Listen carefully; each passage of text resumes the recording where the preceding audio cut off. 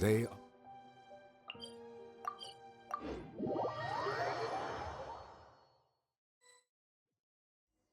I find that the beauty of bright sunlight is best appreciated from the... Split the bamboo in the morning, dry it till night. Shape and bend it nice and tight. Cross the strands to form a pattern, coat in silk, and you have a lantern. That's how you remember how to make a show lantern. Did you get all that, Chi-Chi? Morning, split bamboo, traveler. Then get silk, make paimon. What? No, that doesn't even rhyme. Look, it's them. Hey, Yao Yao! Hey, Chi-Chi! Whoa, Traveler! Paimon, you're here! Happy Lantern Rite! What you up to? I'm teaching Chi-Chi to make Shao lanterns. It's a real test of finger dexterity, so it'll help keep her nice and loose. Yes, I do finger exercises to be a nimble zombie. Wanna try too, you two?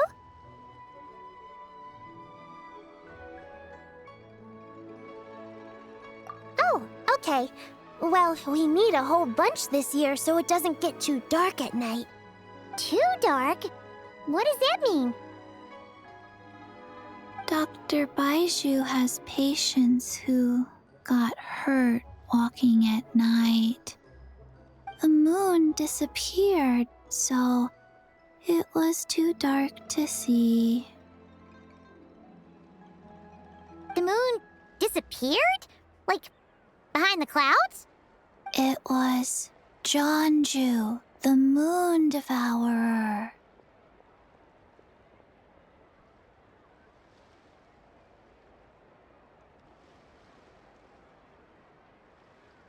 Changshan told me about it, but now I forgot. It's an old myth from Chenyu Vale about a giant toad in the sky that eats the moon. What? The moon gets eaten? It's just a story. It's not like there's actually a giant toad in the sky.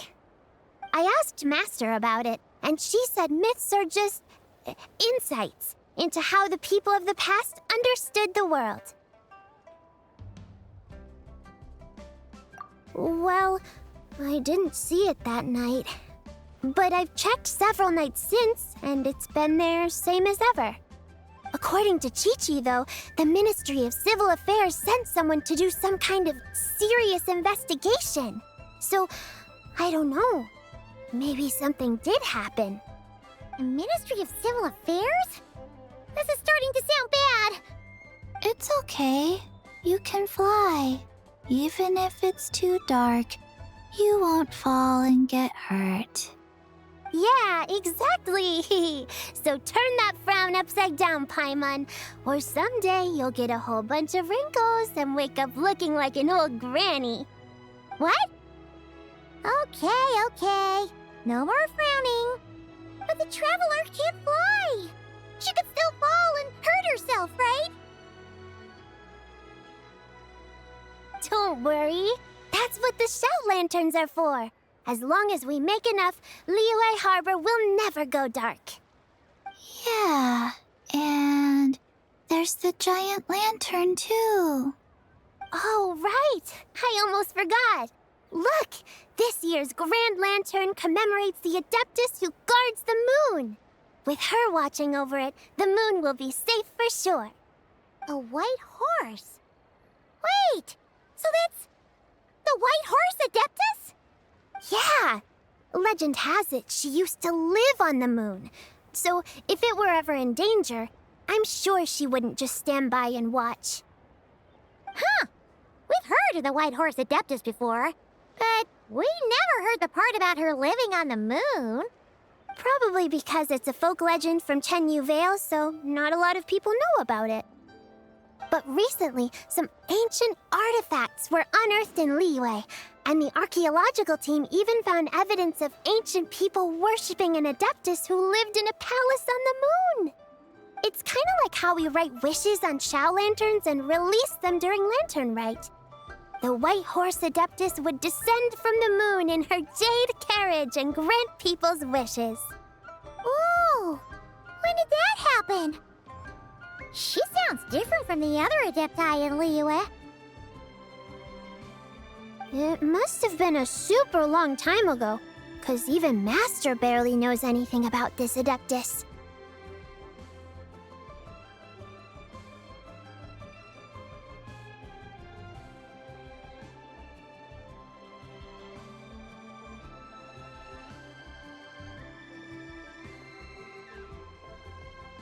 Nope. Kinda unbelievable, right? Yanfei said the White Horse Adeptus might even be a made-up legend, just like Janju the Moon Devourer. Yeah, a made-up horse and a made-up toad. You're mistaken, children. The White Horse Adeptus really does exist. Oh, Mr. Liu from the Baiju Guest House. But how do you know that for sure? Have you ever wondered how the guest house got its name, Yao Yao? Baiju... White Colt. So, it's named after the White Horse Adeptus? That's right. And that's because one of my ancestors was once blessed by the White Horse Adeptus. Wait, really? Tell us more! Tell us more! It was a long, long time ago, when this ancestor of mine was still a young girl. She was out gathering herbs and accidentally fell off a cliff, but the White Horse Adeptus rescued her. Oh, that's it?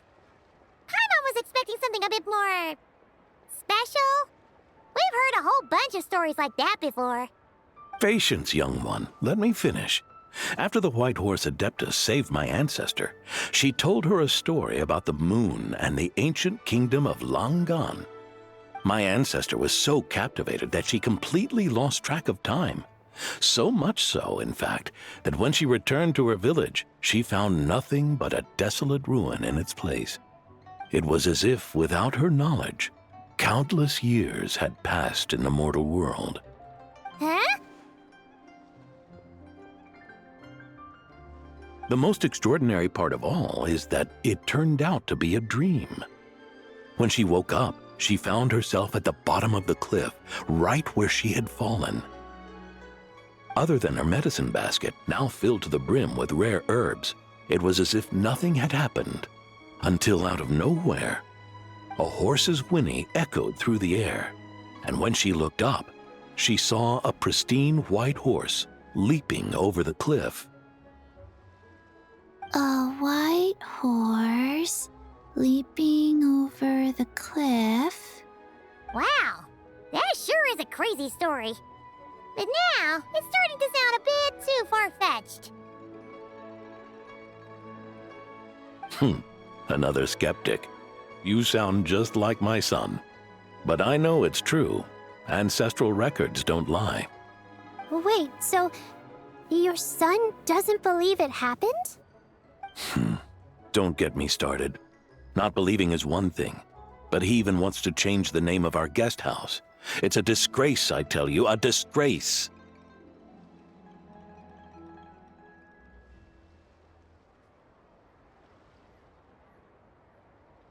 Well, it was getting about time for him to take over the guest house. And what's the first thing he does?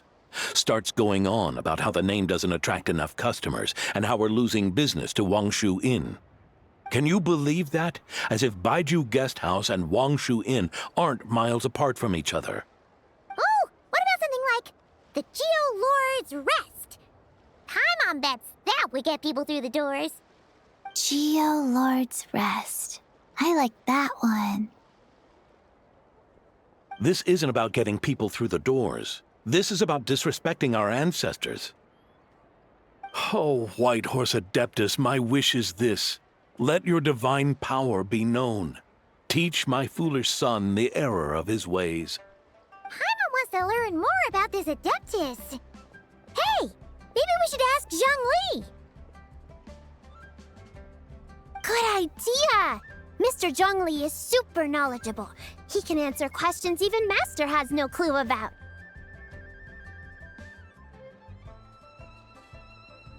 Yeah, we just saw him having tea at third round knockout.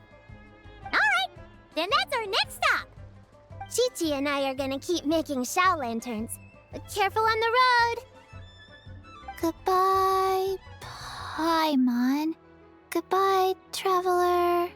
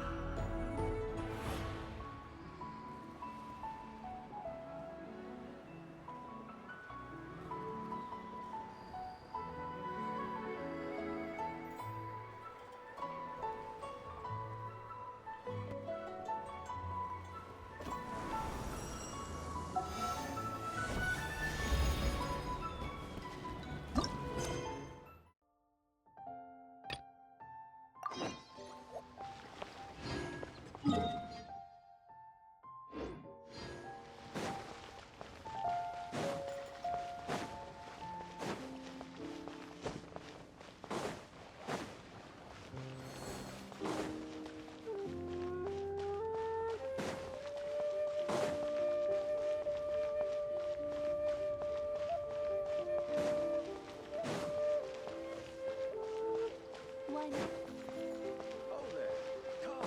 Come and see these rare and precious curios. Oh? Whoa. Curious. Impressive, right? What's with all the commotion over here? Oh, Traveler and Paimon! Perfect timing! I have something amazing to show you! What is it? Huh? What the? Heart of the Moon is blacked out! Was it really eaten by a giant toad? Huh. I didn't expect you to know the story of Jonju the Moon Devourer, Paimon. Don't underestimate Paimon. She learned a whole bunch of things in Sumeru. But Jonju the Moon Devourer is a Liyue legend. Knowledge knows no borders, so there. You're right about that, Paimon. But this dark circle doesn't look anything like a toad to me. A toad's egg, maybe? But that's about it. Oh, wait, Traveler! You've been in Nod-Krai, right? The people there worship the moon goddess. So you should know what's going on here. Really? Not even in a place where people worship the moon? Oh yeah! Master told me that the tale of Jianzhu, the Moon Devourer, was how ancient people explained a certain celestial phenomenon. But what is it exactly? Some kind of omen of disaster?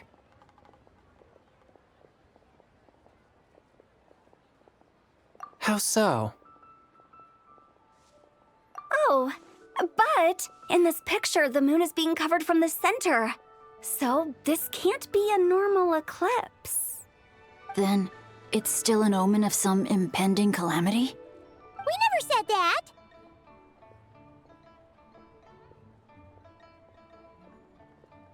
Ugh, some crazy customer left it at the restaurant.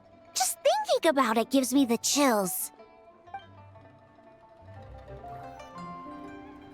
Attention, everyone! As the auspicious festival season approaches, I have an announcement to make.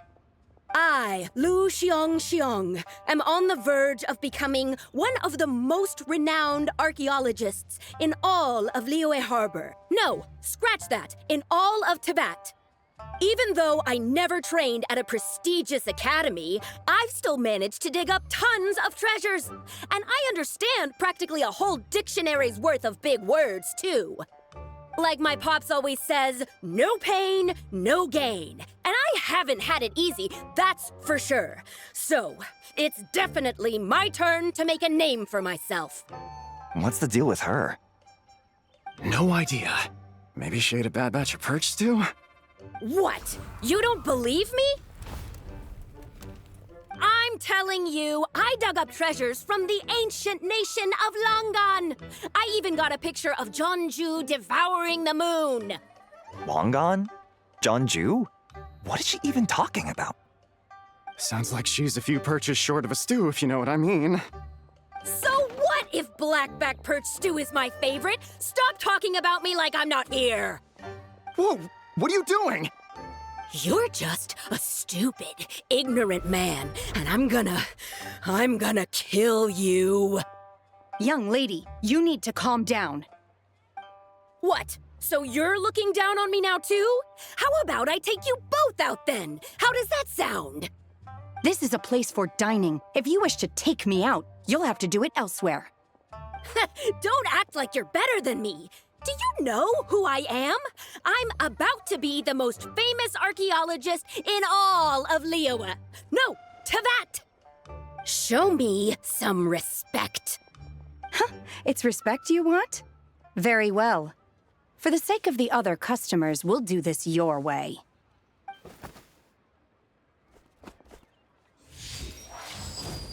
What? So Shen has started the fight? She had no choice.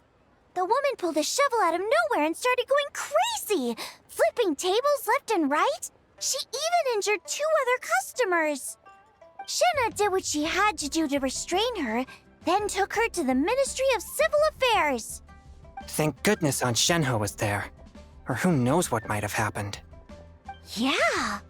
I started cleaning up after all the commotion, and that's when I found this photo. I thought it might be the one she dropped, so I rushed over to show someone. She said she took a photo of Jeonju the Moon Devourer. This must be it. Can we really trust what she said, though? Clearly, something is going on with her. Paimon's got a point. It sounds like she wasn't acting right at all.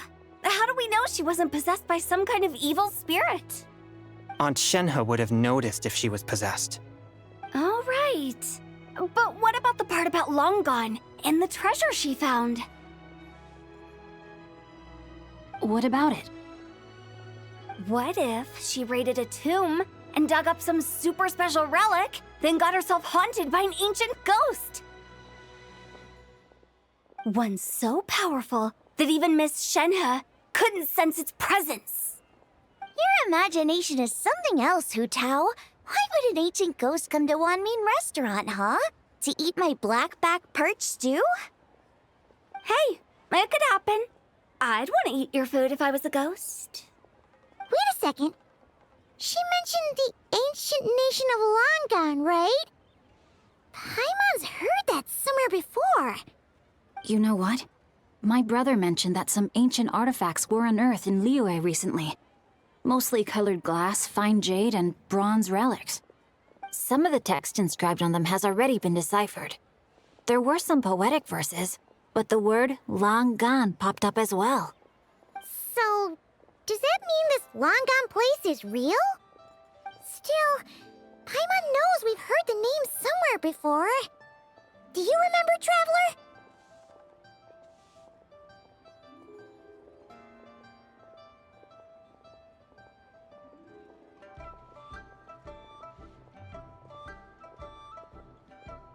Right! His ancestor heard about it from the White Horse Adeptus. The White Horse Adeptus? Oh, so you must have been to see the giant lantern already. Yep. And it turns out that the White Horse Adeptus is super mysterious, too. Even Madame Ping hasn't met her. Wait, I thought she was the gold-eyed Celadon mare of the 8 Adepts. That's just the interpretation you believe in, Hu Tao. There are other theories out there too. The elders of Qingce Village believe that during the Archon War, a white horse leapt from a clear spring, transforming into an Adeptus who aided Rex Lapis in battle. In Chenyu Vale, some of the tribes take her to be the daughter of time and trace her deeds to an even earlier era. Yet in other ancient texts, including the relics I just mentioned, she appears as an emissary who listens to mortal wishes, bestowing the blessings of the heavens and moon upon the mortal realm, which is why we write our wishes on Shao lanterns. That's so complicated. So what's the verdict? Which version is the truth? I'm afraid there's no definitive answer to that. You two have been all over Teyvat. Do you have an idea? Nope, sorry. We were actually on our way to ask Zhongli. He knows even more about this kind of stuff than us. Ah, looking for a consultant, huh? He's having tea with Miss Linlong. Shigu Antiques is hosting an exhibition tonight. An exhibition? For what? All those antiques Sing Show just mentioned. So if you head to the big ship docked in the harbor tonight, I'm sure you'll find him.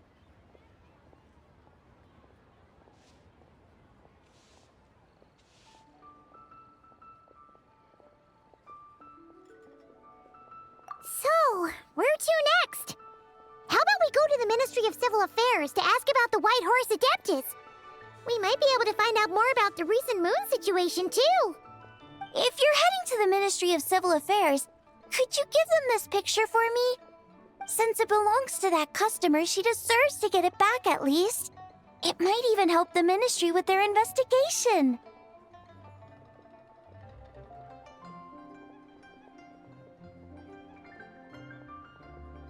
Ha! All right! We're off! Oh, wait! I almost forgot! Happy Lantern Rite!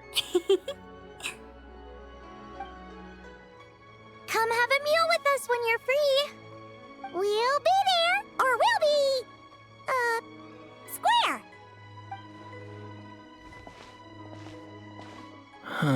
Thinking about it now, could it be possible that photograph was a fake? A fake? You mean like the customer fabricated it to gain academic recognition? Nice one, Changyun. I never even thought of it like that. How about we go check out that place tonight? I know exactly where it is. All right. I'll get scolded if I get home too late. Live a little, Sing-Cho. You act like this is a first for you. Worst comes to worst, we'll get Xiangling to cook you something delicious, okay? Well, when you put it like that, I suppose it's worth the risk. You were just waiting for the promise of free food, weren't you? Fine. It's a plan then. We'll meet up tonight.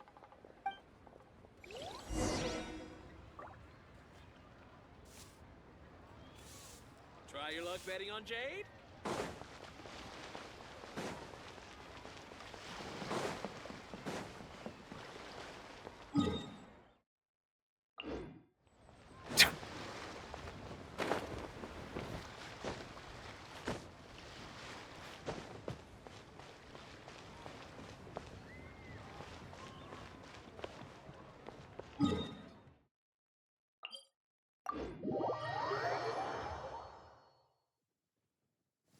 My apologies.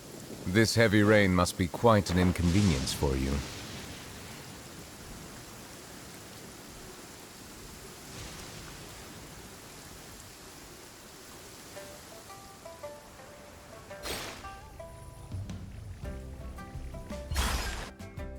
And you're Yes. On Lantern Rite, the moon shall go dark. That's what the signs are indicating. Celestial observation isn't Grandpa's strong suit, but he discussed it with several other elders from our clan, and their conclusion was the same. It's consistent with the information we've received from other sources as well. You mean the whole thing? About the legend of Jeonju the Moon Devourer? Happening in real life? Yes, that's one of them. So it's true. I thought it was just a rumor. It's true. But right now, the bigger issue is that all our sources indicate the phenomenon's gonna happen again.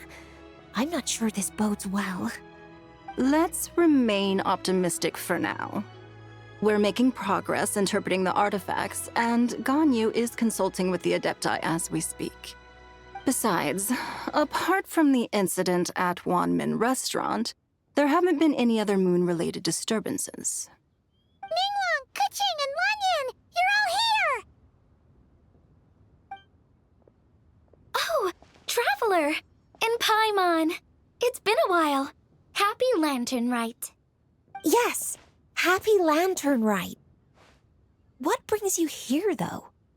I thought you'd be in the harbor enjoying the Shao lanterns. You're certainly not the type to visit Yujing Terrace for no reason.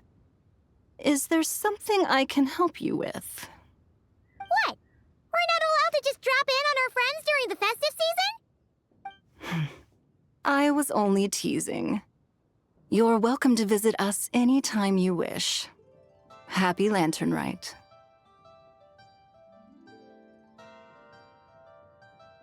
Oh, and about all the moon business you were just talking about? We have something to show you. Here, take a look! Whoa! Something really did take a chunk out of the moon. Someone managed to capture a picture of it. Is this Zhanju, the Moon Devourer, then? Even though we confirmed this event took place, I still can't quite believe what I'm seeing. Where did you get this picture? From Xiangling! She found it when she was cleaning up after that customer caused a scene. She thinks they must have dropped it. Wait, is this Chawang Terrace?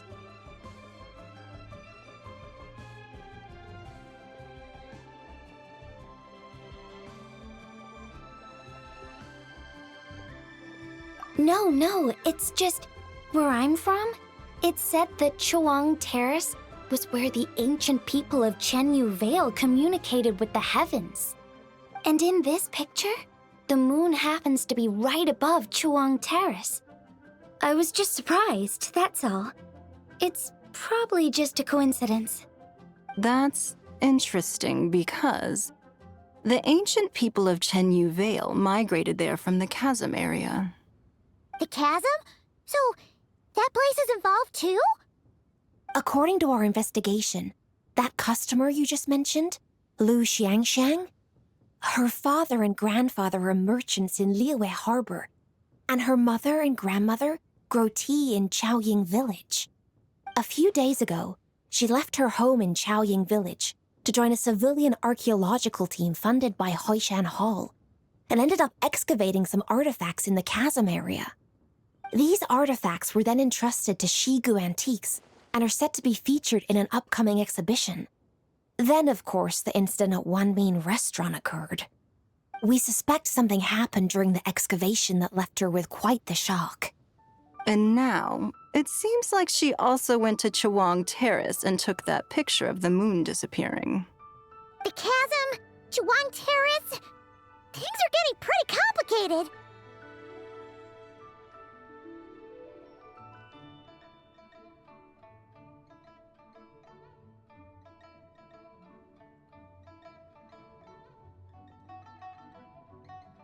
She's not in a good mental state, so we took her to Boo Boo Pharmacy to get some help. Why don't you come with me to check up on her? At this point, you seem invested in this case too.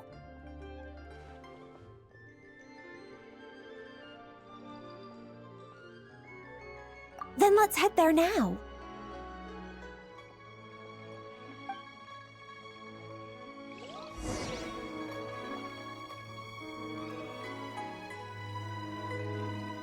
While Lilith stands guard, evil shall never prevail.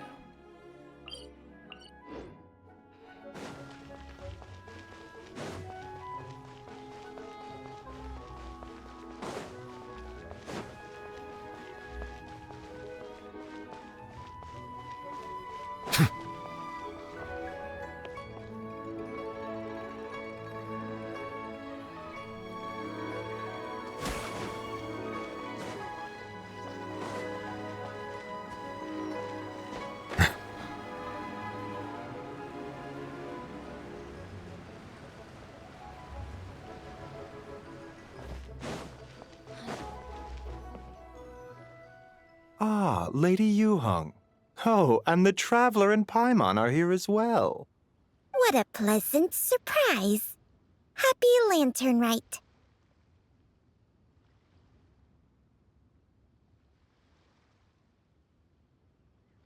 I hope we're not interrupting, Dr. Baiju. Not at all. I assume you're here to see the patient? Unless it's urgent, however, it would be best not to disturb her rest.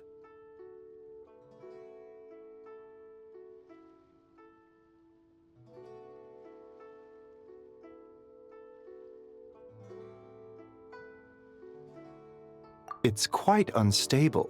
She's even more agitated than when she first arrived. And she refused to cooperate when we tried to check her over. I had no choice but to prescribe a calming draught and to have her rest for 2 days. So she's getting worse? That isn't the news I was hoping for. It's just a precaution. Based on an earlier conversation with her, it seemed more like a fixation than anything else. She hasn't lost her mind. That's right. When we asked about it, she kept insisting she was going to be famous far and wide. Well, it might not be far and wide, but she certainly made a name for herself around Yujing Terrace. Even some of the Qixing know who she is. Not often, that's for certain. From my initial assessment, the patient appears to have experienced some sort of shock, and whatever it was seems to still be haunting her. But what could have caused such a thing? The relics from the chasm? Or the moon above Chuang Terrace that night? Come back in 2 days, and you might just have your answer. I suppose that's all we can do for now. We'll take our leave then, Dr. Baiju. Of course. If you need anything else, don't hesitate to stop by. Speaking of those relics from the chasm, aren't they being featured in an exhibition tonight? That's right. Are you planning to attend? Yeah! We wanted to have a talk with Zhang Li anyway, and now Paimon's even more curious about these relics.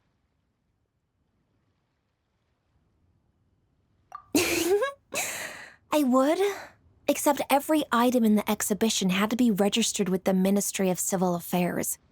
So I'm afraid it's been spoiled for me. I reviewed them all myself. There are some rather peculiar artifacts, that's for certain. We're still working on decoding the ancient text that appears on them. Yeah! The word jade appears a whole bunch, doesn't it? Huh? How did you know? Xingqiu told us. He said there were some ancient poems on them, too. He's quite well informed, isn't he? Well, he's right. We believe they're direct references to the ancient nation of long gone. As for the other text, instead of regular poetry, it seems to be more like ceremonial language used to worship the moon and the gods. The moon and the gods? Well, looks like it's almost time for the exhibition. You two should head over. There's an usher at the harbor who will lead you to the venue.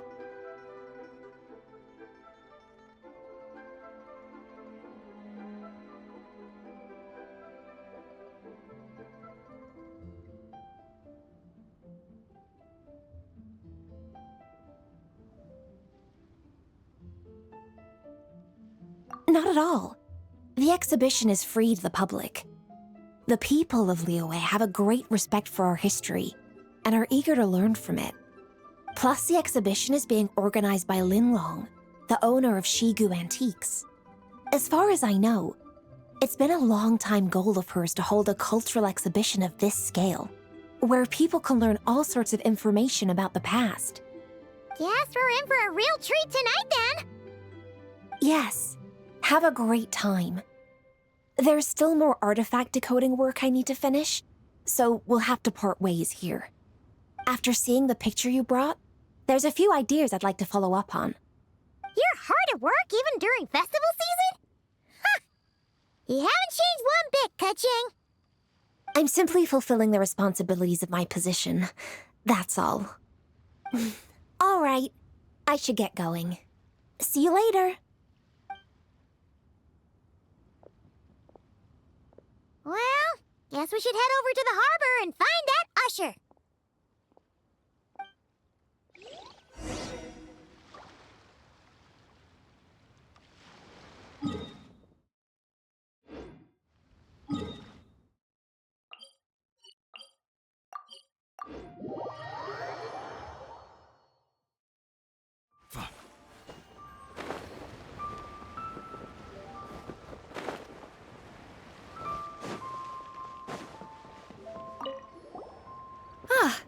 Here for the exhibition? I can take you aboard. After you.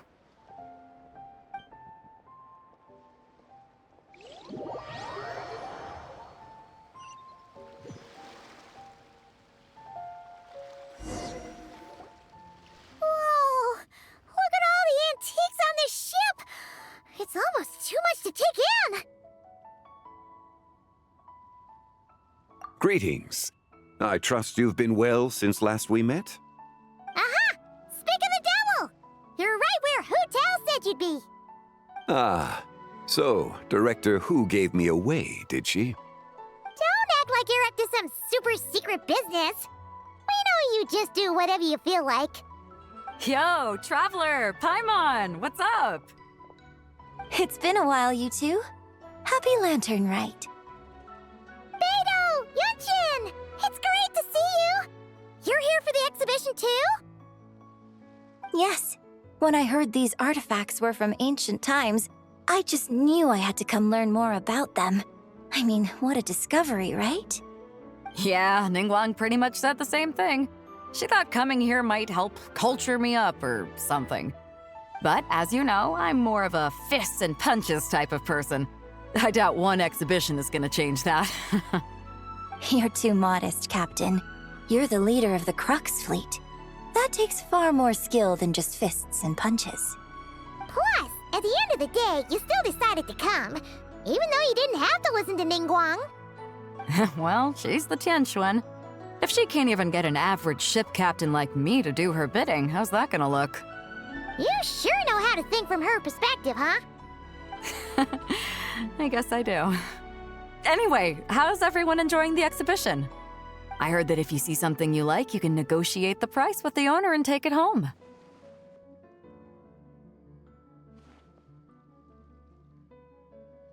Wait, so we can buy this stuff?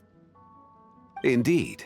Although Shigu Antiques is hosting this exhibition, many of the items come from private collectors. As long as both parties reach an agreement, you can make an offer of mora or an equivalent trade. Well, shall we continue our conversation as we look around? Let's go! Paimon's super curious about all this stuff.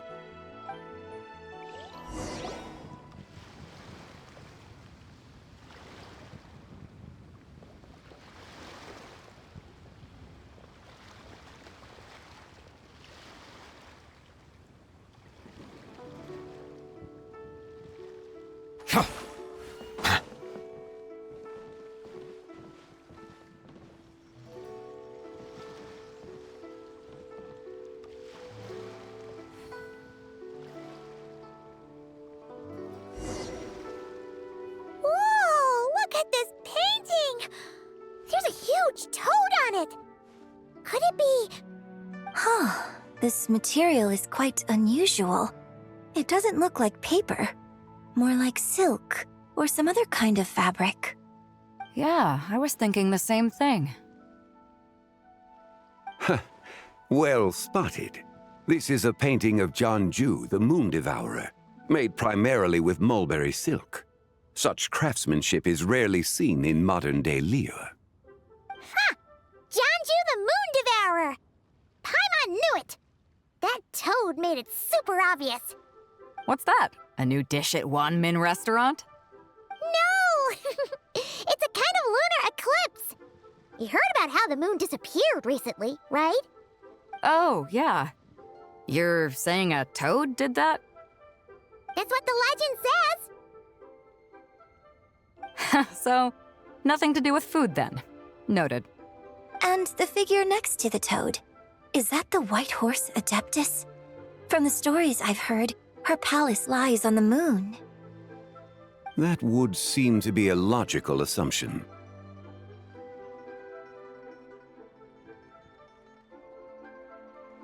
No. In fact, this item was discovered in Chenyu Vale, and many years ago at that. Oh, so it's from Chenyu Vale? Actually, that's not quite right. You see, this painting is primarily comprised of mineral-based pigments, such as cinnabar and azurite, which are usually found within stratified rock. This suggests its place of origin may very well have been the chasm. It You're as knowledgeable as ever, Mr. Zhongli. I had only ever heard the legend of Jianzhu the Moon Devourer, but now seeing it depicted in this painting, I wonder, if I purchased it, perhaps it could serve as inspiration for a new opera.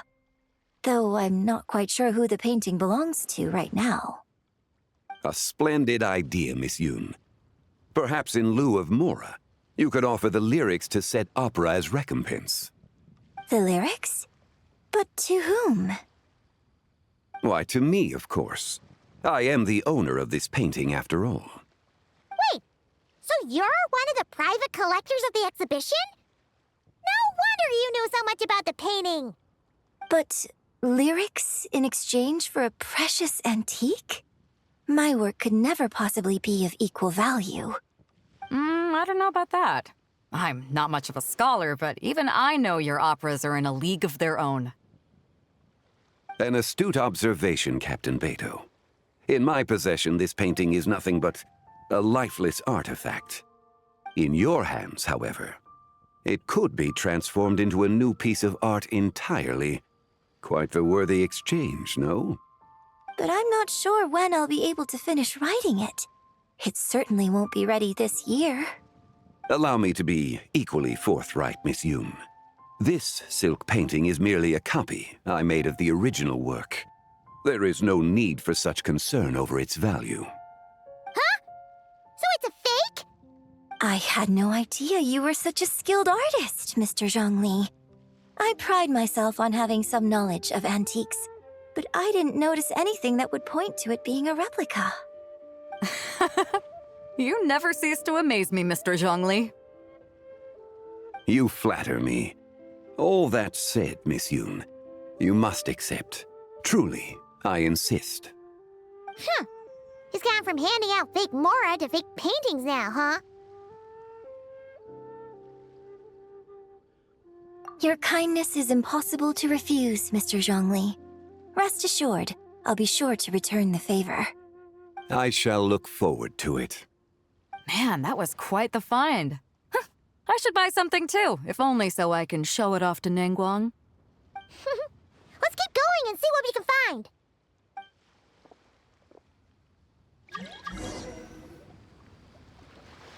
Wow, this bronze war chariot is really something.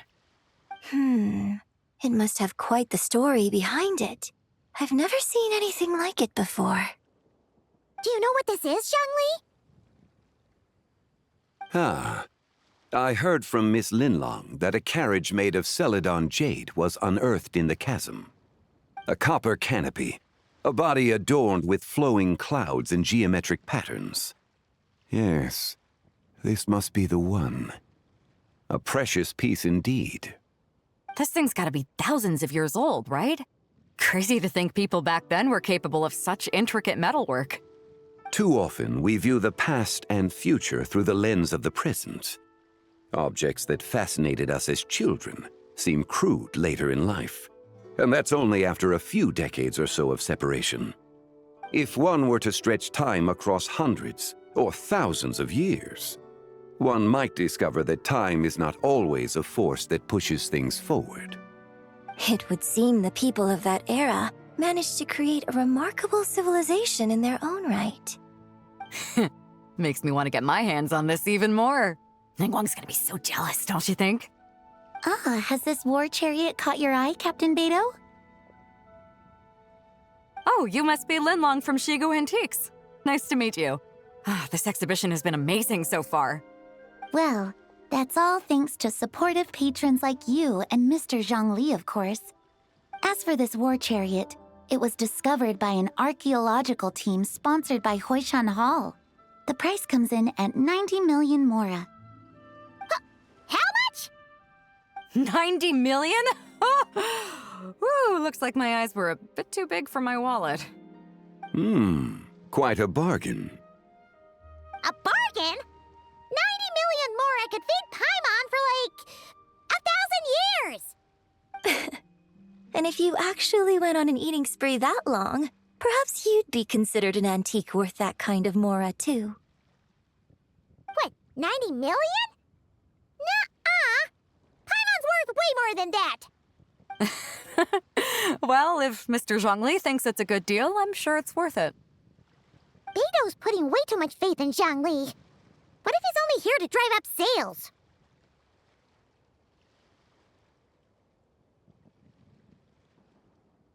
I'll take the chariot, Miss Linlong. Someone will come by with the payment. Quite the discerning eye you have, Captain. After the exhibition ends, I'll have someone deliver it to the Alcor. Actually, could you send it straight to Yujing Terrace? I'd like for the Tianquan to see the proof of my discerning eye for herself. Understood. Great. Yunjin and I both found something. What about you three? Want to keep perusing? And don't worry about the Mora. It's all on me. Nobody's going home empty-handed tonight. I appreciate your kindness, Captain, but I'm afraid I have some private matters to discuss with Miss Linlong. In that case, don't let us keep you, Mr. Zhongli. Right this way. Traveler, Paimon, perhaps you would like to accompany me. What? So you can show us another bargain antique that's so far out of our price range it's not even funny? Other people are always demanding Mr. Zhongli's time, but it's quite rare for him to extend an invitation himself. I wouldn't pass up this opportunity if I were you, Paimon. Yeah, just don't forget to come aboard the Alcor for a drink later.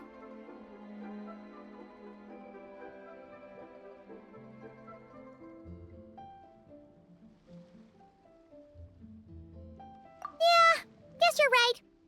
Taking a quick look isn't gonna cost us anything. Let's go!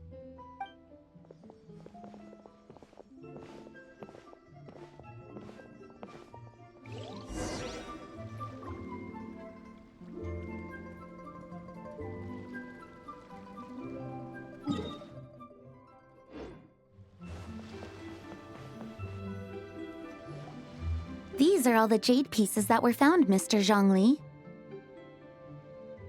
Wow! So many styles! What kind are these? These are a type of ceremonial jade. You're familiar with Chenyu Vale's rain jade, right, yes? Oh, yeah! So these pieces are all used in the rain jade ceremony? Well, you may not know, Paimon, but before the rain jade rite came into practice, Chenyu Vale was known for a different ceremonial tradition that also involved jade. The Bi is used to honor heaven, the Tsong to honor earth, the Gui to honor the east, the Jiang to honor the south, the Hu to honor the west, and the Huang to honor the north. These form the 6 ritual jades. It's unfortunate, however, that Miss Linlong's set is missing both the Gui and Hu pieces. Oh, I know. These jade artifacts are from such an ancient time. It's proved difficult to track them down, even for our establishment. No matter.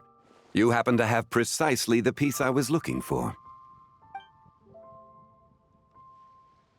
Huh?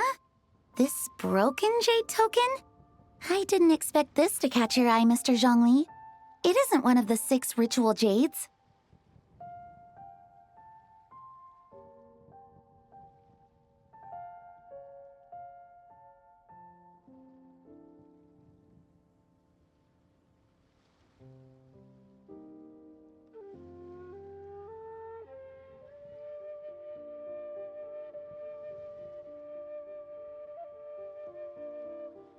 An affect belonging to an old acquaintance of mine.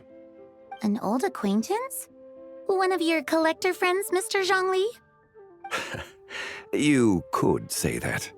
Traveler, take a closer look.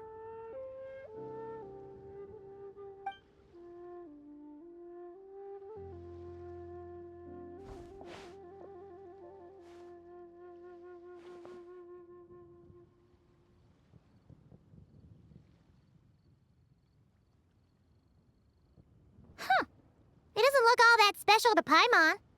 Just seems like a broken artifact.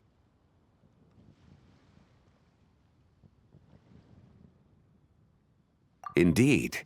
It's been thousands of years since the moon has appeared in such a form.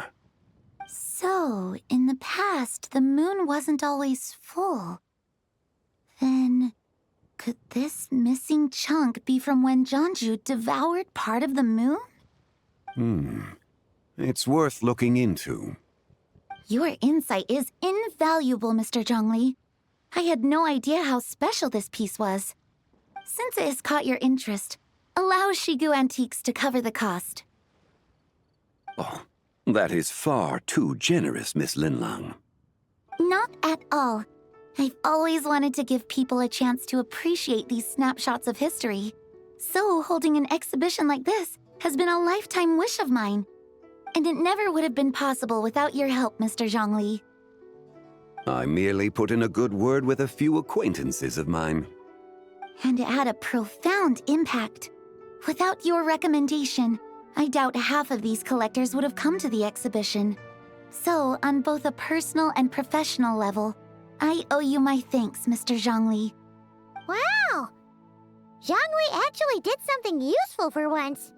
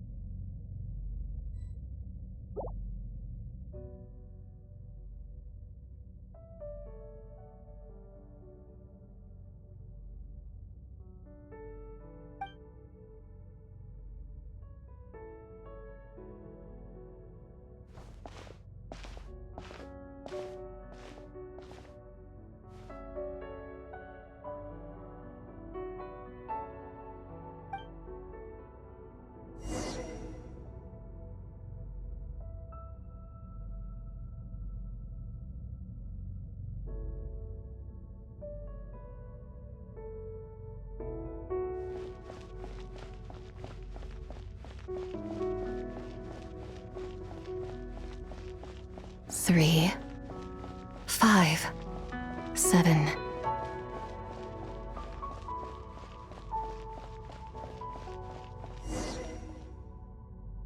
$11, 13, 17, 19, 23, 29.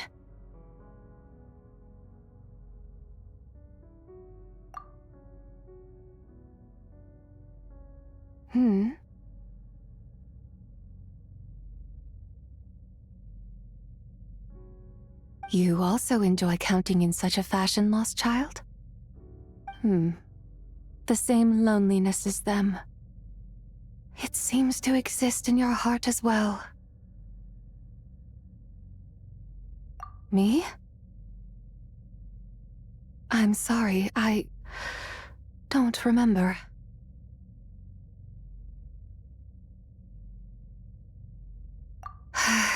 The shadow of the moon? Or a dream of time? I'm sorry. No one has asked me such things before. I've been here for so long. There is much I have forgotten.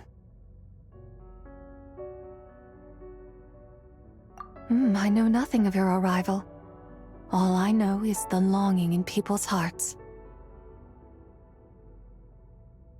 Yet, I sense the moonlight's guidance within you, child.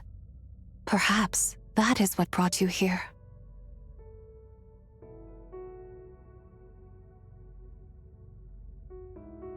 You seem confused. Perhaps I can help in some way.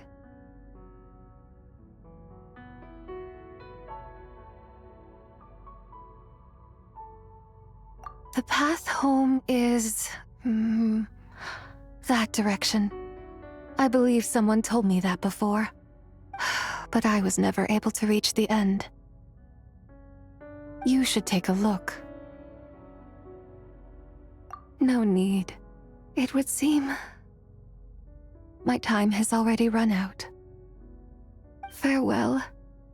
May the moonlight ever shine upon you.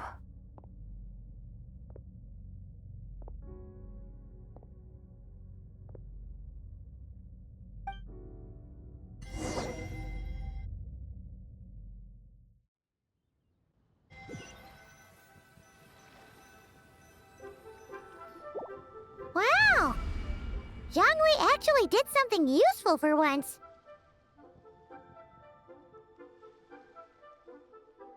Your complexion looks rather ashen, Traveler. Are you feeling all right? Yeah, what's wrong? Does your stomach hurt?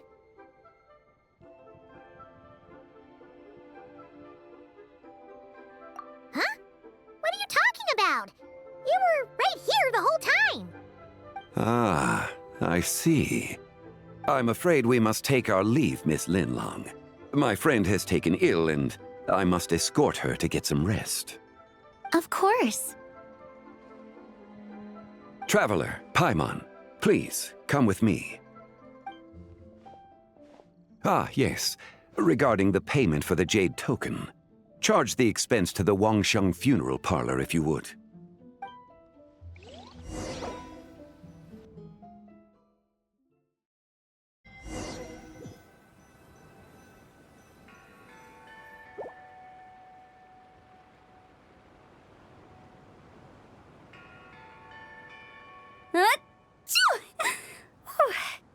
Guess someone's thinking of me. But this late at night? Must be that consultant of yours. I bet he's out there spending all year more at the exhibition. Yeah, he'd be the perfect employee if he just knew how to rein in the spending. But never mind him. Let's focus on the moon. We gotta see if it gets eaten tonight. I don't think it's going to happen. We've been out here all night, and the moon's the same as ever. It is quite late, and Chongyun's getting tired. How about we head back? We can come back another time. Head back? Already? Actually, I do have a new dish I'm testing out tomorrow. And as part of my New Year's resolution, I'm trying not to oversleep. All right. Guess it just wasn't meant to be. Let's go.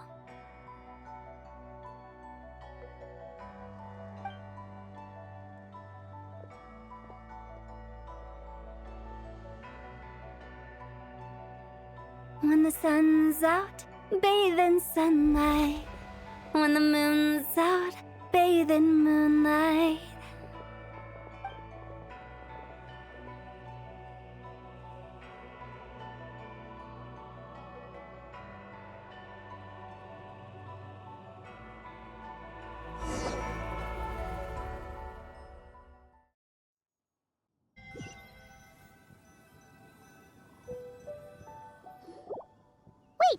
Aren't we going to rest? Why did you bring us here? Because I imagine the Traveler would like to know what just happened to her. Oh, right. Ugh, Paimon's confused, though. She could have sworn you were there the whole time. Oh, how is that possible? It sounds like her spirit formed an inexplicable connection with the being in that space.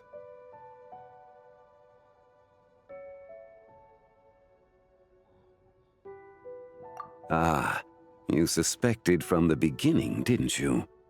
Indeed, the being you met is the fabled White Horse Adeptus, and the original owner of this Jade Token. Her name is Zibai.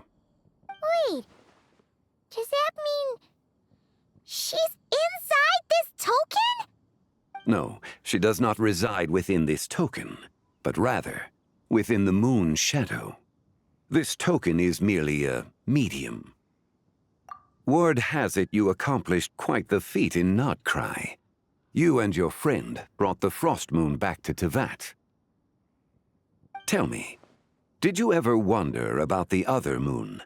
The one that hung in its place for thousands of years? We never really thought about it, but it must have been a fake, right? A fake moon! Indeed, it was false. Its true nature, nothing but a projection of the moon. It also happens to be the prison that confines Zibai to this day. Wait, the White Horse Adeptus is trapped inside that projection? Then we need to rescue her! But the moon in the sky right now is the real one, right? Where did the fake moon go? And why can't Paimon see it? With the return of the true moon, the shadow naturally lost its place in the heavens. Now, it is disintegrating bit by bit. It's a process that comes and goes. When it occurs, it looks like the moon is being obscured by a black shadow. But when it stops, the shadow disappears and becomes invisible to the eye. So, you're saying there's an invisible fake moon blocking the real moon right now? Indeed. Okay, this is not what Paimon was expecting. My hypothesis is that people's wishes could be what trigger the periods of disintegration. After all, when you experienced that episode just now, it was precisely when Miss Linlong spoke of her own wish. Wait, is that because the White Horse Adeptus answers people's wishes? The legend must be true then. So, that means the more wishes we make, the faster the fake moon will disintegrate, right?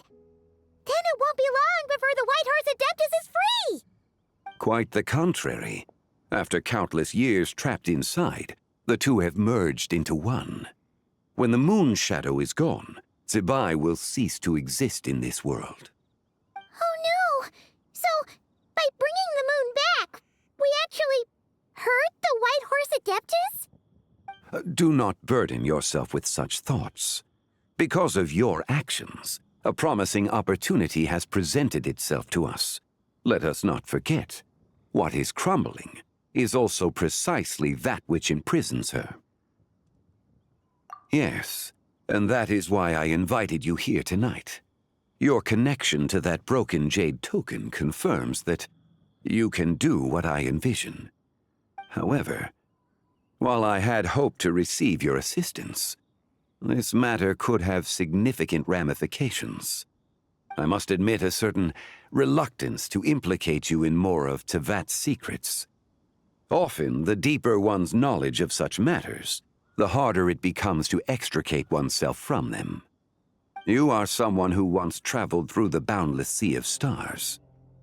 I cannot help but wonder, perhaps it is wrong for your fate to become too entangled with the fate of any one world.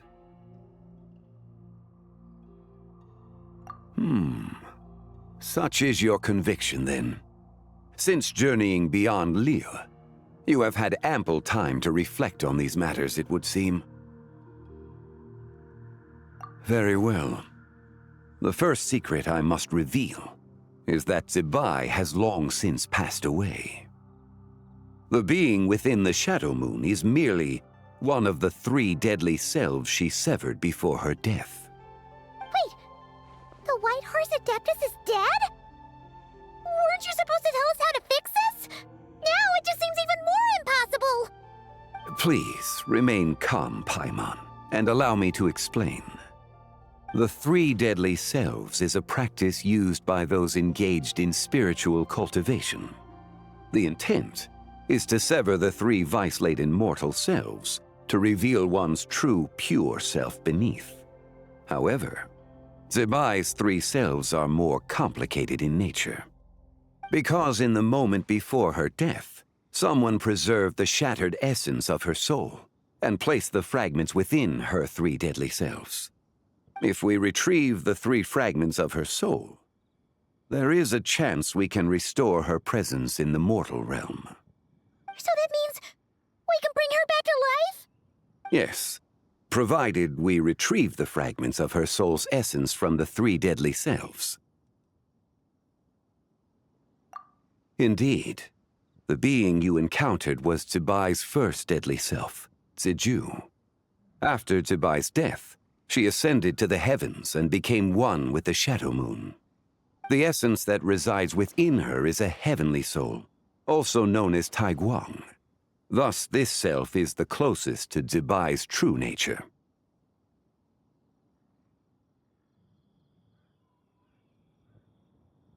That said, because she is trapped within the Shadow Moon, we have no choice but to seek out the other 2 soul essences first. Then we can unite them as one. Her second deadly self is called Ziju. After Zibai's death, she fell into a slumber deep beneath the earth in what is now known as the Chasm. The essence within her is the Earth Soul, also known as Xuangling. She is the self that inherited most of Zibai's memories and wisdom. The chasm? So, do we have to go there to find her? That won't be necessary. I sensed her presence on the jade carriage from earlier, the one at the exhibition. It's possible the return of the frost moon awakened her, and she emerged from the chasm alongside that batch of ancient artifacts. Wait! That must be why you agreed to help with the exhibition! To investigate the artifacts! Indeed. So in truth, Miss Linlong was the one who helped me.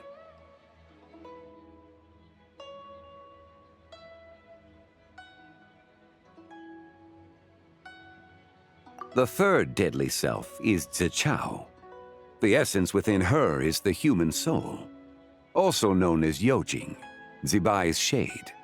Thus she is the most free-spirited among the three. She lent me her aid during the Archon War, 1,000 years ago. But later, as her powers waned, she retreated into the mountains. I imagine finding Zichao should prove the most troublesome, so I shall take it upon myself to track her down. So, we need to find the second deadly self, right? But where do we even start? Locating her should not prove difficult. In life, Zibai was fond of mortals, and as the self who inherited most of her memories and wisdom, Ziju should be the same. It's possible she has possessed someone, and is meandering the bustling streets of Liyue Harbor as we speak. Possess someone? Wait! Are you thinking what Paimon's thinking, Traveler? What if she raided a tomb and dug up some super special relic, then got herself haunted by an ancient ghost? Exactly! Lu Xiangxiang! It seems you have a lead in mind already. She'd still be at Boo Boo Pharmacy. She was super agitated when she first got there, so Baishu gave her some calming medicine and told us to come back in 2 days.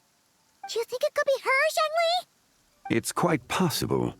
The deadly selves are impure beings that can easily influence mortal minds.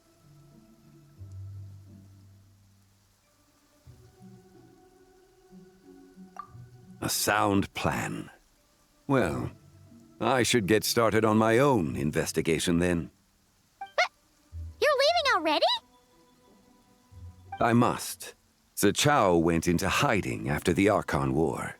If I am to have any success tracking her down, and there's no guarantee, I should start sooner rather than later.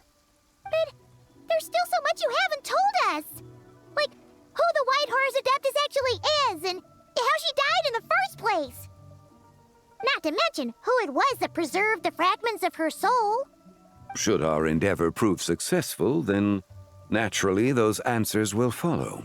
If not, speaking of them would be rather meaningless. Huh.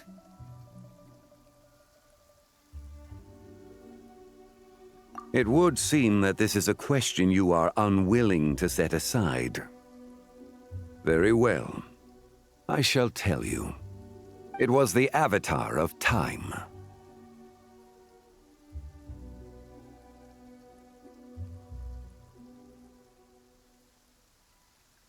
Ah, so you know of her existence.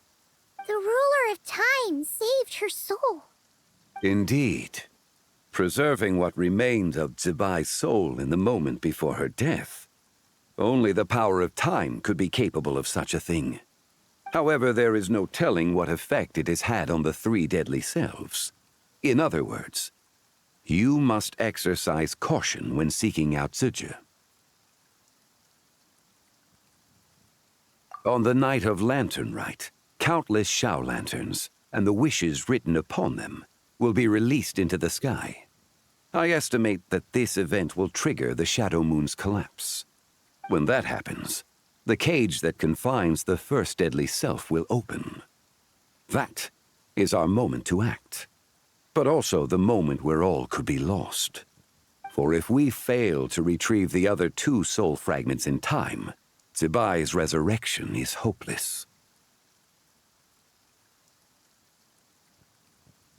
As I mentioned before, the answers to your remaining questions should come in time, providing our efforts bear fruit. Let us hope that all proceeds smoothly in the days to come.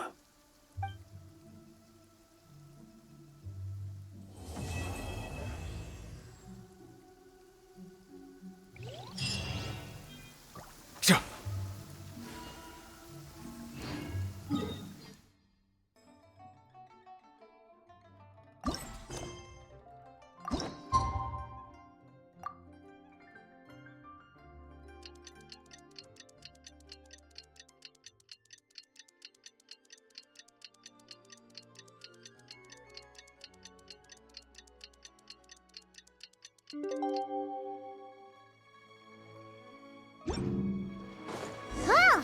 Should we head to Boo Boo Pharmacy today? Fingers crossed, we learn.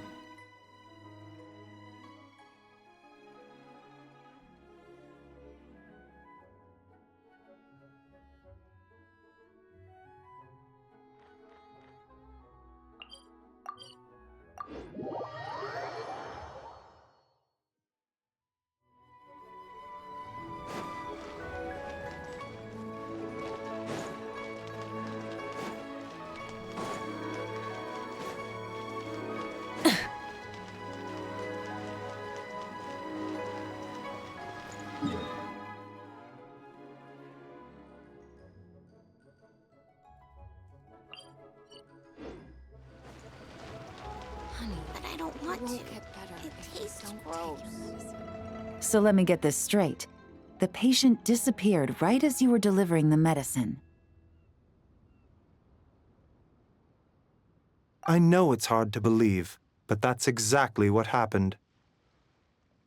It's true.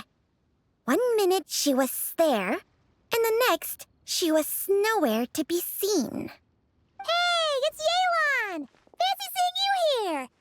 Oh, is this a bad time? Not at all. Just a small roadblock in the case I'm working. Ningguang asked me to investigate a patient named Lu Shangshang. If you're here to find her too, then you're out of luck, I'm afraid. She went missing this morning. What? According to Dr. Baiju, the patient vanished right under his nose. But it just seems like that should be impossible. There 1 second and gone the next? Pretty sure Xiao can do something like that. Then you're suggesting this Lu Shangshang is the vigilant Yaksha in disguise? Or some other adeptus? Guess not. But this is so weird. How can a living person just vanish into thin air? Unless Linny decided to take his act to Liyue?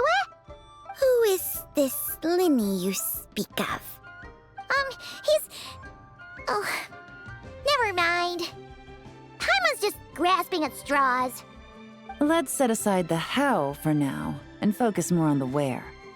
You mentioned this patient has a strong obsession with achieving fame and recognition? Yes. She kept talking about becoming a renowned archaeologist and making a name for herself. So, are we looking for a place where it's super easy to become famous?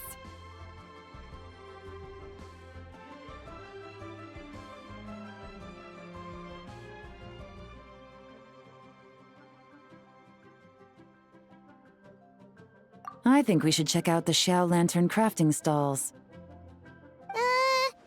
Because it's easy to become famous by making Xiao lanterns? Not exactly.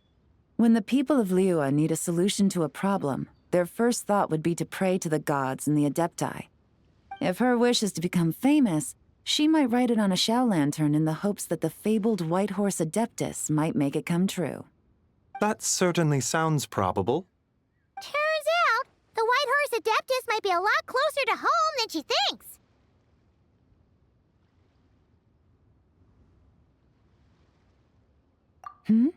What was that? Nothing! Let's go check out those stalls!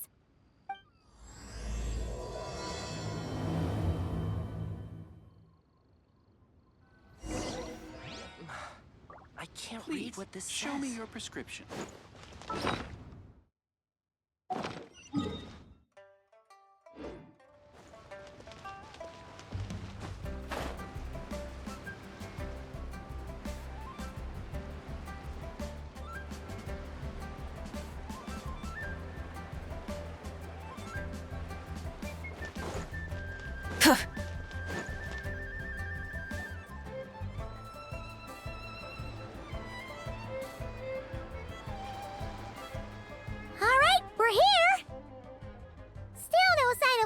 Xiang, though. As long as you're patient enough, Paimon, you'll find that hunting down people is no different from hunting boars. We need to blend into the environment, or we risk alerting the target. So as far as everyone here is concerned, we're just ordinary tourists. Oh, okay. If we need to blend in, then let's make some shell lanterns and write our wishes down, like everyone else.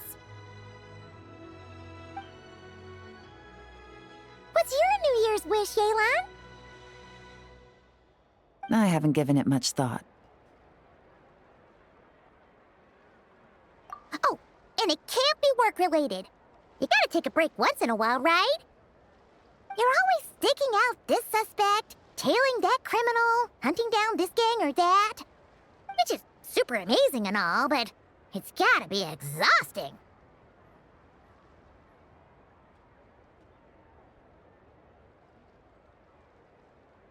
Really getting into this, huh? You said to blend in, right? Come on! It's all part of the act! So you gotta think of something! Then I suppose it'd be to go traveling the next time I get the chance. Traveling? That's our bread and butter! Wanna join us? Thanks for the offer, but my desk is piled high with reports on your exploits. And that's not quite the kind of traveling I had in mind. I was thinking more the lie down and do absolutely nothing kind of travel. Ah, something a bit more easy and breezy, right? Hey, wait! We know just the place! The Easy Breeze Holiday Resort in Netland. It's super relaxing and full of fun activities. You've got the beautiful ocean and tons of cute little creatures called Asha. Seriously, you gotta go! Huh. I suppose I'll have to check it out. Hey guys, happy Lantern Rite!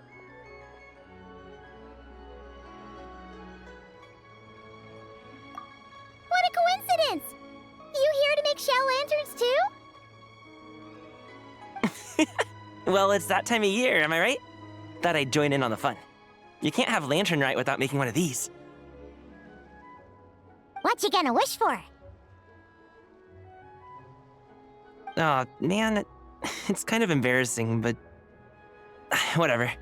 The truth is, the mighty mythical beasts are seriously struggling with recruitment. So I'm hoping to find a few apprentices and teach them the art of wushu dancing. Awesome! Shurfugami, here we come! Whoa there, Paimon! One step at a time. I actually need to find people first. Yeah, but Paimon bets people will jump at the chance to learn from you! Well, I wouldn't be so sure.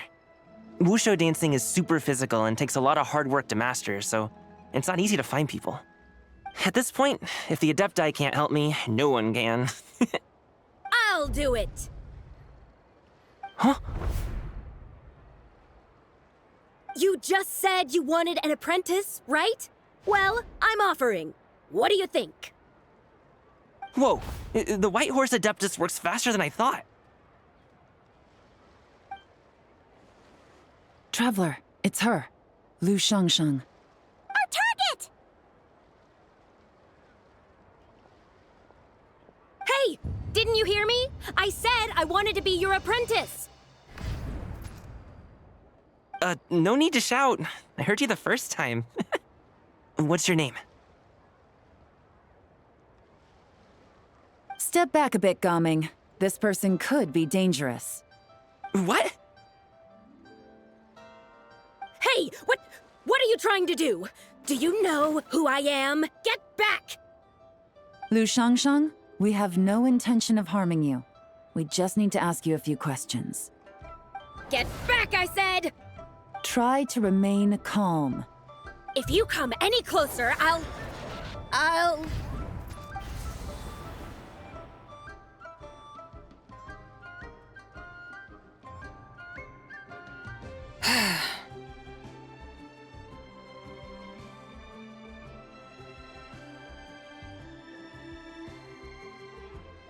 Little wisp of a being. How are you able to see me?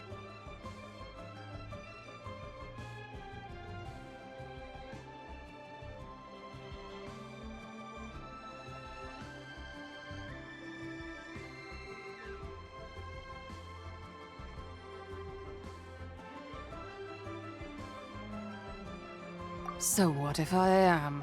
Leave at once!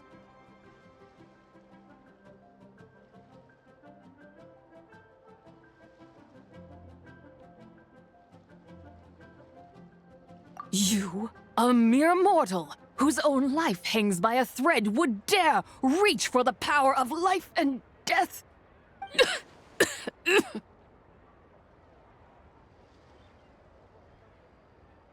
Unless you wish to be condemned to eternal damnation, you would do well to abandon this foolish endeavor. I shall speak on this no further. Don't come any closer. How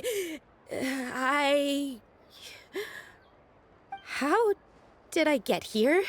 Who are you people? Playing dumb, are we? Save it. We know you attacked those people at Wanmin Restaurant. What? No, I would never. You must be mistaking me for someone else. You don't remember? Of course not. How could I do such a thing? What about the photo you took near Chuang Terrace? What photo? What's going on? It's like she lost her memory or something. Well, this complicates things. I'll take her back for questioning and let you know what I find.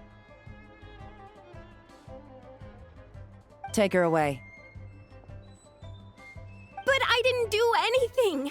I swear! That's weird. She seems so normal now, but she doesn't remember anything. This is just great. An apprentice falls right into my lap and now she's gone! Don't worry, Gaming. This is a special case. I'm sure you'll find one soon. Unless you're gonna pony up and offer a real solution, Paimon, I don't want to hear it. Gaming? What's up with... I'm done here! I'm gonna go find an apprentice, and I won't take no for an answer! Gaming, wait! Is it just Paimon, or was Gaming acting super weird just now? What? How do you know? Whoa! So you saw the second deadly self? And you think she moved from Lu Xiangxiang to Gaming? Uh-oh. Then we better find him before something bad happens! Let's go!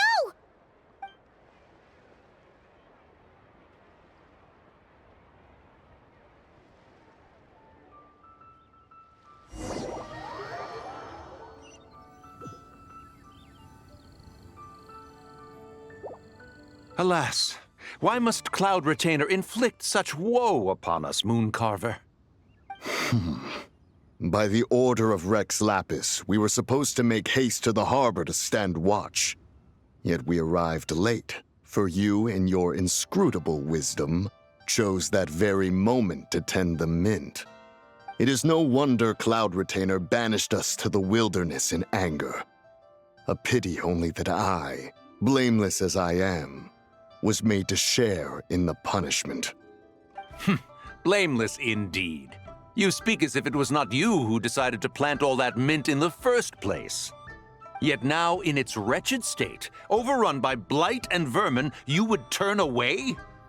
Utterly heartless, I say. Were I truly that heartless, would I have rescued those seedlings from this desolate wasteland, granting them haven in your hallowed garden? Alas, if blame must be laid, let it fall upon Cloud Retainer for failing to recognize the virtue of our plight. Ah, at last a sentiment with which I can agree. If ever Cloud Retainer is away, we should steal into her abode and plant a veritable field of mint. A tempting little ruse, is it not?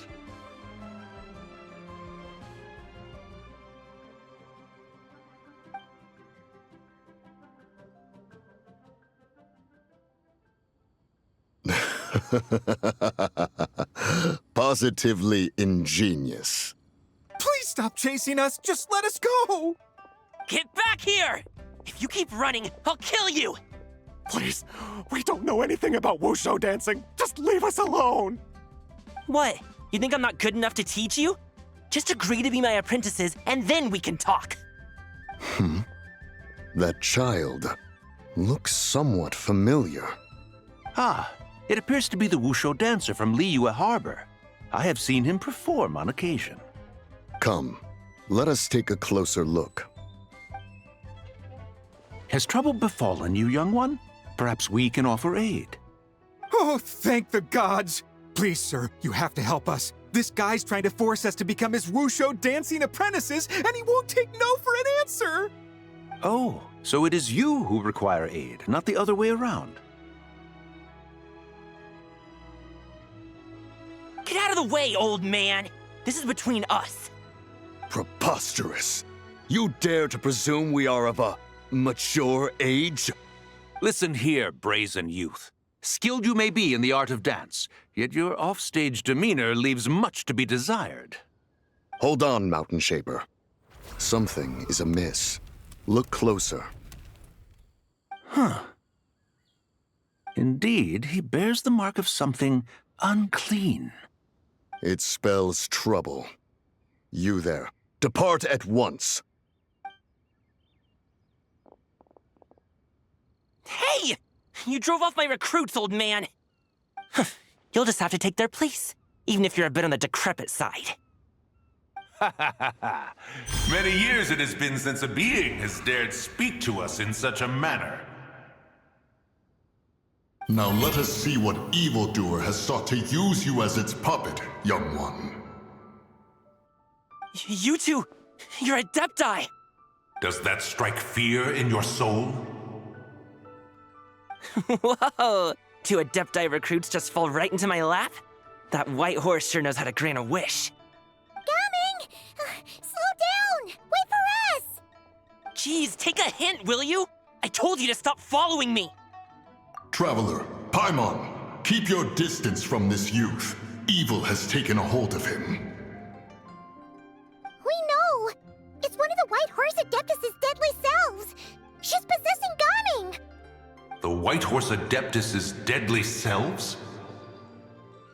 Could it be that Rex Lapis called us to Liyue Harbor for this very reason? Hey! What are you two whispering about over there? Who's gonna be first apprentice and who's gonna be second? It doesn't matter! I'm not the kind of Sufu who plays favorites. Insolent spirit! Be gone from this child at once!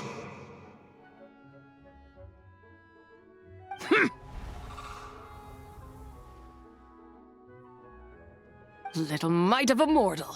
Getting in my way again, I see.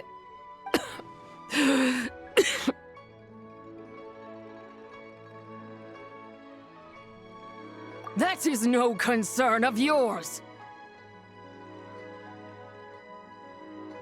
No, only by doing it myself will I find peace. Otherwise, rage will consume me. If I lose control, all will turn to dust.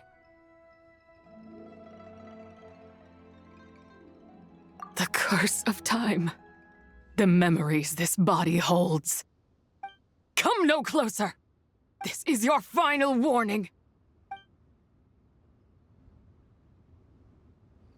Insolent spirit! Be gone from this child at once! Huh? Traveler and Paimon? And 2 Adepti? Where are we? Weren't we just making Xiao lanterns in the harbor? Gaming! You're back! Ah! The sun is most scorching. Agitation stirs within me. I require cooling mint to beat this heat. And speaking of, Cloud Retainer has scorned this verdant wonder long enough. It is time for her to feel its wrath. The wrath of Mint! Mountain Shaper, where are you going? Oh no! Now Mountain Shaper's acting weird! Oh, you don't think it spread to him, do you? Spread to him? Quickly now, explain to me what has been happening.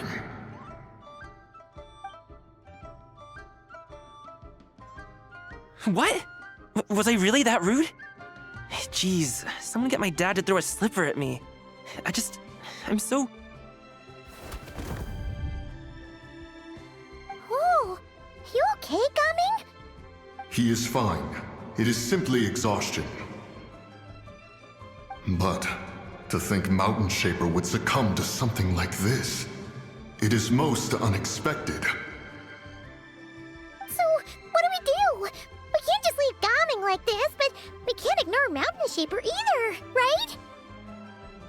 My cultivation level rivals that of Mountain Shaper. Were I to give chase, Zizha would but flee from his form and take refuge in mine. Seek out Streetward Rambler. Cloud Retainer and the Conqueror of Demons should be with her.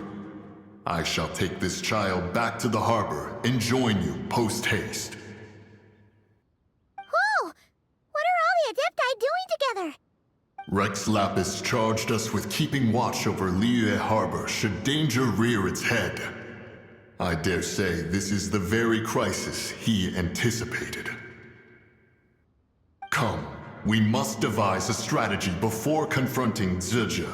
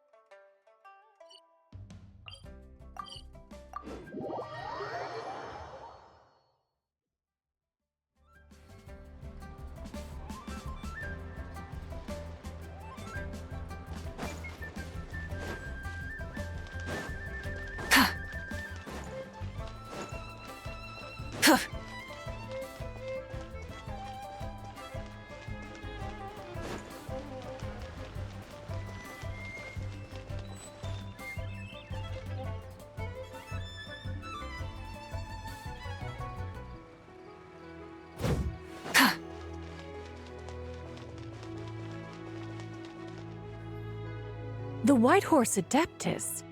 You mean the mysterious white mare that aided Rex Lapis during the Archon War? Even if it's not her, there must be some connection. She always avoided us back then, and I never knew why.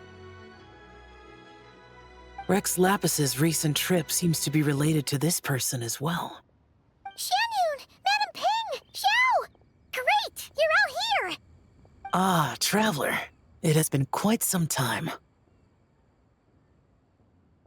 Oh, happy Lantern Rite, Paimon. You're as lively as I remember. I trust things have been well. Sorry, Madam Ping. No time to catch up. Something terrible has happened. What is it? Has Mountain Shaper gotten himself into trouble? Mooncarver is here with you, but he is not.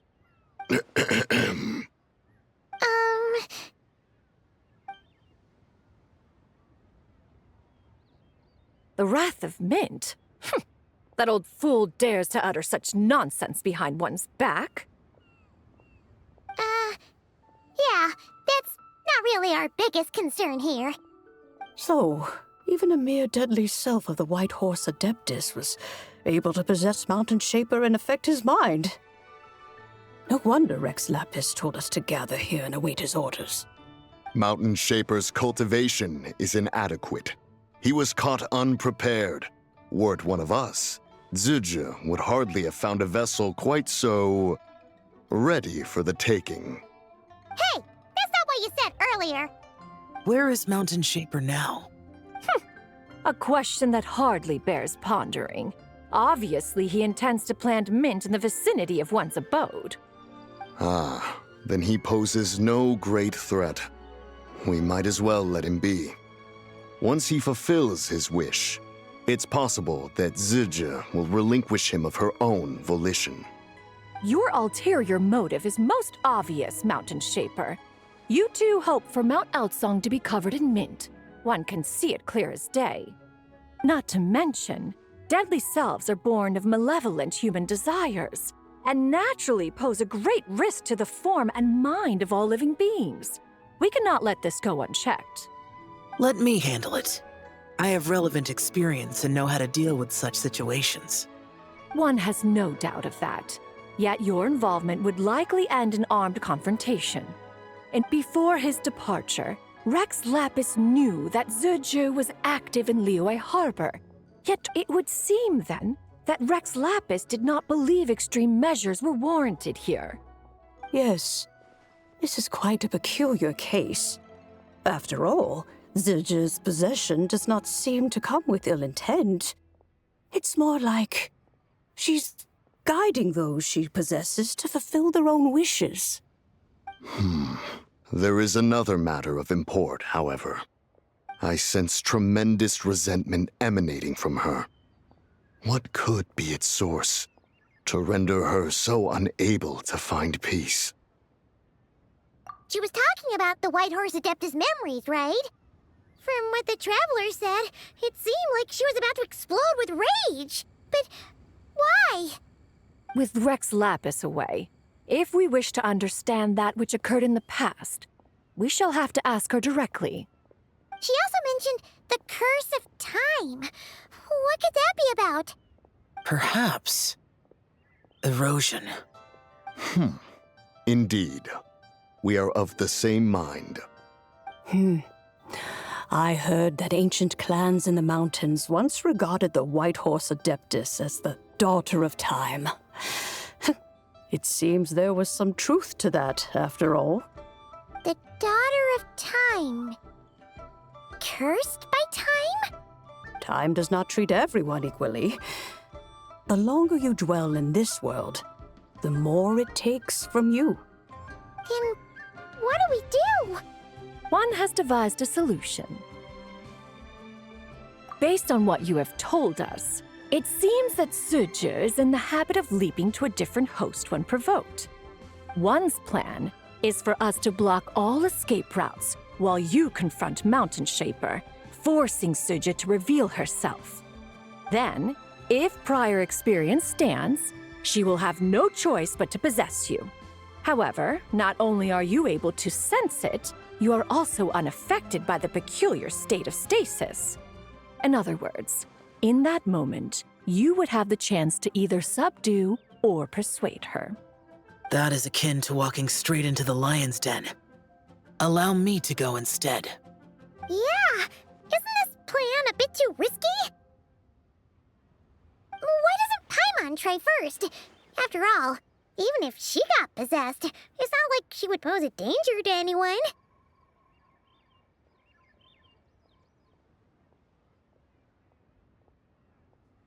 Paimon's wishes aren't all food-related, you know. One would not suggest this course of action if one had any such reservation. Time and again, the Traveler has proved immune to Zizhu's influence. Consider for a moment why that might be.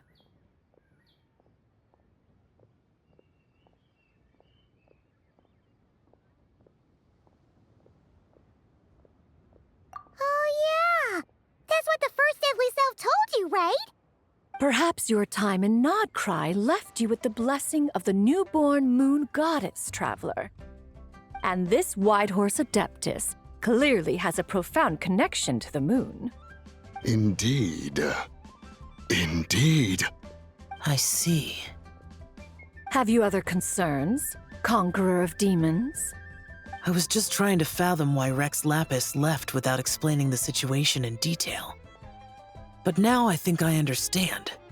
Rex Lapis entrusted this matter to the Traveler, which means in his estimation, the Traveler must be the key to its resolution. So I have no other concern. I trust Rex Lapis, and I trust you.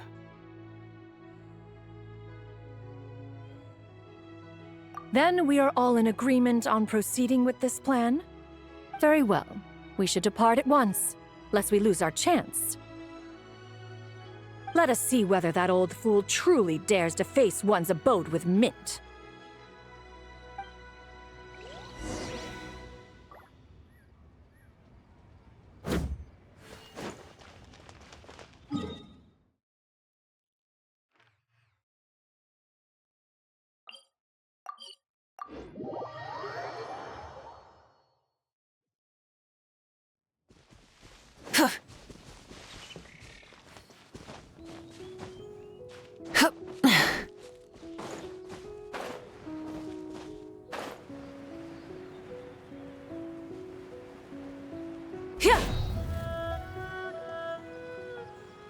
1 mint, 2 mint, let us plant a whole slew of mint!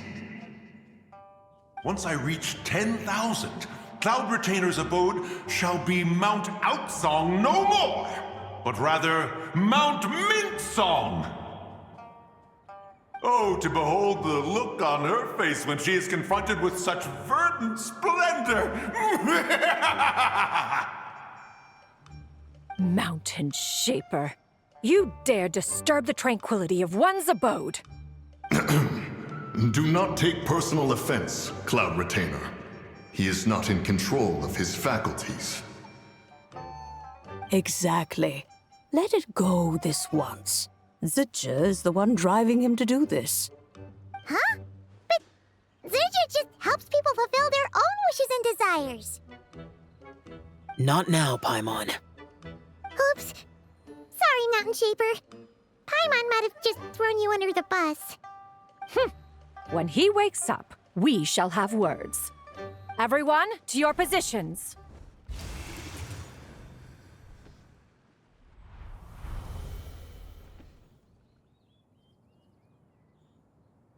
Be careful.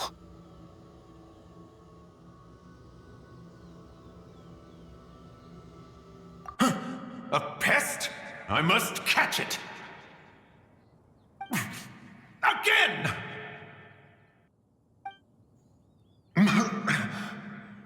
Oh, young one, it is you! Don't tell me. Cloud Retainer sent you?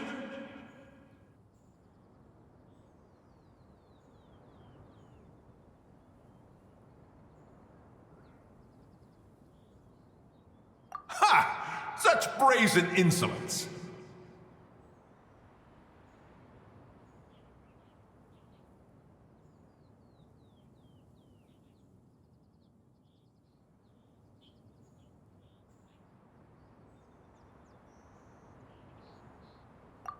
Such presumption, such boundless avarice. That wretched adept's impudence knows no end.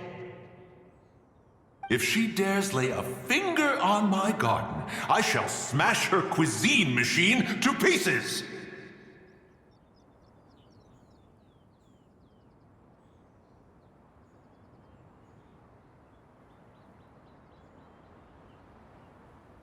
You think I am one to fold so easily?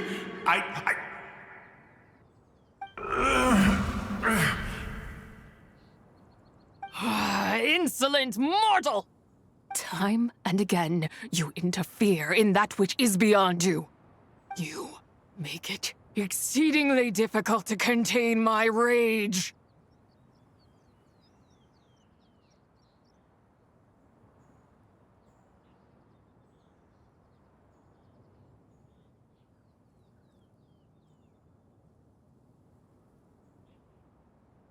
You have no conception of that which you seek. It is forbidden!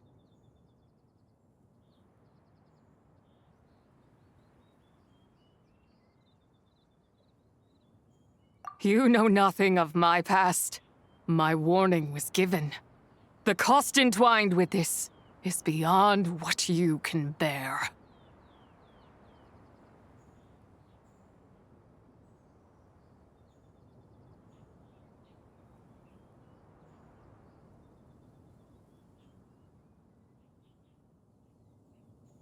Stubborn mortal!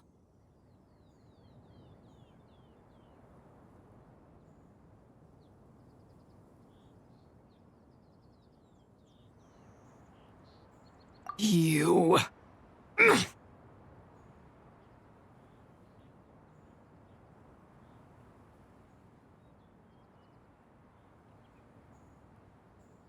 Very well. If death is what you seek, who am I not to oblige? Come, let us see the extent of your resolve. Your wish is to behold the curse of time and the memories of this form? Then, let it be granted.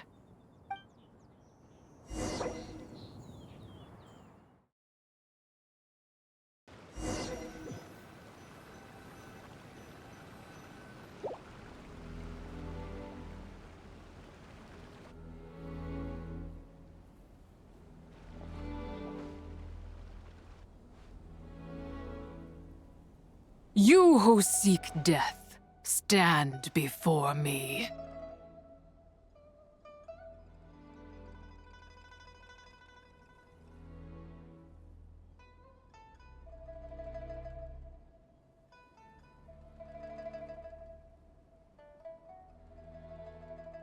My prison.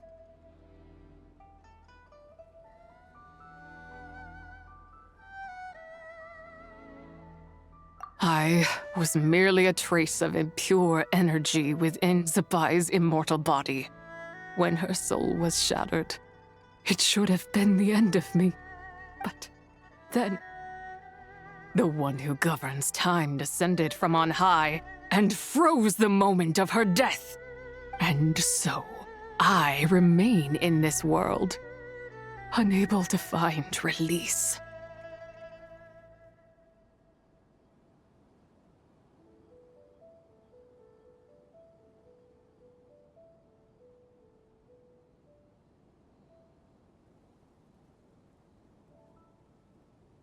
A mortal who knows of her existence and would dare to speak her name. Who are you?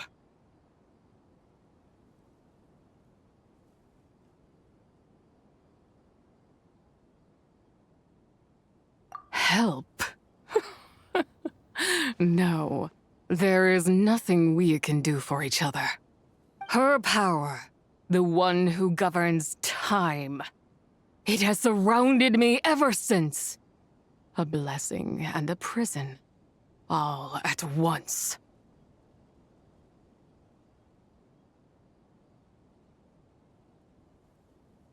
No, I have been asleep in this prison for countless years, until a familiar presence woke me. Then, through that mortal girl's eyes, I saw it. As pure and bright as ever, unchanged across the millennia. It was the moon.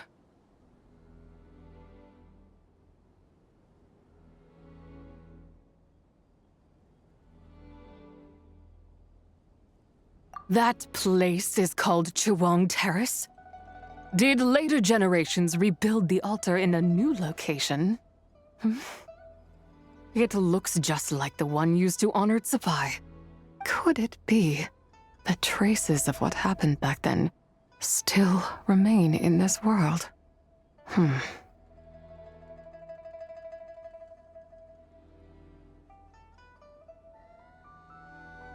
That memory is embedded deep within the essence of Zabai's soul. It is one that should have been forgotten.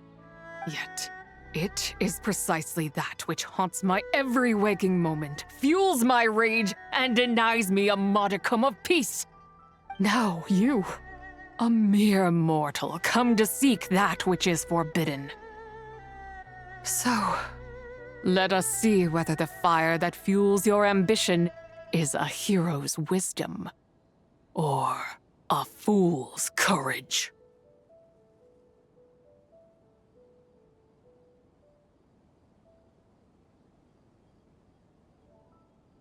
I shall relinquish control over this body's curse and let it devour everything within sight. Run as fast as you can, lest this prison become your grave. Look, it draws near. The river of time, come to sweep all into oblivion. A torrent of tears for the dead and departed.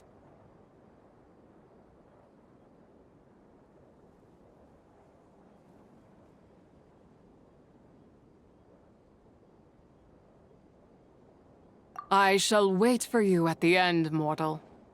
Evade being swept up in its waters, and I will show you everything. Fail, and we shall sink into oblivion together.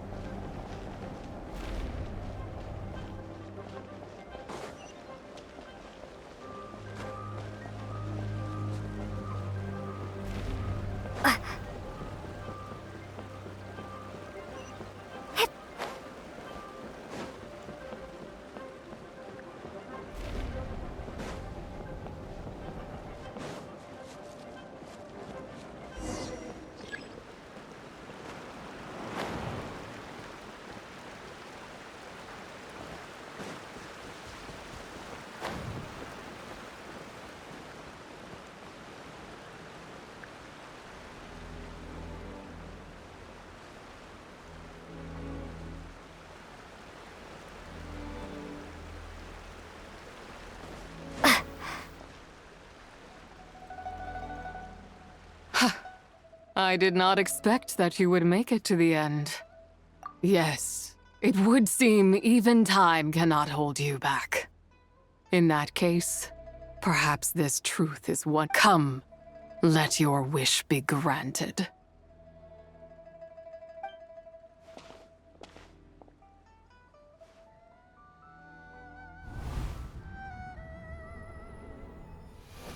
Under moon eternal, in radiant night, a maiden grants silk, soft and light.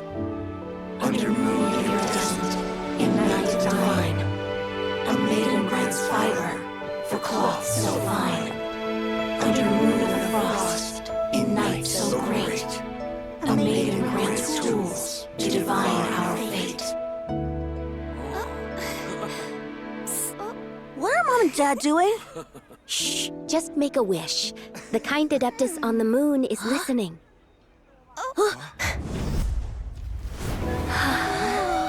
Look, it's Lady Tsubai. Wow, Lady Tsubai? Is she powerful? Of course. She taught us how to grow grain and beans, millet and rice, how to peel hemp and reel silk, spin thread and weave cloth, how to cut stone and build houses, cast bronze and forge tools. According to Mom and Dad, the Adeptus Tsubai is the god of soil and grain, who blesses our land and its crops. Huh? Lady Tsubai's leaving? It's all right. We just have to wait till next year. She'll be back.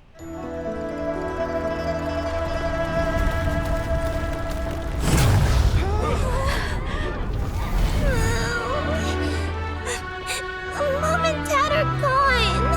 Why hasn't Lady Tsubai returned? She'll come. We just have to believe. What is that?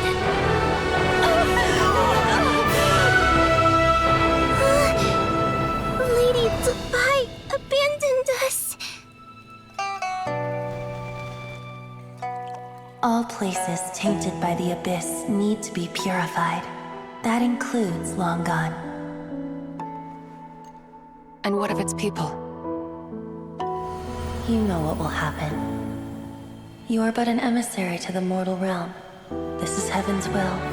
There is no need for guilt, and no place for hope. I wouldn't dare. But the people of Langan honor me, worship me, pray to me. If I do not answer, the guilt will be too much to bear.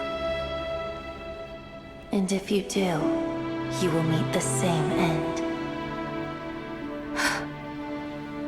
Then as their god, I shall die among them.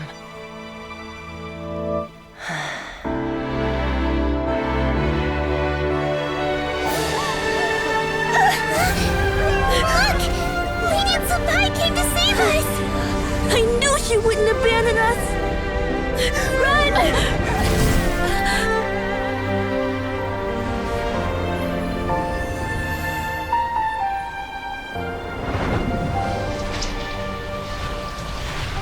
You have done enough.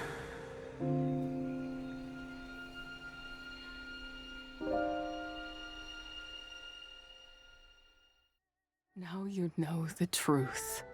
These are the memories that suffocate me where I stand and crush me under their weight.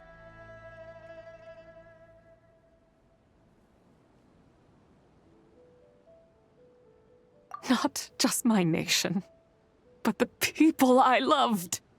Were it within my power, I would ignite a blaze fierce enough to burn a hole through the heavens themselves.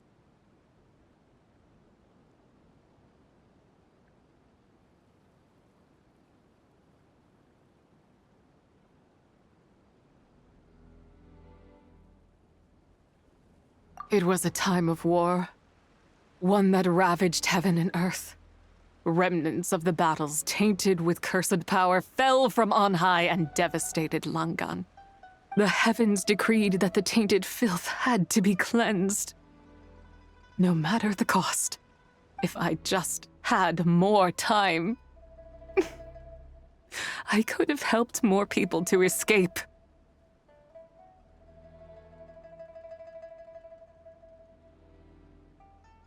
But it wasn't enough. I just needed a bit more, and they all could have survived.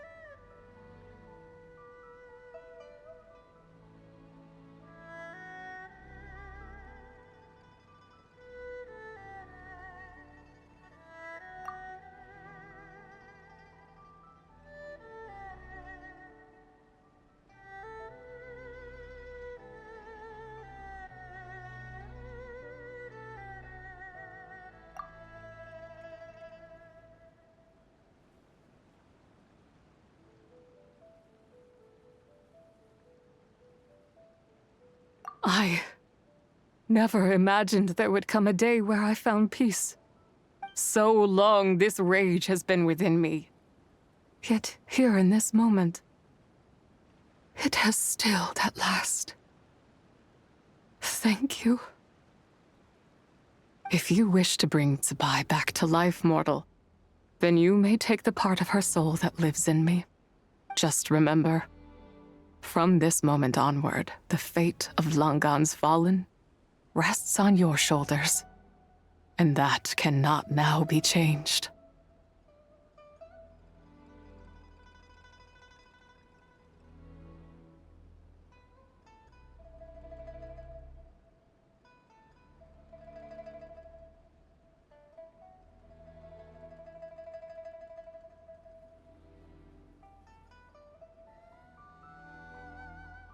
As I said before, I am but a remnant of Tsubai's adeptal form, a manifestation of her wrath that was not meant to linger in this world.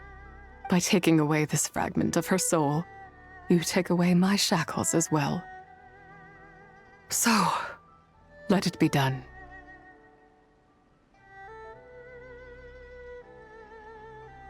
Ah, it's your turn to grant one of my wishes, is it?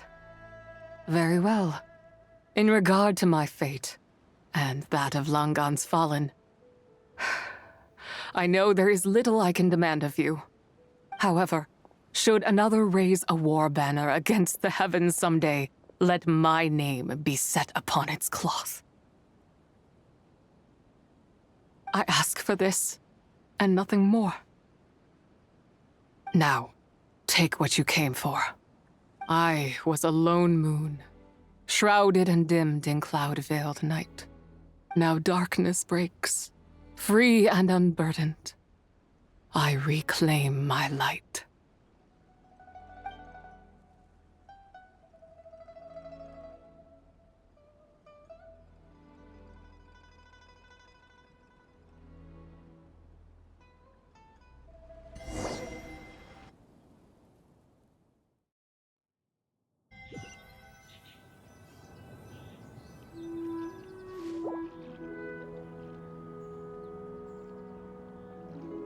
You think I am one to fold so easily?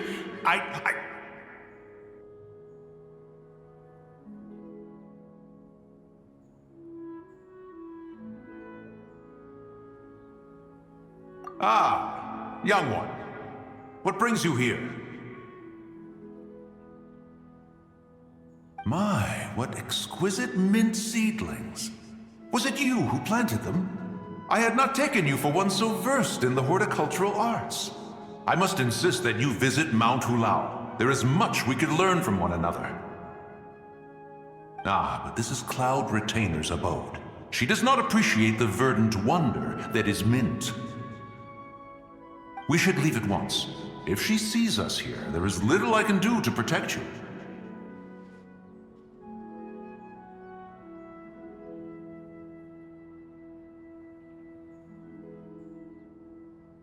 You weren't?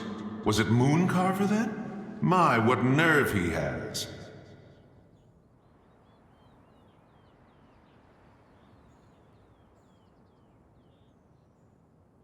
What? Looks like Mountain Shaper is back to normal. Has the matter with Zizhi been resolved then? Wow, that was fast. That took, what, like a second? A second to us, perhaps. But for the Traveler, I imagine it felt much longer than that. One's plan was most successful then. And you're all right, Traveler. You don't feel strange in any way? Well, sounds like good news all around. I'm glad this matter is resolved. What is this matter you speak of? The possession of that mortal child?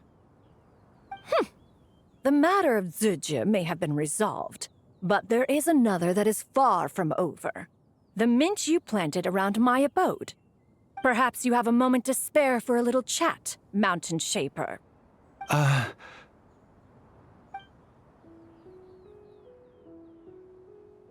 You seem reluctant to talk in detail about what happened with Zucha.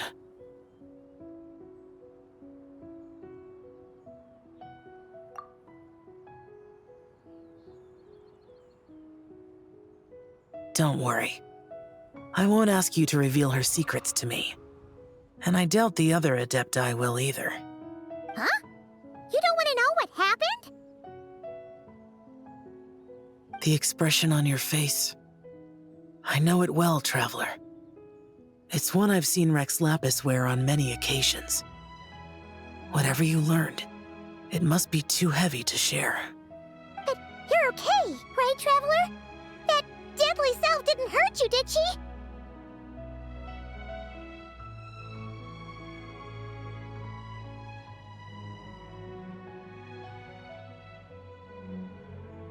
Well, as long as you're not hurt, Paimon doesn't need to know anything else.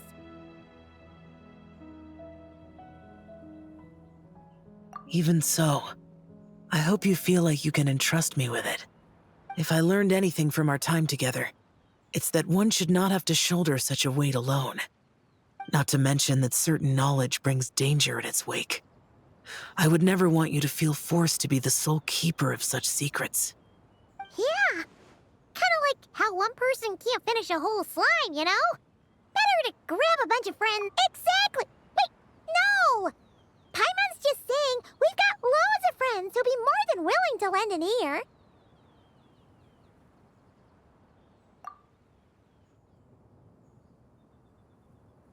I never knew there was such a tragic chapter in the ancient past of this land. So, the people of that nation worship the White Horse Adeptus as the god of soil and grain. It would seem, then, that Rex Lapis had a similar reason for withholding the details of his recent trip. I've often wondered if he had companions to stand by him before we met. Or if he was forced to face things alone. Regardless, Lantern Rite takes place in 2 days. Let's meet back up again there.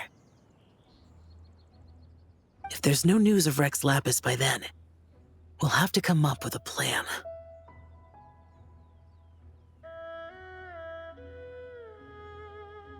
Fingers crossed it all goes well.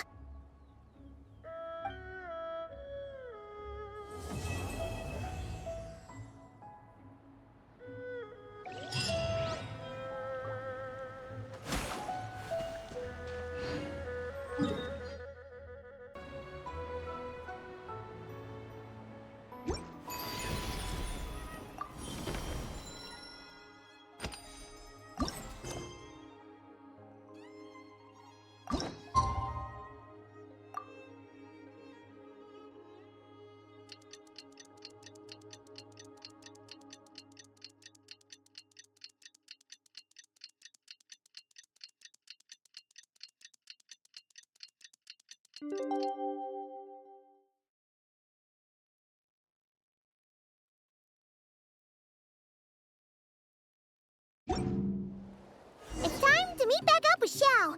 Let's head to Mount Outsong.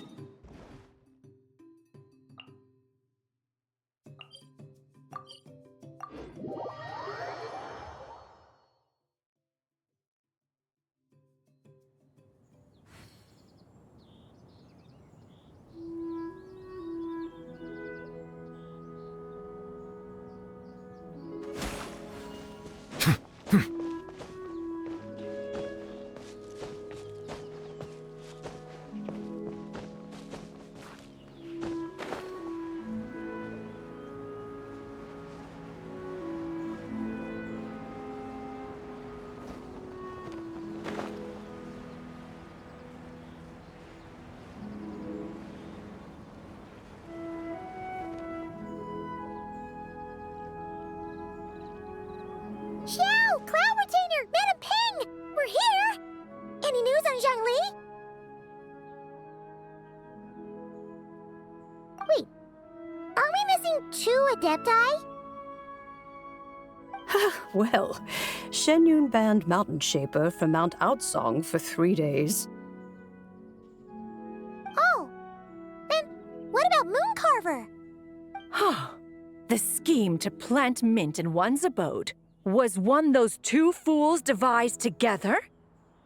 And when it comes to punishment, one does not discriminate.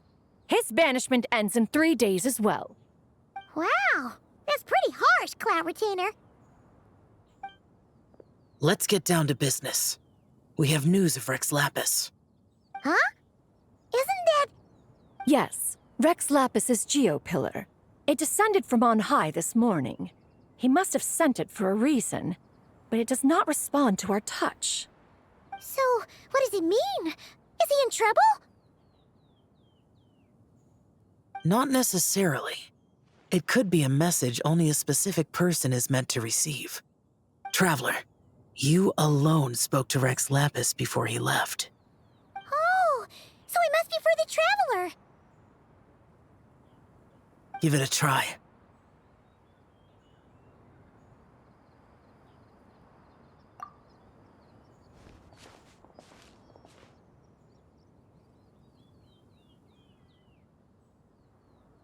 Come to the spring on Mount Qingse. I have left an entrance for you.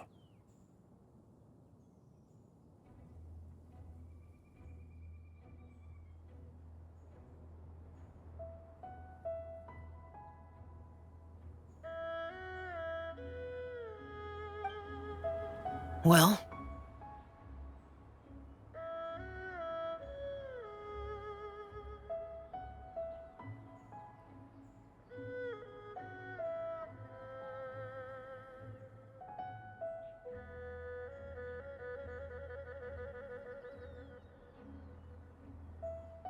Just as one surmised, it seems that Rex Lapis will not countenance our involvement in this matter.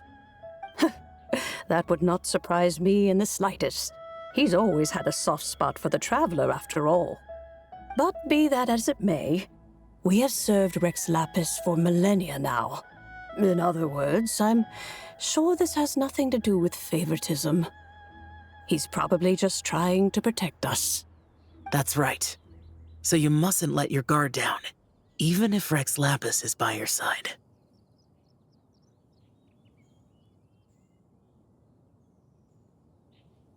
All right, let's get going. We'll try not to keep you all waiting.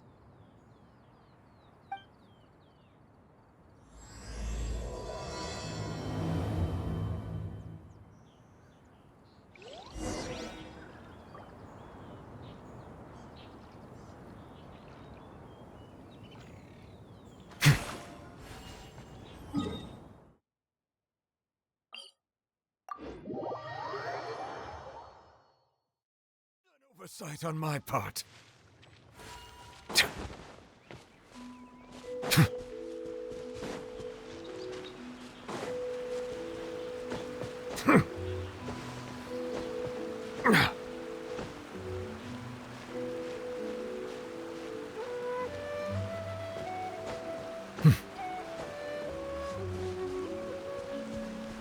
Keep your eyes peeled. He should be around here somewhere.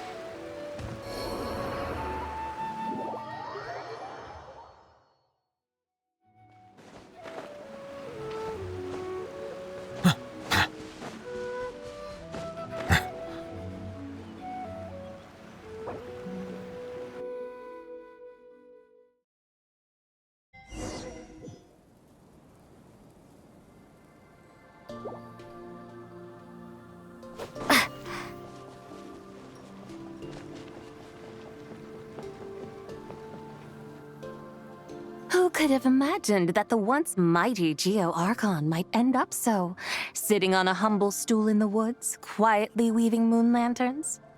You really do look like an old man now. This is a Shao lantern, not a moon lantern. In ages past, when the gods waged war and the world was in turmoil, These lanterns were lit to guide fallen warriors back to their homes. Had you tarried in the mortal realm for but a little while longer, you might have become quite accustomed to them. Even so, it bears such a striking resemblance to the moon lanterns they used to offer up to the heavens. Could this truly be mere coincidence? Perhaps in some sense it is, yet in another, it isn't.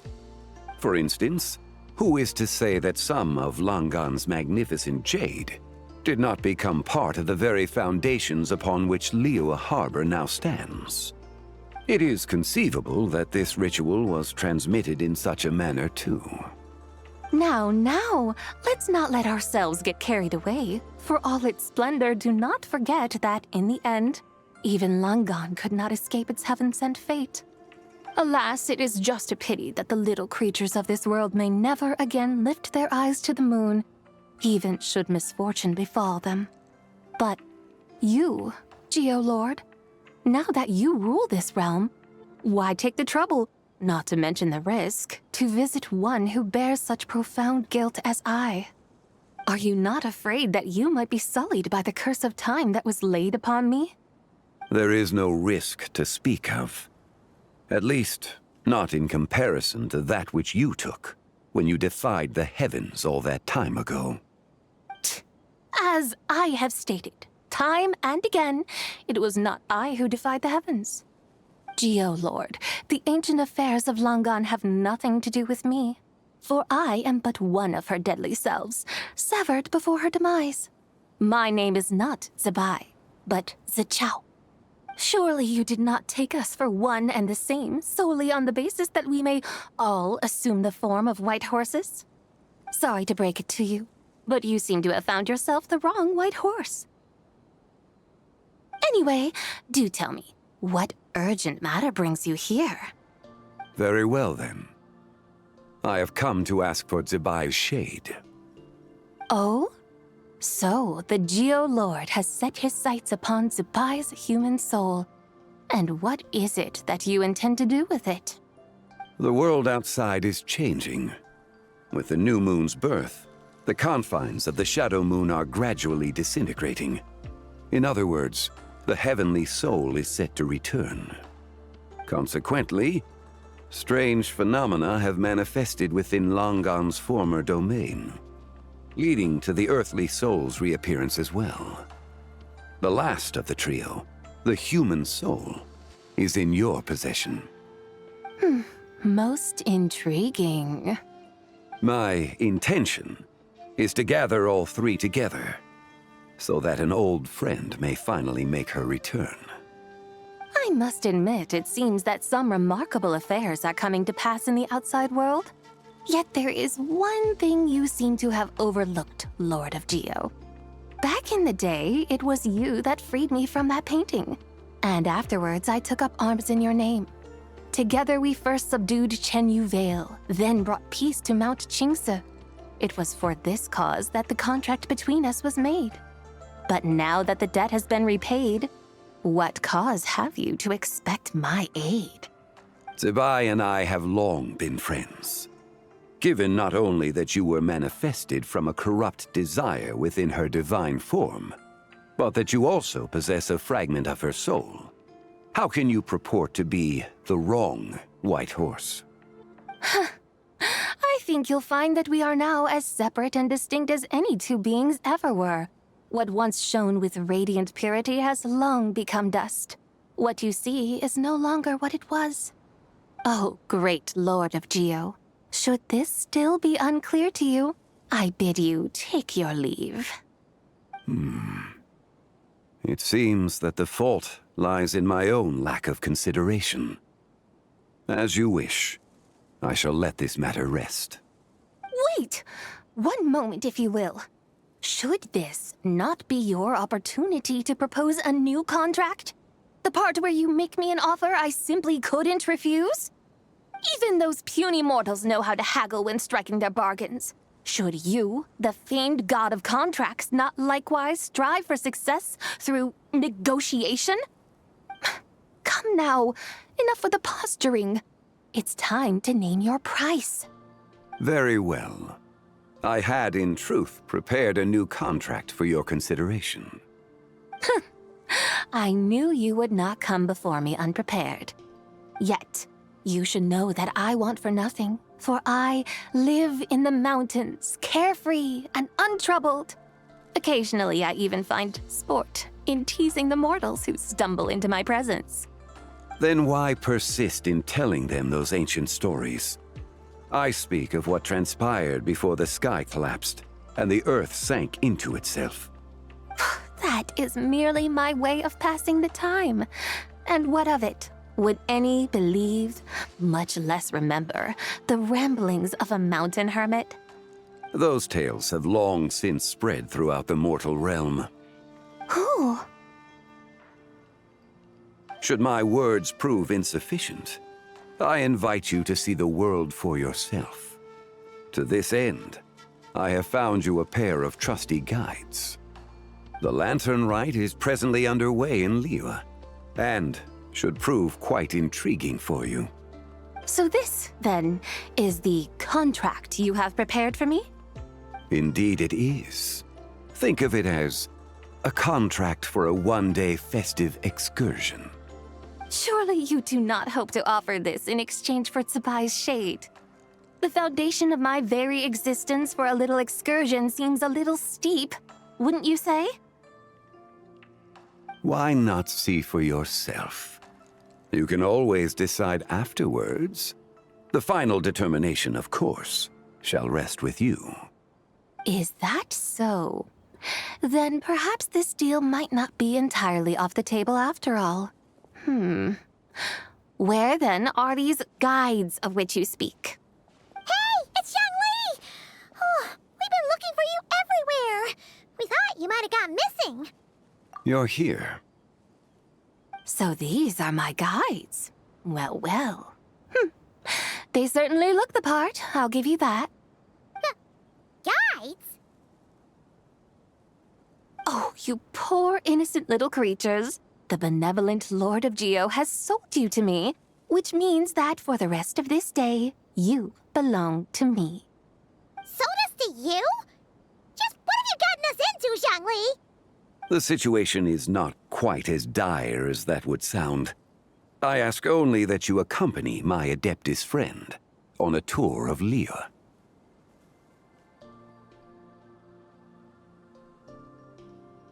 I would suspect that depends on how well you entertain me. Entertain you?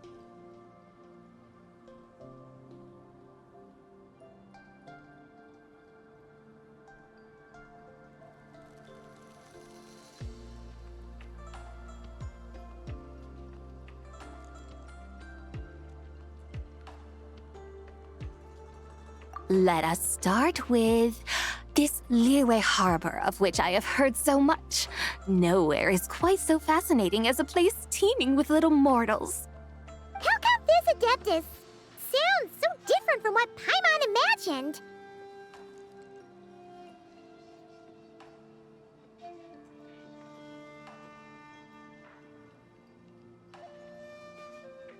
Okay, we'll take care of it. Get ready to find out why they call Paimon the best travel guide in all of Tibet.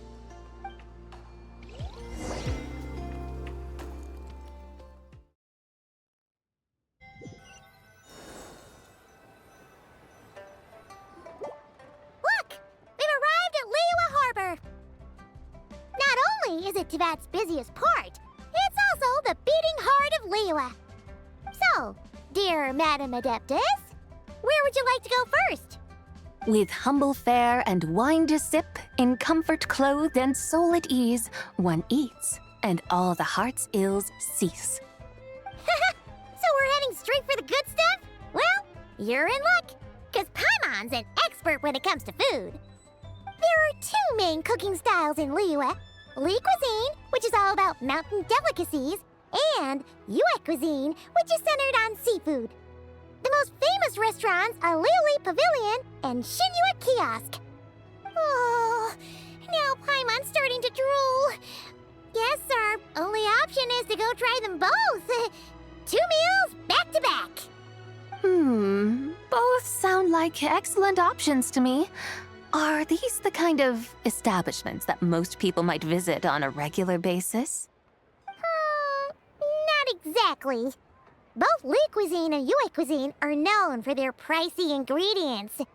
Definitely not what you'd call the budget options. But don't you worry about that. Just think of it as Zhang Li's little treat. Come on! Aren't you supposed to be pals with Hu Tao? I'm unsure we can afford to spend a little more of her mora at least.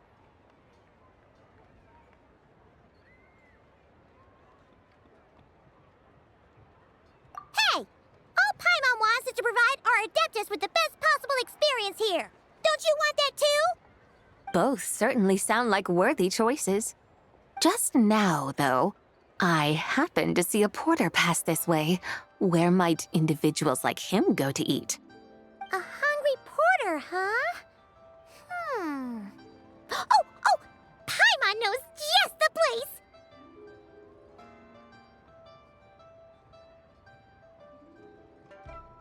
Yep.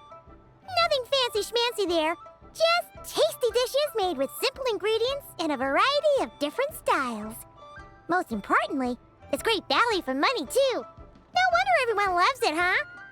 Oh, and the owner happens to be a good friend of ours, too. One mean restaurant. Yes, even the name itself feels lively and down to earth. All right, let's make it our first stop. Yippee! That's a great choice, too. Alrighty, let's head over there right away. Paimon can't wait to dig in. Wamin Restaurant, here we come.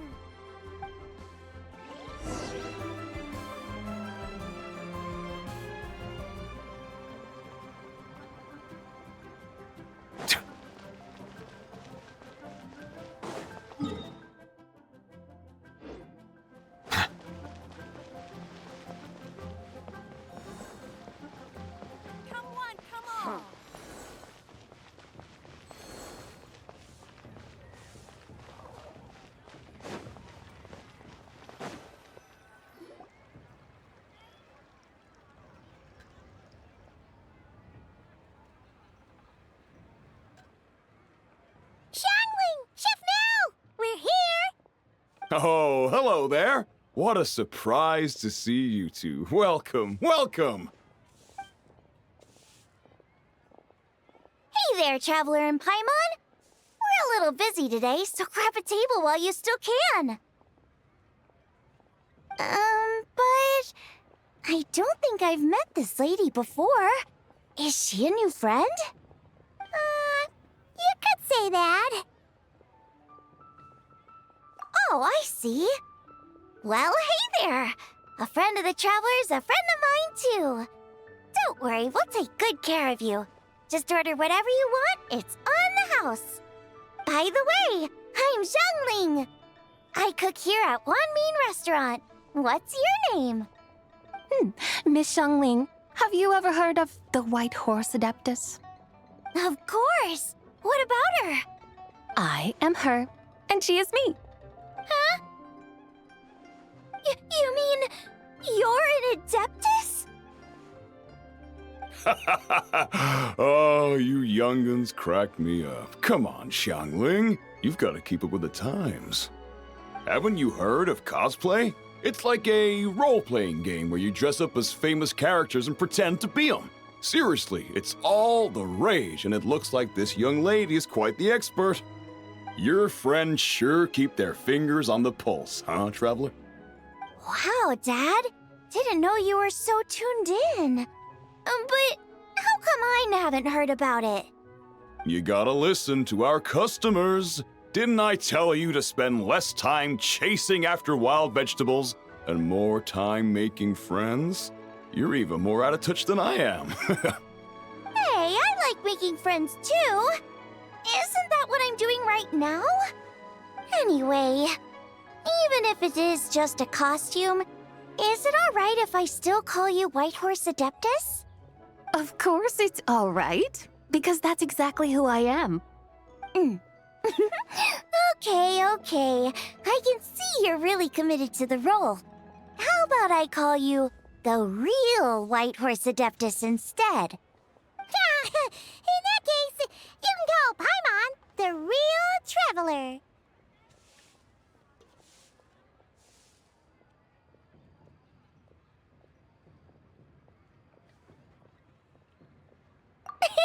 Yeah, right.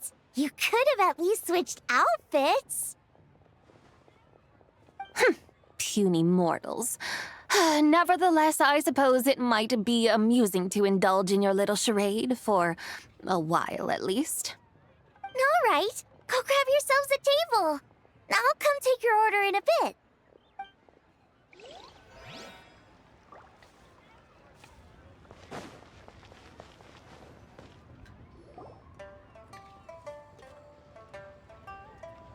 Hello. May I ask if Miss Xiongling and Chef Mao are here? Yeah, they're just over there. Wait a sec. Aren't you? So, what would you like to... You're... Hello, Miss Xiongling. It's me, Lu Xiongxiong, the one who broke some stuff here at your restaurant a few days ago. I just wanted you to know how sorry I am. I honestly don't know what came over me. Oh, it's you. You really gave me a fright that day, young lady. You didn't actually get food poisoning from our black-back perch stew, right? Come on, Dad. She's come to say sorry. It's all right, Miss Lu. You must have been feeling a bit off that day. You're looking so much better now, though. Why don't you grab a table, too? This one's on the house. No, I couldn't possibly. Hey, it's totally okay. We all feel under the weather sometimes, especially when we're away from home. Go on, find yourself a... yikes. Looks like all the tables are taken. Wanna come sit with us? We've got an extra seat over here.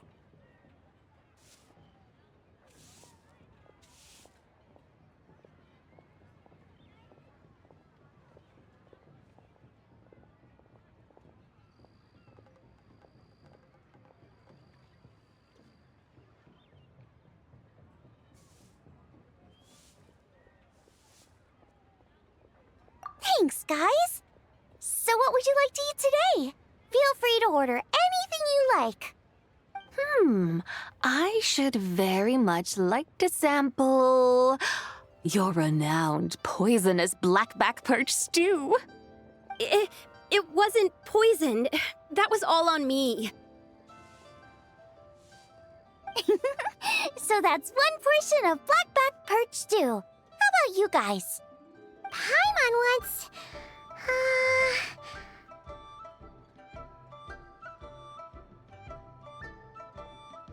Sure thing! Looks like Paimon's having trouble making up her mind.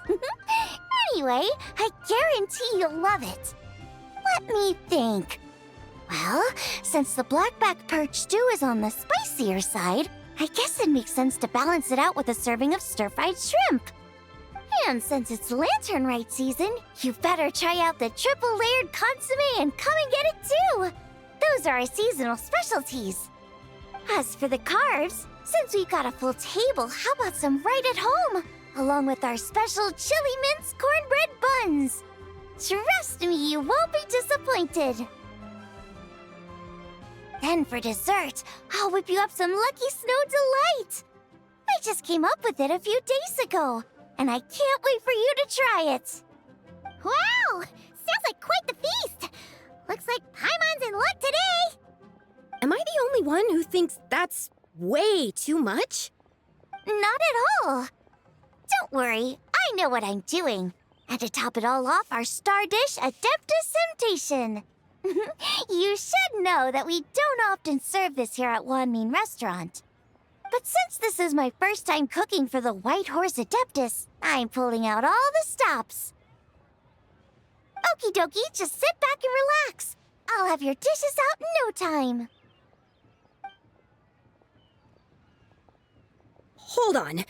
Did I just hear Miss Xiongling mention the White Horse Adeptus? You did indeed. And you're looking right at her. That's a joke, by the way. She's cosplaying. Oh, I see. Phew, almost believed you there for a moment. Tell me, little one, what business might you have with the White Horse Adeptus?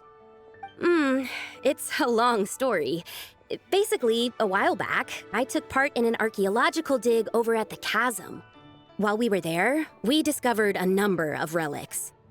Our findings show that they date back to the era of Long Gone, an ancient nation whose people are said to have been the ancestors of some of the modern-day inhabitants of Chenyu Vale. And why might such matters concern the White Horse Adeptus? Because some of those relics not only seem to contain textual references to her, but even depictions of what she looked like. There have long been legends claiming that the White Horse Adeptus was a deity of that era, but there are plenty of other theories out there too. If I could just locate some more detailed records, I'm sure we'd be able to find out so much more. So you're into history? Well, to tell you the truth, I actually joined the archaeological team by sheer accident. But once I'd started down this path, I knew that I wanted to make something of myself. Recently, though, things seem to have taken a turn for the worse. Still can't believe I caused such a mess and even ended up hurting someone. Oh, so you're considering becoming a martial artist now instead? No, I mean, they weren't seriously hurt. It was just a few scratches, and they let it go after my mother compensated them. Either way, my career's pretty much over. And even though both the victim and the Ministry of Civil Affairs say they won't be pursuing the matter any further, my father says he's going to punish me according to our family rules. Family rules? Yeah, he's decided to ground me. I'll have to return to Chaoying Village after Lantern Rite, and goodness knows when I'll be allowed to leave again. Wow, that's harsh. Sounds like the kind of thing only rich, super traditional parents would do. We're not exactly rich, though. All we own are a few tea fields in Chaoying Village and a guest house in Liyue Harbor. A guest house? It isn't Baiju Guest House by any chance? Yep, he's my grandfather. So you've heard of the guest house before? Small world, huh? Come to think of it, didn't Boss Lu mention something about hoping that the White Horse Adeptus would show up and let her... Sure, but Paimon's guessing this wasn't exactly what he had in mind.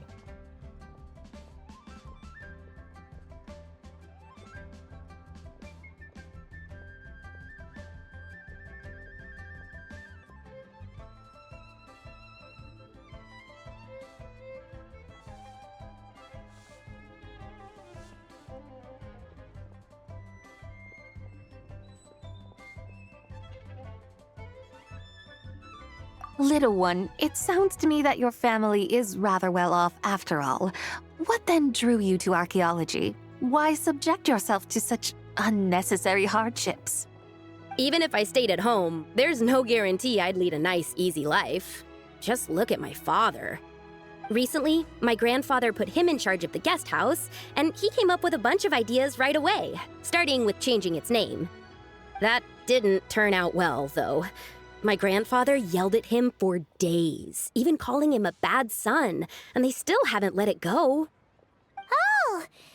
Paimon thinks we might have heard about that too. Long story short, being dependent on others is never fun. You just end up being completely under their thumb.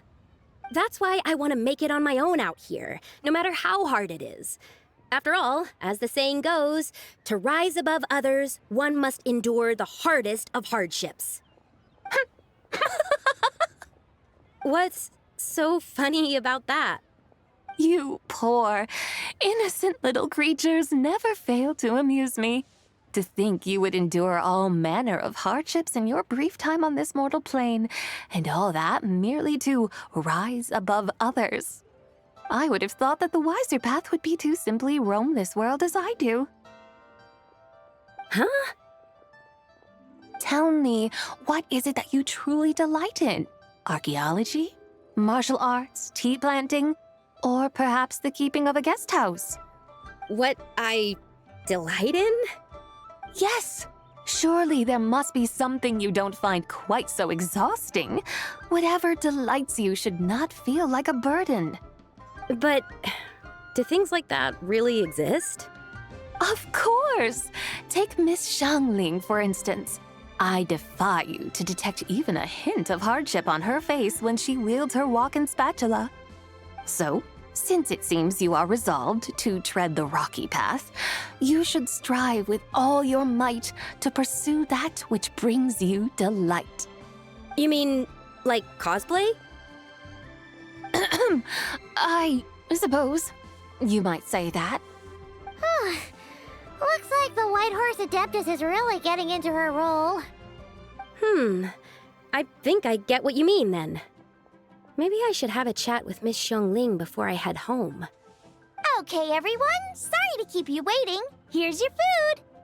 Wow. It all smells so good. Oh, finally! I get to try that famous poisonous stew. Hey! Didn't you hear what Shang said? It wasn't the stew. If anyone's to blame, it's that other you. What's up? How fiercely this mortal fare burns upon the tongue!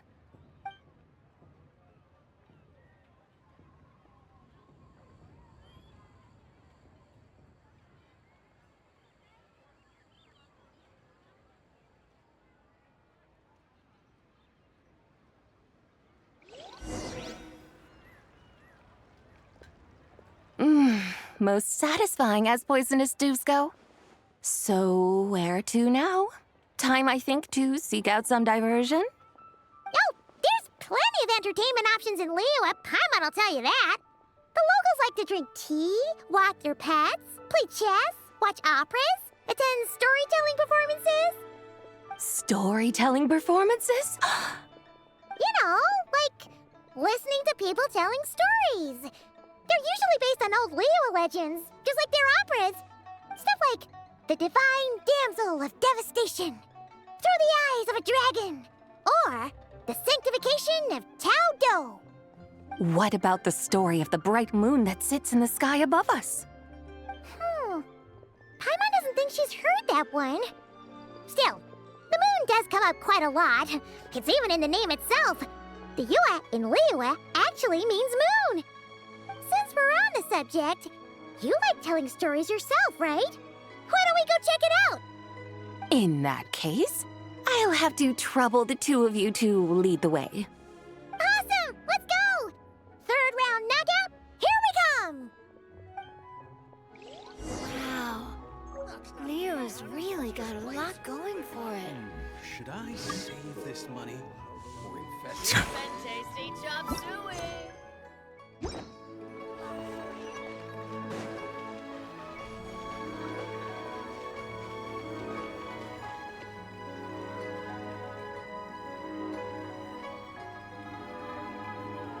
What a tongue twister! I'd have made a complete fool of myself if I tried to say it on stage without practicing it first. Huh!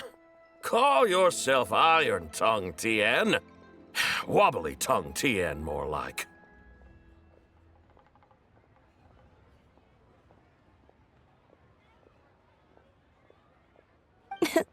I used to have that problem a lot. But if you just take your time to grasp the meaning and commit it to memory, you'll be able to say it smoothly in no time. You're right, Miss Yoon. I'll give it another try. Hey, Yunchin! Fancy seeing you here! What are you two talking about? Ah, Traveler and Paimon, we meet again. And who, may I ask, is this? You may call me the White Horse Adeptus. The White Horse Adeptus? She's not really an Adeptus. I see. Well, it certainly looks like a lot of fun. Oh, funny you mention it. This type of thing is actually something I'm quite familiar with. Once, to perform Through the Eyes of a Dragon, I decided to imagine that I was Rex Lapis himself. It was the only way to truly inhabit his mindset and understand his resolve to quell those demons. Sounds like you just wanted an excuse to feel all big and powerful. Hey, you just don't understand how inspiration works. You're one to talk. Paimon's traveled all over with the Traveler, and she's seen things that would make your jaw drop. All right, then. Since you claim to be so knowledgeable, why don't you prove it by reciting an ancient poem? An ancient poem? Which one? Ha! See? You mean to tell me you've never even heard of the ancient poem called An Ancient Poem? What kind of a title is that? Quit teasing, Paimon. We only just found out about that ourselves. He's talking about the writing on those ancient relics. When we first saw it, we couldn't figure out what it all meant. So in the meantime, we decided to just refer to it as an ancient poem. However, thanks to the painstaking work of the scholars who were tasked with decoding it, it seems like that's exactly what it was. Or rather, an ode offered in veneration of the moon and the White Horse Adeptus. Oh yeah! Didn't Kuching mention that before? It's got something to do with Longon, right? That is correct. The Ministry of Civil Affairs has issued a notice stating that, although it is true that the moon may disappear tonight, we should be in no danger. In other words, there's nothing to fear. But if you're worried, we can always take a leaf from the Book of the Ancients. By reciting this poem, I mean, and calling for the White Horse Adeptus' aid. If we do that... Oh, seriously? Paimon has to get a look at this.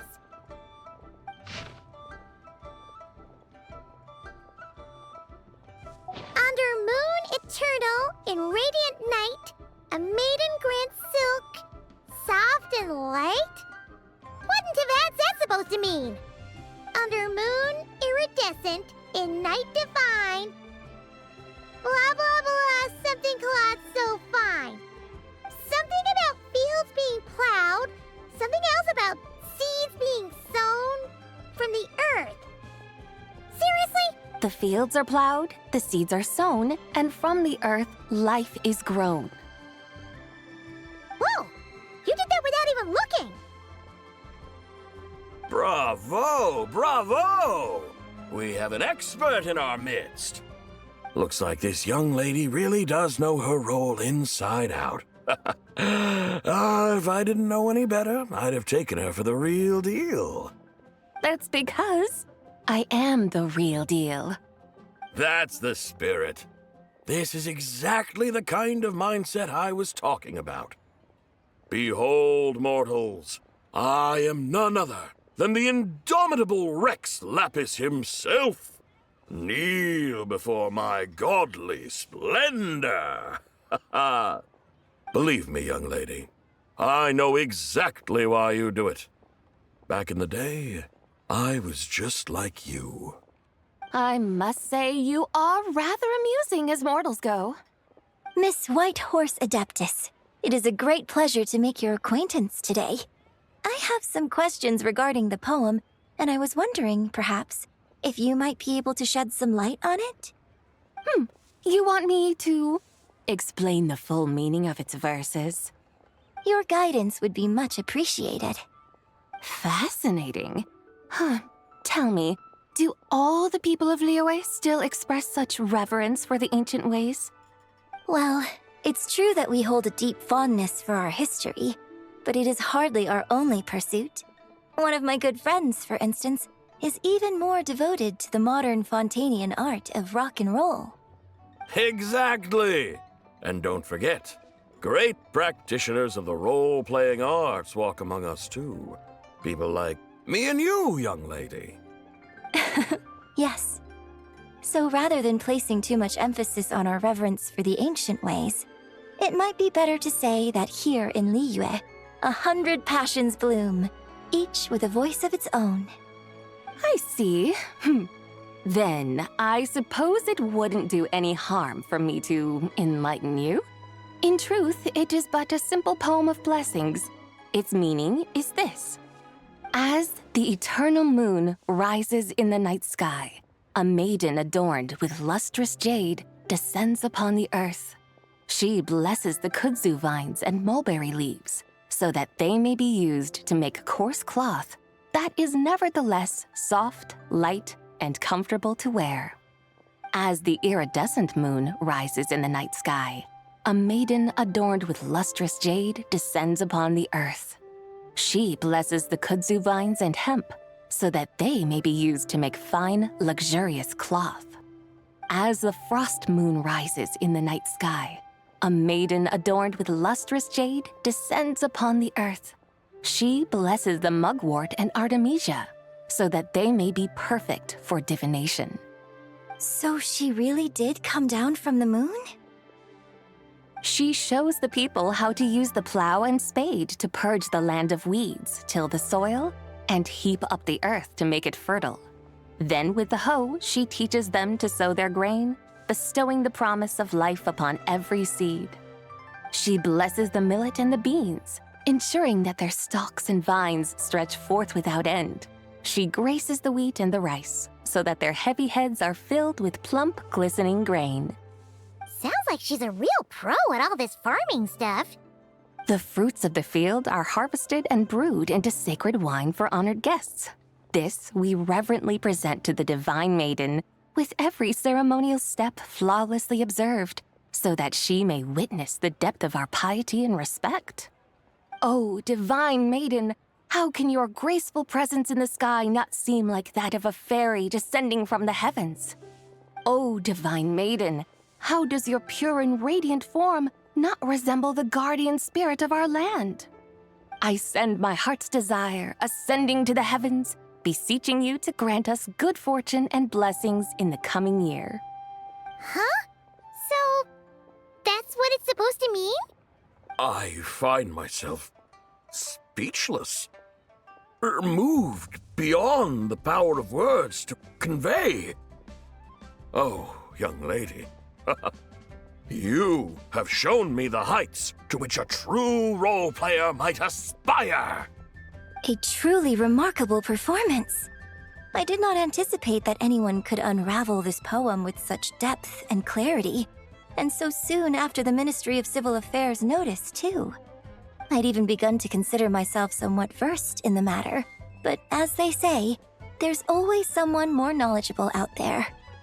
Allow me to extend my thanks to you, Miss Whitehorse Adeptus. You are far too humble, young one. I must confess, it is I who have been surprised, not only by you, but also by this Liyue harbor of the present day. Ah, so you're not from Liyue. And what, may I ask, has surprised you about it? Oh, it's nothing really. Just some old memories scattered here and there. Very well, my guides. I suppose it is time we set forth on the next part of our excursion. I'd like to go see that wharf now. What say the two of you? No problem. We'll take you wherever you want. Oh, leaving so soon? Before you go, allow me to introduce myself. I am Yunjin, director of the Yunhan Opera Troupe. May I ask your name in return? My own name is scarcely worth mentioning, but since you asked, perhaps I'll tell you the title of that poem instead. Huh? So, it isn't actually called an ancient poem? Of course not. Its real title is Odes of Long Zabai. Odes of Long Zabai. All right then, until we meet again.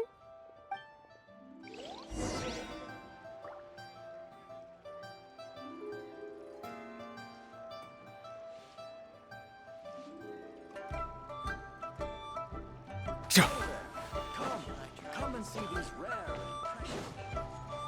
Try your luck betting on Jay.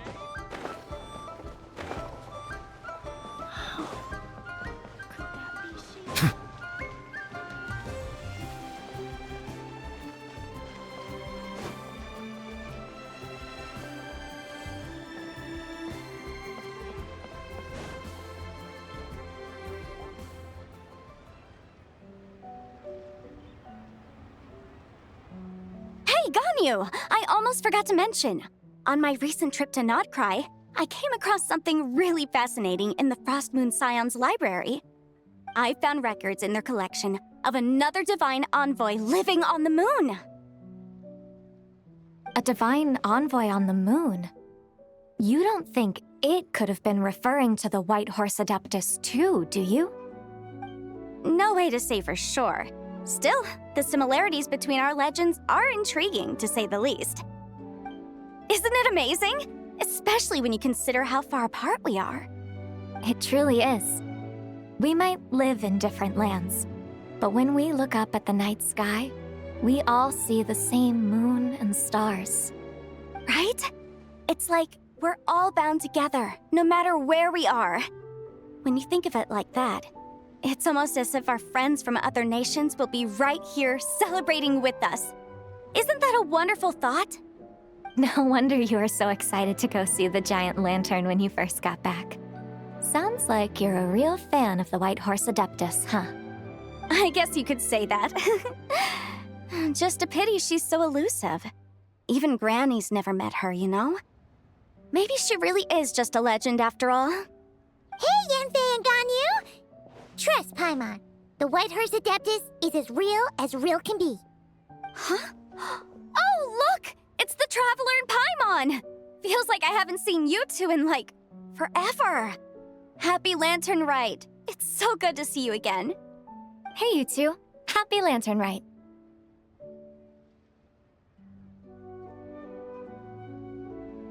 Did I hear you right just now, Paimon? Does that mean you've actually seen the White Horse Adeptus? She has indeed. And now, so have you.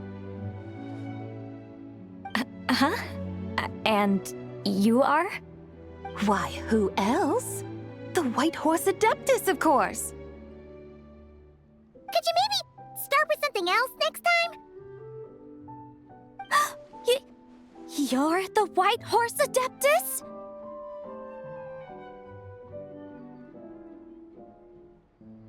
That's right. Allow Paimon to introduce you to our new friend, Zichao. She's been low-key obsessed with cosplaying the White Horse Adeptus ever since we met her. I see. Well then, greetings, Miss Zichao.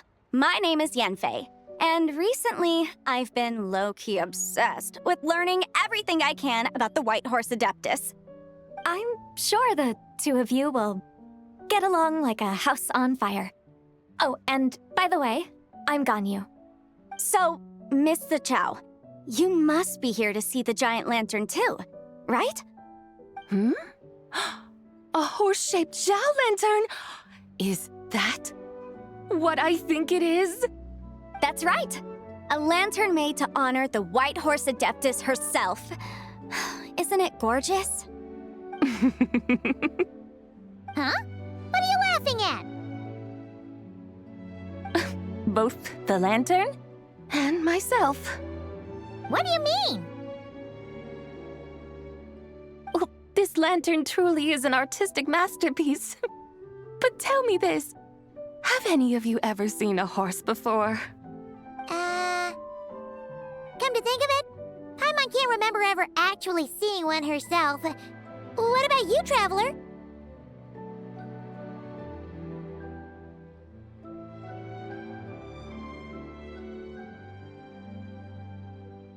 Well, this horse appears to be mid-trot, but it has adopted what is called a lateral gait, where the legs on one side of the body move together in unison. A rather rare sight indeed. Just now, I suddenly pictured myself, I mean, the White Horse Adeptus running the same way. The image was so absurd, I could barely contain my mirth. Oh, really? I never knew that. You learn something every day, huh? Oh, come on! It's basically a giant piece of fan art! Who cares if it's different than the original? I was merely laughing at my own ignorance. I came here thinking that the White Horse Adeptus's tale had been long forgotten. Yet here I am, gazing upon a lantern made in her honor. Well, you couldn't have been more mistaken. There are so many tales about the White Horse Adeptus, I'm starting to lose count. Just off the top of my head... Just so you know, Yanfei, we've heard it all like a million times before. Aha! But there's one thing I can guarantee that you haven't. Huh? You mean like a new chapter of her stories come to light? Mm-hmm. And I heard it from Ganyu just yesterday. Hey, why don't you share it with the others? Sure, no problem. Where to begin? Do you guys still remember what Liyue's Moon Chase Festival is about? Of course! It's a festival held in honor of the Stove God. That's right. But it took a really long time for the Stove God Festival to become what it is today. In its earliest form, it was actually an adeptal ritual known as the Moon Chase Rite. Paimon remembers Madame Ping mentioning that before, but she never explained exactly what it was. According to Cloud Retainer, the Moon Chase Rite was originally a ritual meant for communicating with the moon. Communicating with the moon? But for what purpose? At first, Cloud Retainer wasn't entirely sure either, as it was always Rex Lapis who performed the ritual. Whoa! Rex Lapis did it himself? Must have been a really important ritual. That's right. Unfortunately, despite numerous attempts, they never actually received any response from the moon, which is why they eventually stopped performing it. But then, just yesterday, Keqing took a picture of the moon being obscured by a dark hole to Cloud Retainer and asked if it had anything to do with the Moon Chase Rite. The moment Cloud Retainer saw it, it suddenly dawned on her that the rite might have been an attempt to reach the White Horse Adeptus all along. Does that mean Zhang Li's been trying to bring back the White Horse Adeptus all this time? So how about that? Bet you never thought there might even be a link between the White Horse Adeptus and the Moon Chase Festival.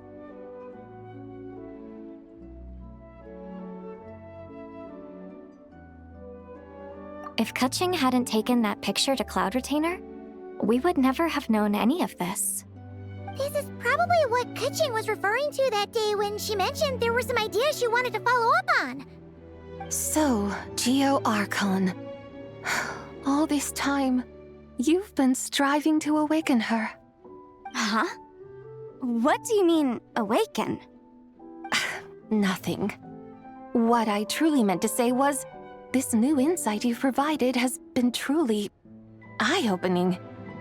Oh, by the way, my trusty guides, I've been meaning to ask, where in Liyue Harbor might one enjoy an expansive scenic view? Huh? We're off to the next stop already? But Paimon's barely done digesting that lore bomb just now. All the more reason to find the right spot to let it sink in. Oh, so that's what you're up to. A tour of Liyue Harbor?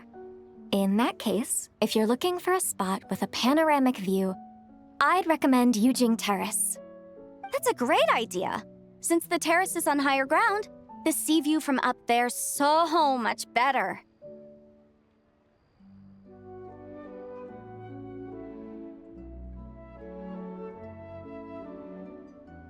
Great! Well, the lantern ride's about to start, so we should get back to Granny's now. Hope to see you all at the festival tonight. Oh, you're off too?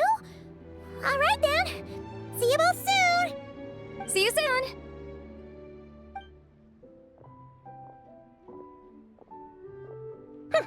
Very well, my guides. What are we waiting for? Okay, you're the boss. Yujing Terrace it is. After all, the customer's always right.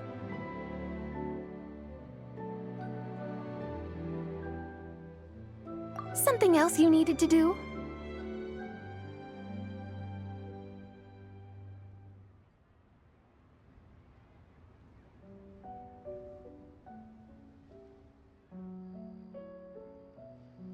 Oh, Paimon likes that idea.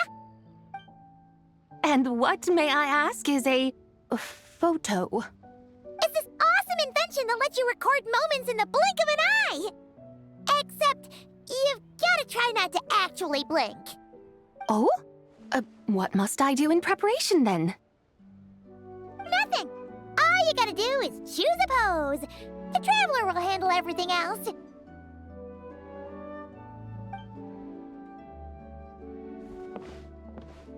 Come on, let's give it a try. Look! We got a great picture! Paimon's gonna call it The White Horse Adeptus Meets the White Horse Adeptus in Liyue Harbor. Huh. They've even discovered a way to preserve moments in time. Now I truly am curious to witness what else these mortals might accomplish. Very well, let us proceed. Eugene Terrace lies in that direction, does it not? Hey, wait for us!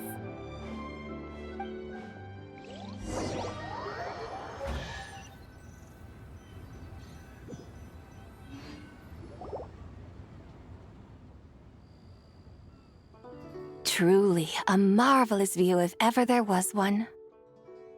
It seems the charm of this Liyue Harbor is only heightened by the sun's dying light. And soon, people will start releasing their shell lanterns to mark the most important day of the year. Practically everyone will be with their friends and family, eating a big meal, chatting, and even setting off fireworks. Trust Paimon, it'll look even more amazing then. What do you say? Want to stay to see that? No need. Let us bring this weary day to a close. Weary day? You mean you didn't enjoy your tour?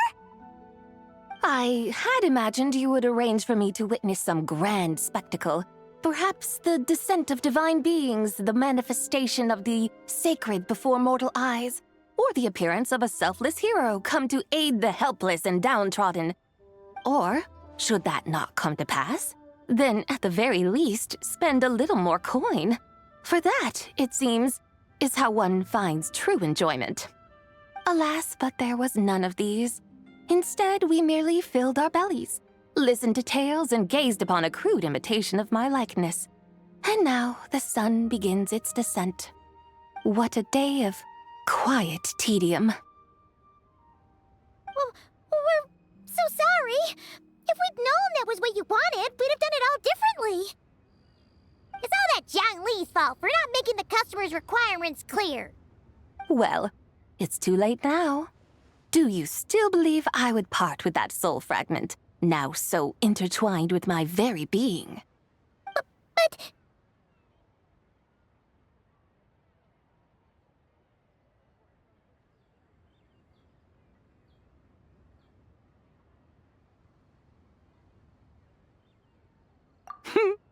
I knew you were the more astute of the pair. Huh? You were just trying to scare Paimon? It seems the realm of the Geo-Archon has a way of making one more stony-faced. So, you were just pulling Paimon's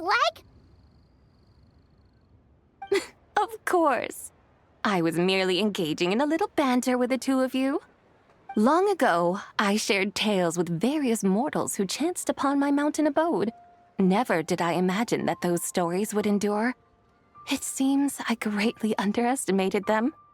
Perhaps, as your Geolord said, a few pieces of ancient Langan's magnificent jade have truly become part of the very foundation of this land. So, you've decided to help us?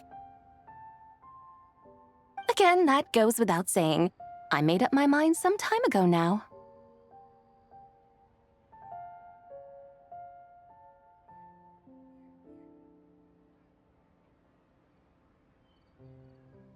When I beheld a rather intriguing scene as I set foot in this city, I saw porters passing through the alleys, setting down heavy wooden crates from their weary shoulders, peddlers pushing carts as the kites and lanterns upon them rustled gently in the breeze. I saw cooks cooking, actors acting, scholars reading, soldiers marching, children playing, elders resting, officials officiating, and the common folk absorbed in this or that, reveling in the simple joys of life. Some, it seems, have already found that which stirs their hearts, while others continue to fret, troubled by uncertain futures. Yet, In this gentle and serene order, each holds fast to their anticipation, not only for the celebrations to come, but also for the first light of the morrow. Scenes I once yearned to behold now unfold before me, no longer in Langan, but in Liyue Harbor, thousands of years on. How wondrous is this mortal realm!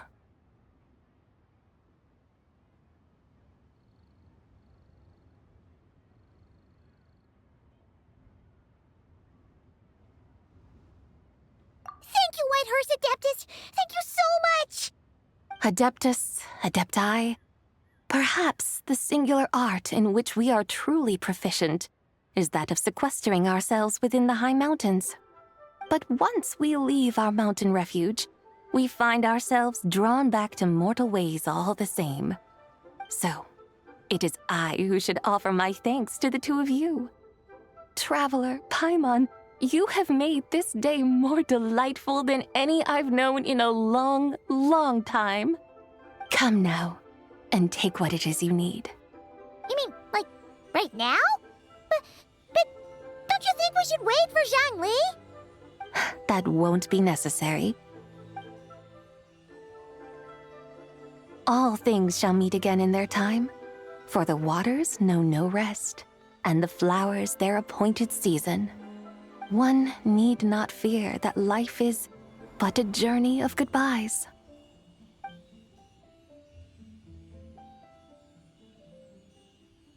Is she gone?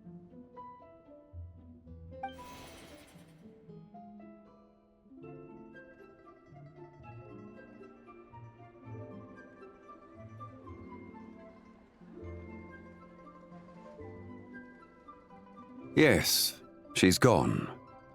A deadly self is formed from the body's impure vapors, so naturally it cannot survive long in this world. Had it not been sustained by the remnant of Zibai's soul, it would have faded away a long time past. Now that the remnant is gone, it has severed its ties to the mortal world. Zhangli! When did you get here? A while ago. I would have thought you'd at least want to say goodbye. Though mountains endure, the ceaseless waters will, at last, wear away their sharp edges. Thus must I meet the marks wrought upon her by the ruler of time with great caution.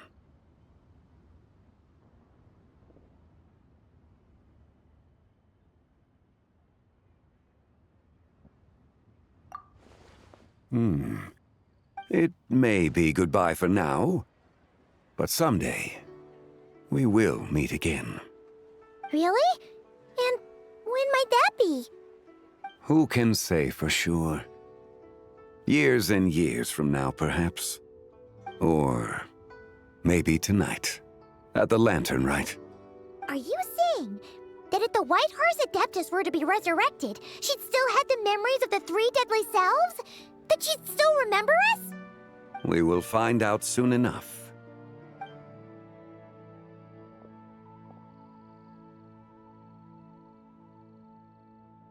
It is time. The rite is about to begin.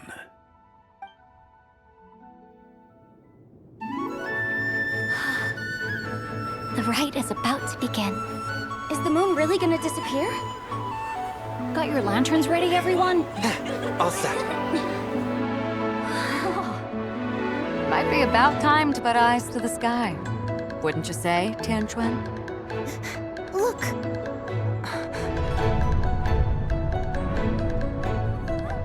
When the sun's out, eat the sun. When the moon's out, eat the moon. Whoa, is this the lunar eclipse? Under moon eternal, in radiant night, a maiden grants silk, soft and light. Under moon iridescent, in night divine, a maiden grants fiber for cloth For so you. fine. Under moon of frost, in night so great, a maiden grants tools to divine our fate. The fields are plowed, the seeds are sown, and from the earth, life is grown. The seedlings stretch, the crops do rise, and all unfolds before our eyes. Fruits are gathered, sweet wine is poured. These gifts we offer to our Lord. Pure is heaven, so fair and bright, she shines as light in this dark night. And with her does this, wish take flight.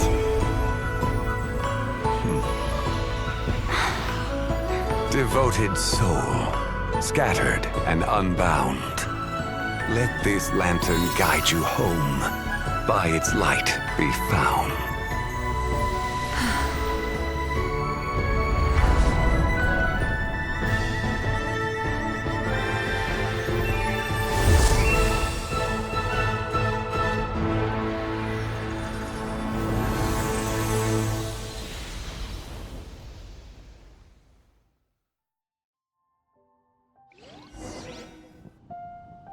Did we do it? Do we finally get to meet the real White Horse Adeptus?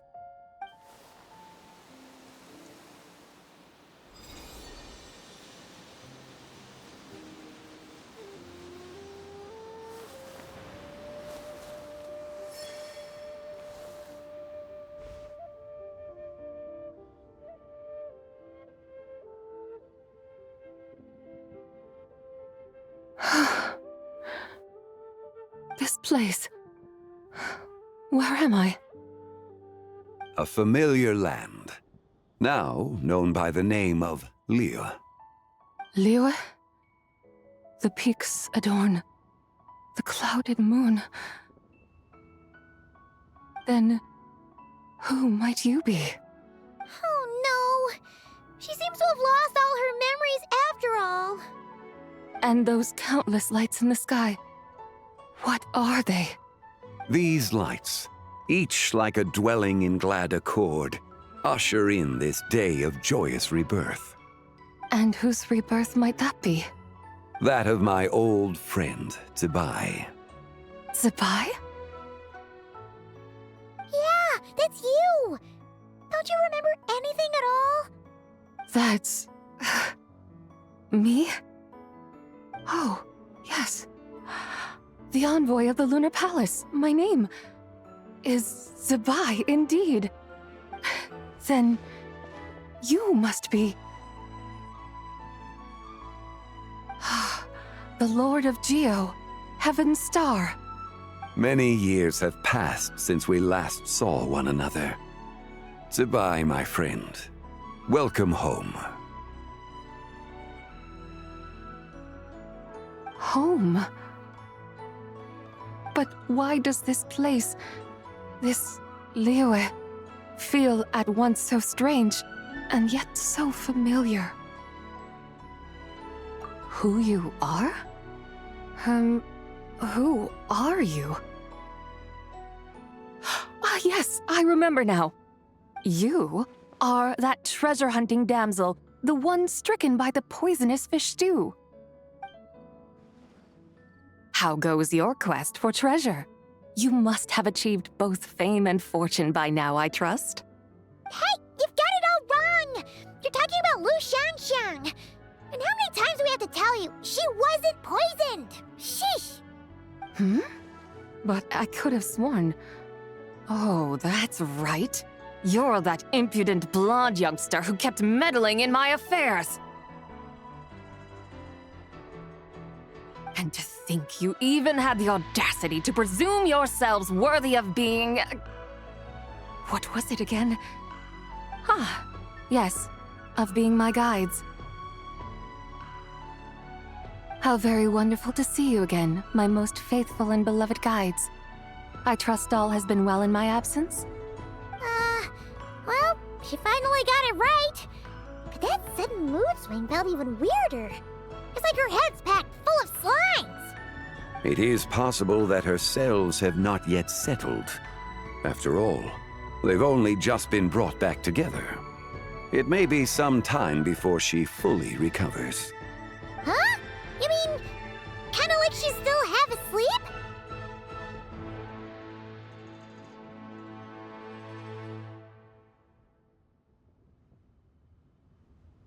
That I cannot say for certain. Perhaps a few days. Perhaps a few years. A few years?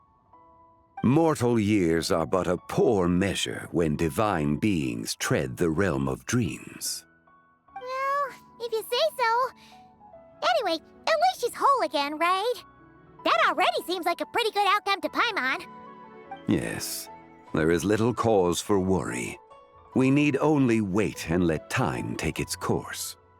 Say, what are those little creatures over there up to? Celebrating Lantern Rite, of course.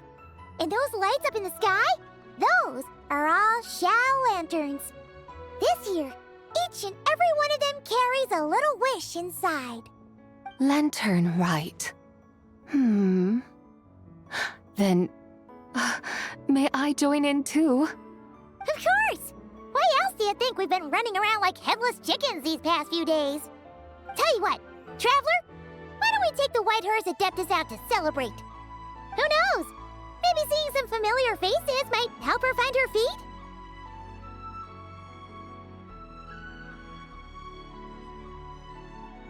Hey, Zhangli!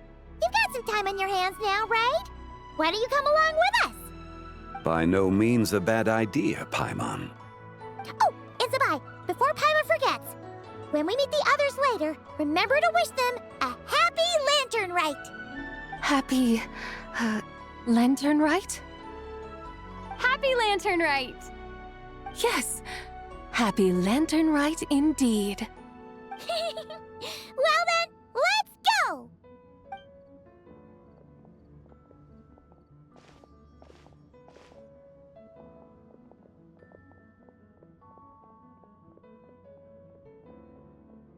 Lantern Rite.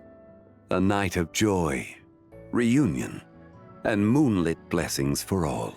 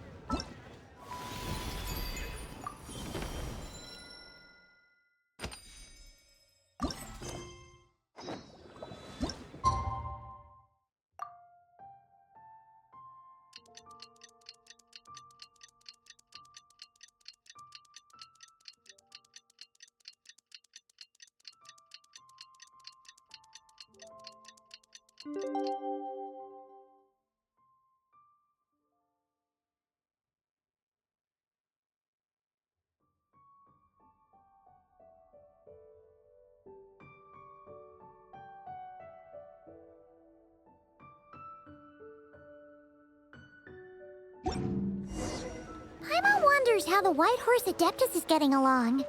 Maybe we should check in on her?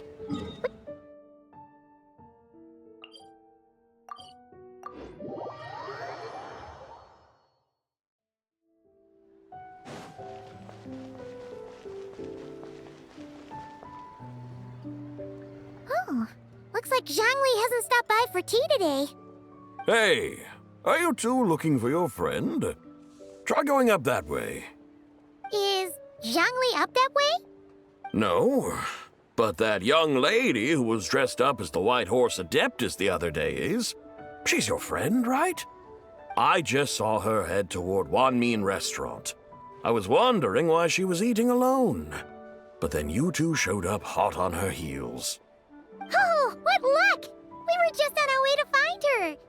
But what's she doing at Wanmin Restaurant? I have no idea. I said hello, but she completely ignored me. She couldn't have forgotten who I am, right? I mean, we're kindred spirits, aren't we? Maybe she's still half asleep, but her brain might be a little fuzzy. Oh, that makes sense. I was wondering why her eyes were so red. Her eyes were red? Oh, that doesn't sound good.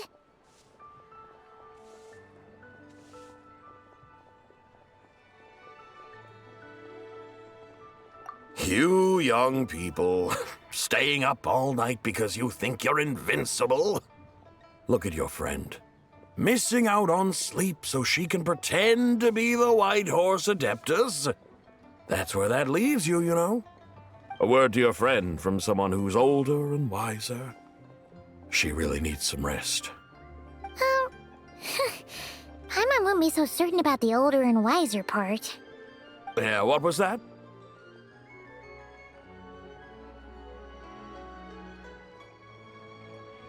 Hurry along, then. Oh, and don't forget to come back and check out my Rex Lapis cosplay when you're done.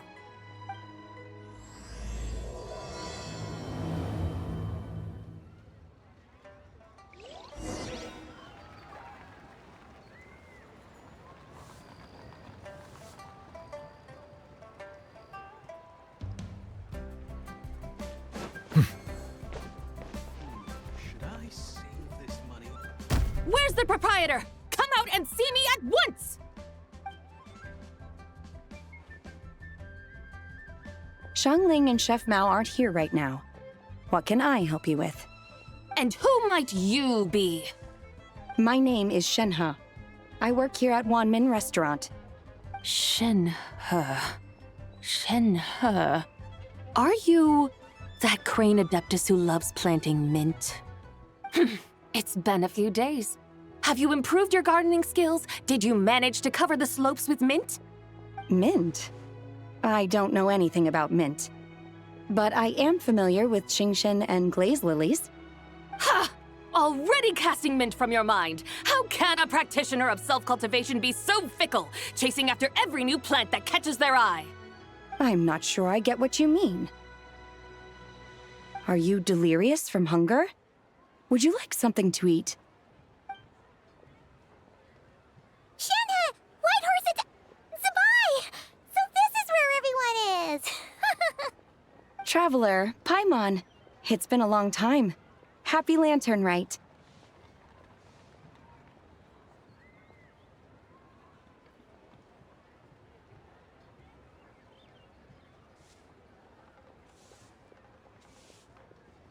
Is this customer a friend of yours?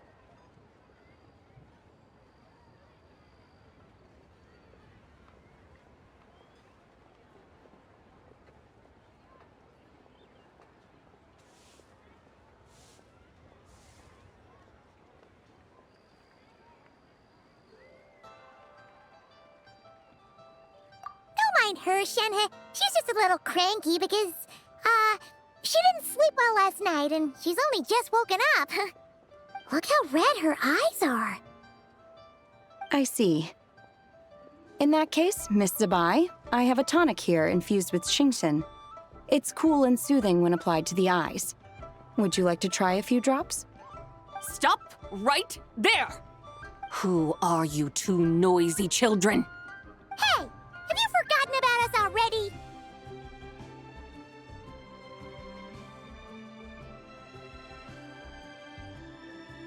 Guides.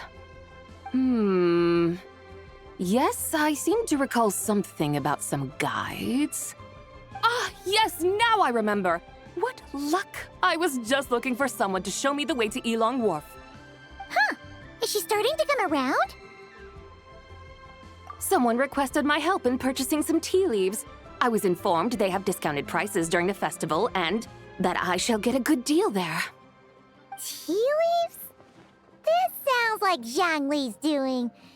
He sure knows how to get people running errands for him.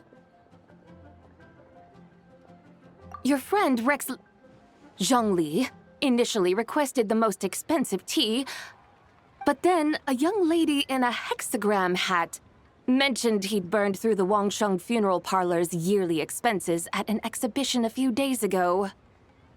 As such, he is only permitted to buy items that are discounted this month.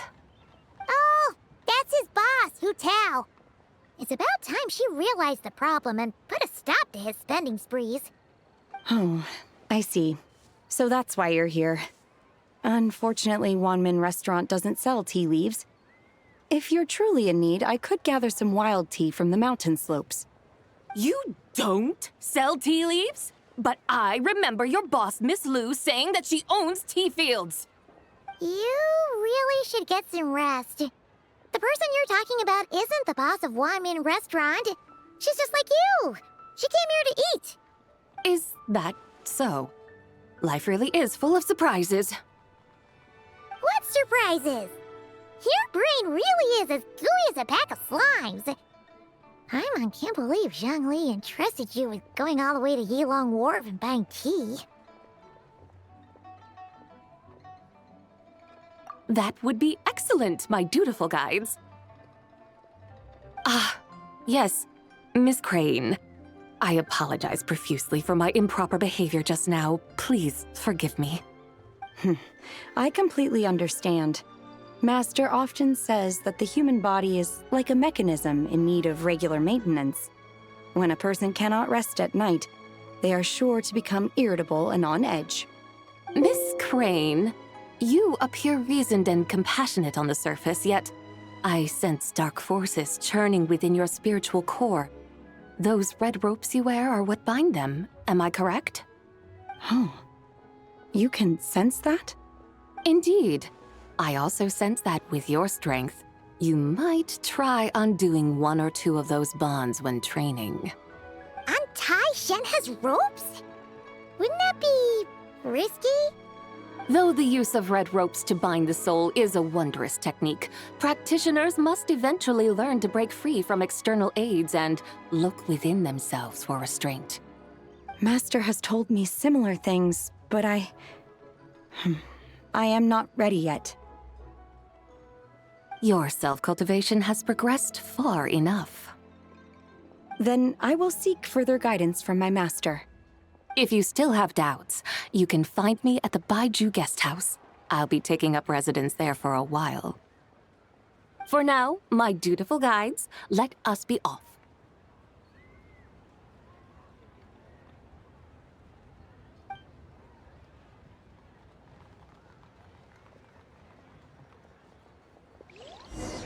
Wow.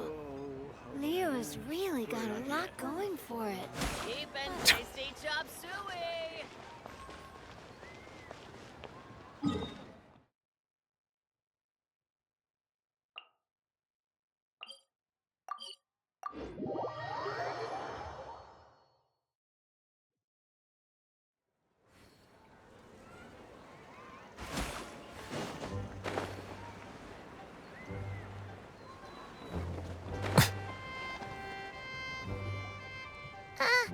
Aren't we going to Yilong Wharf?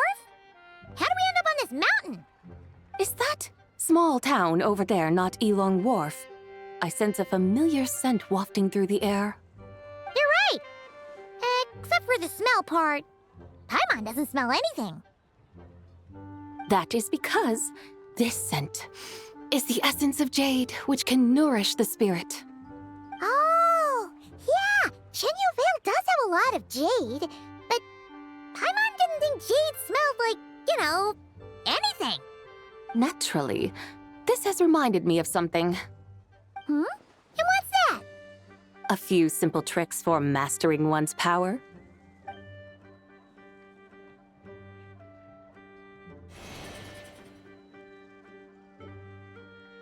What is that thing? I'm sure you've been to Yilong Wharf many times before, but I wonder if you've done so while cruising through the air. You've been such dutiful, dedicated guides, so allow me to offer this fresh experience as recompense. Please step in.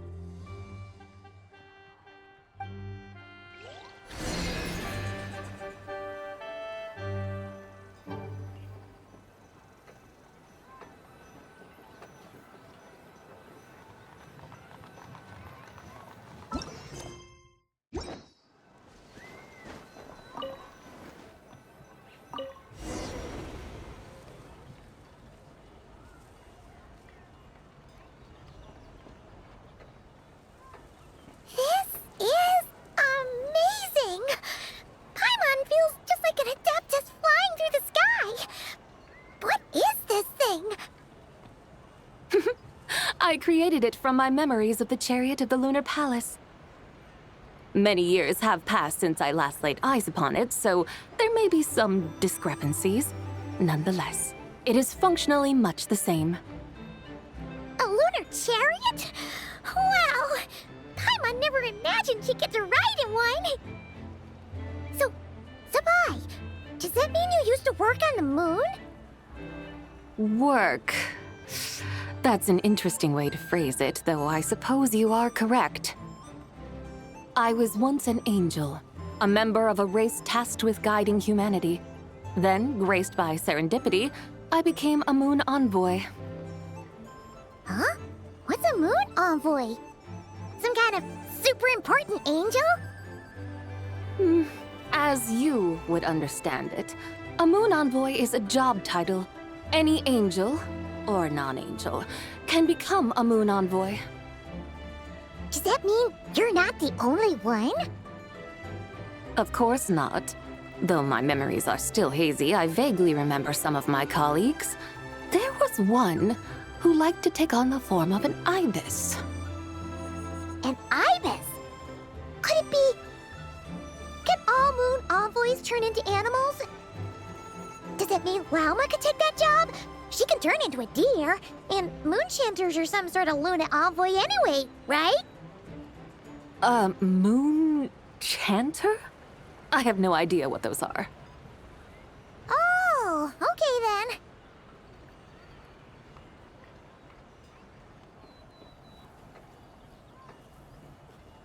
Look! Paimon thinks she saw a tea vendor over there!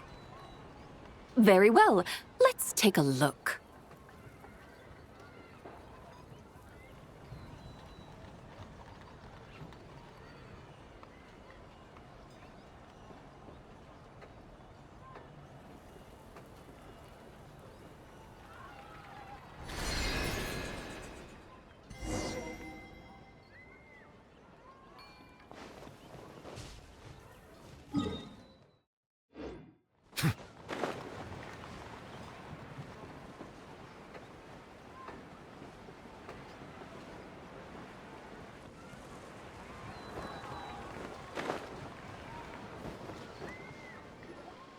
Welcome, please have a look around. We only sell teas of the finest quality sourced directly from Chaoyang Village. Right now we're offering a special discount for Lantern Rite. Look over there! Discounted tea!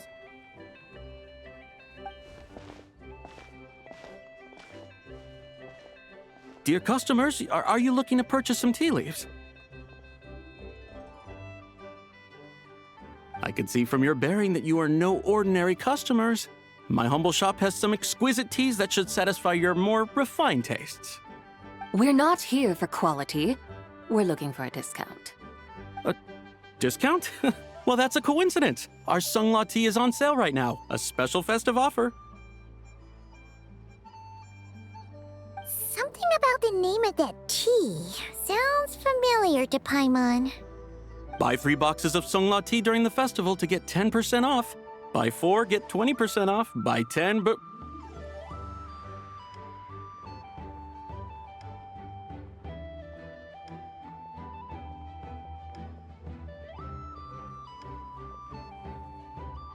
That's right! 10 boxes at half price. Have you been to our shop before by any chance? Oh, Paimon's definitely heard this spiel before. 3, 4, 10, 10, 20, 50. Sabai, what are you muttering about? When purchasing 3, 4, or 10 boxes, the corresponding discounts are 10, 20, and 50%. The intervals between the two sets of numbers are 1 and 6, and 10 and 30. Look! Her eyes turned blue! That's gotta be a first! If the differences between intervals remain equal, the interval after 6 should be 6 plus the difference between 6 and 1, which is 11. Similarly, after 30, the next interval should be 50. Therefore, extrapolating upward, the next two numbers in each set should be 21 and 100.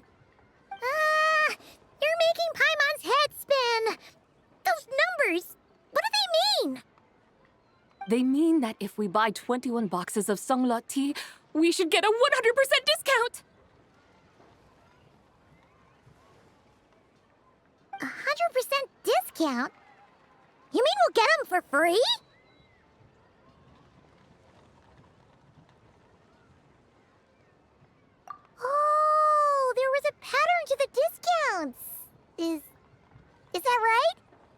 pattern we speak of is mathematics, little one.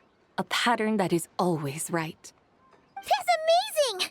You're a shopping genius, Sabai. Oh, wait. Something feels off here. I had no idea our shop's discounts were tied to the laws of nature. I've learned so much from you, dear customer. No need to thank me. Now, please give us our 21 boxes of free tea. Wait! What's the matter? Paimon just realized what it is that's not right. It took you long enough. We got the short end of the stick! Think about it. If we don't have to pay when buying 21 boxes, then if we buy even more, the vendor should be paying us money instead, right? Huh? Hey, Zibai, work this one out. If we buy 100 boxes, we'd make loads of money, wouldn't we? It stands to reason. Wait a moment, dear customers. Don't you think you're haggling a little too hard? You are the one dictating the discounts. We're simply extrapolating the numerical patterns within. As such, we are hardly haggling. You have a point. However, that's right.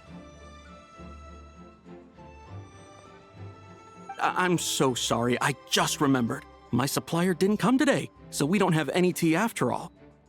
Such a shame. Terribly sorry about this. Awful, awful luck. Where can we find your supplier? Well... Not to fret. We'll save you the effort and go straight to the source ourselves. Well, you see, dear client, the supplier's discount isn't as generous as ours. You won't be able to get the same price from them. Huh? Does that mean they won't pay us for taking their tea? They might not even offer you 100% discount. How very unfortunate. Nevertheless, as the original supplier, they must offer some sort of discount. Besides, we're not looking to make money. We just want a good deal. Well, that's great. My suppliers are all tea farmers from Chaoying Village. You can go ask around the village, but please don't say I sent you. Do not worry, we appreciate your generosity. Referring customers to your business partners, even choosing to remain anonymous, the demeanor of a true gentleman indeed. Your business will surely prosper. I hope you're right. Then let us head to Chaoying Village. Do you know the way, my guides? Of course! Just follow us!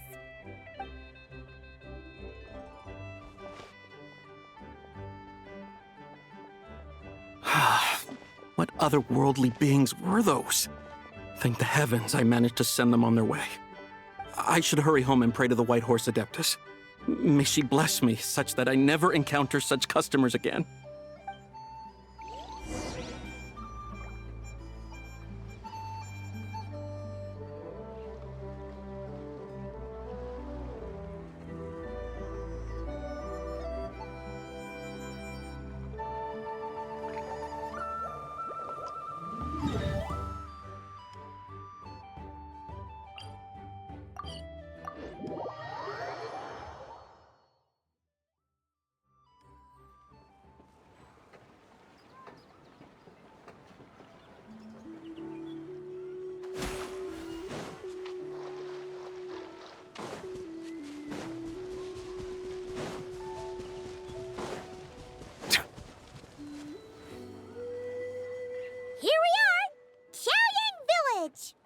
The mountains and waters are pristine.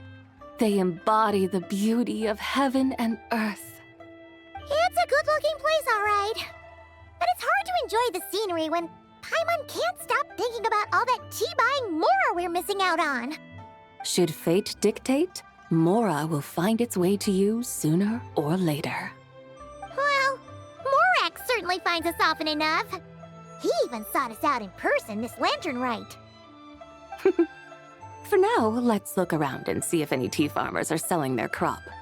We'll be able to see more clearly from up high. Let's take to the sky and enjoy the beautiful scenery while we're at it.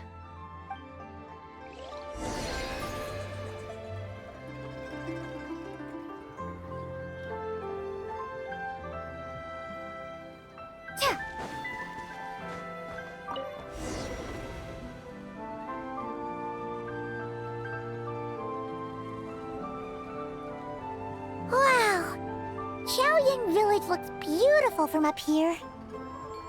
Indeed, the houses here are quite different from those in Liyue Harbor. They follow the natural contours of the mountains, forming unique, elegant structures. Yeah, it's super beautiful. The white walls and dark tiles frame the emerald waves of the terraced fields, while the curved eaves and tall gateways juxtapose each other with grace. It's almost too beautiful to be true.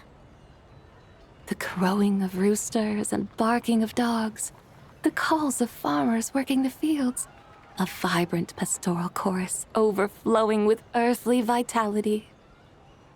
Yeah, it's incredibly beautiful, huh? Have you studied the linguistic arts by some chance? Huh?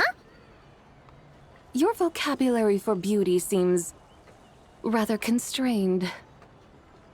Paimon knows how to say pretty as well. I see. Now then, let's take a look around and see if we can find any farmers selling tea.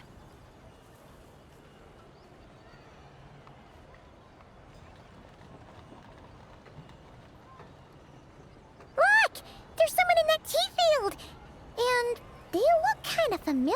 Wait, is that Lu Xiangxiang?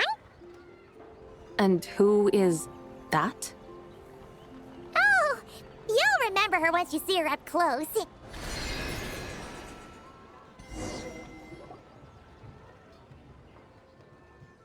there, Lu Xiangxiang! It really is you! Huh?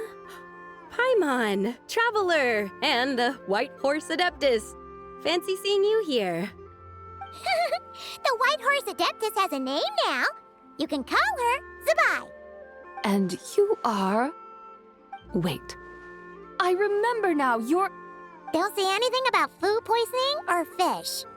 You're the young lady who wanted to rise above the rest, are you not?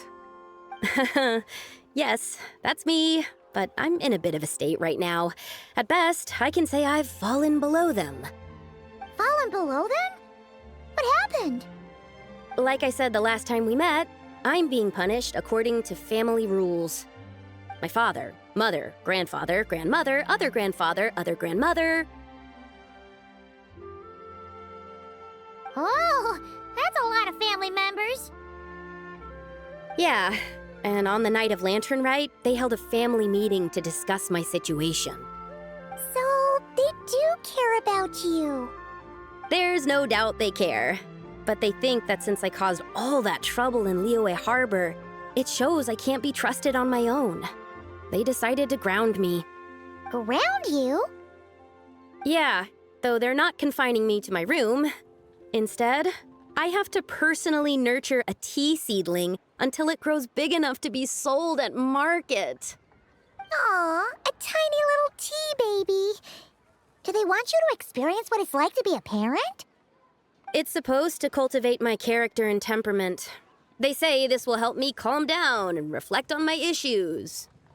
What happened in Liyue Harbor really wasn't your fault. Oh well, at least this punishment doesn't sound too harsh. So, how long will it take for the little tea baby to grow? Actually, I don't know. I've never grown a tea tree before. It usually takes 2 or 3 years. 2 or 3 years? Yes, the tea in this garden requires 2 or 3 years to mature.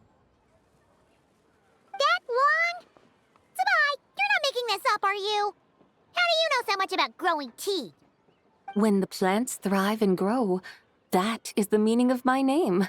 I can tell at a glance when their season of ripening will come. Do I really have to waste 2 or 3 years here? Why is this happening to me? I'd only just found my direction in life.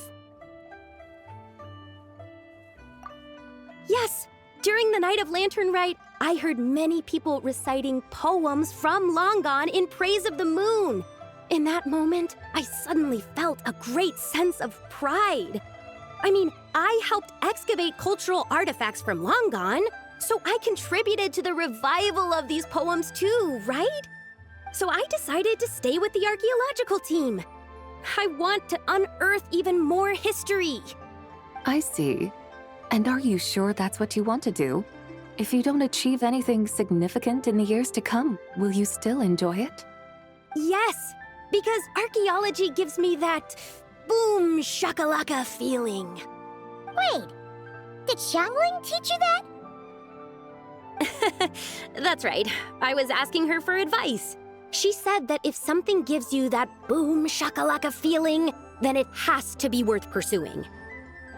I immediately thought about how when I'm excavating in the ruins, I always feel like there's a ghost standing beside me, and not in a spooky way. It feels like my great-great-great-great-great-grandmother patting me on the shoulder and saying, "Keep going. You're about to rediscover some grand ancestral knowledge." Right? It feels like I've made some kind of connection with my ancestors. Isn't that amazing? Since you've made up your mind, you should give it your all. And I'd love to, but I'm still grounded. Run away, summon up a little boom shakalaka, and leave the tea garden behind. Flee this village. That might be going a bit far. You don't want to lead others astray, Zabai.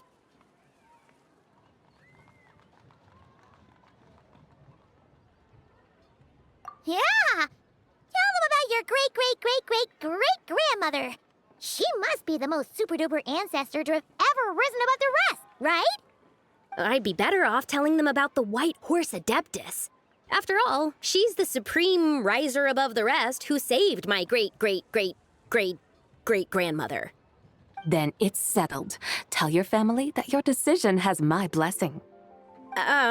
Thank you, Tsubai, but I don't think cosplay is going to work on them. They won't listen. They don't need to listen. You need only follow the rules they've set out for you. What do you mean? As I'm sure you know, some ancient texts refer to the White Horse Adeptus as the Daughter of Time. My family history contains such records, but what of it? If the White Horse Adeptus were to manipulate time to make your tea seedling grow overnight, then you'd be free, correct? Is that how it works? If the White Horse Adeptus were to really get involved, my grandfather would let me leave right away, but who really believes that she'd show up and help? It's not as if you have any other options. Why not try calling out for help? It won't cost you any more. Guess I might as well. I've got no better ideas anyway. White Horse Adeptus, if you can hear me, please save me from my predicament.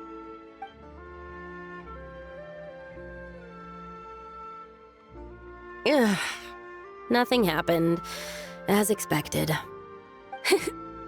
Perhaps the White Horse Adeptus has already heard your prayer. Why not come back here tomorrow and take a look? By then, the seedling you planted may well have grown into a thriving tea tree.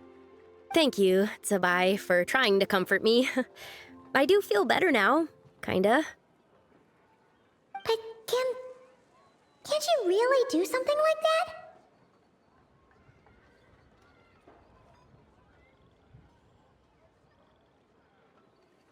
Oh, it's getting late. Why don't you all stay at my house tonight? My family may be strict with me, but they're always welcoming to guests. That sounds great! Let's get some sleep and then come back here tomorrow to see if our tea baby has grown.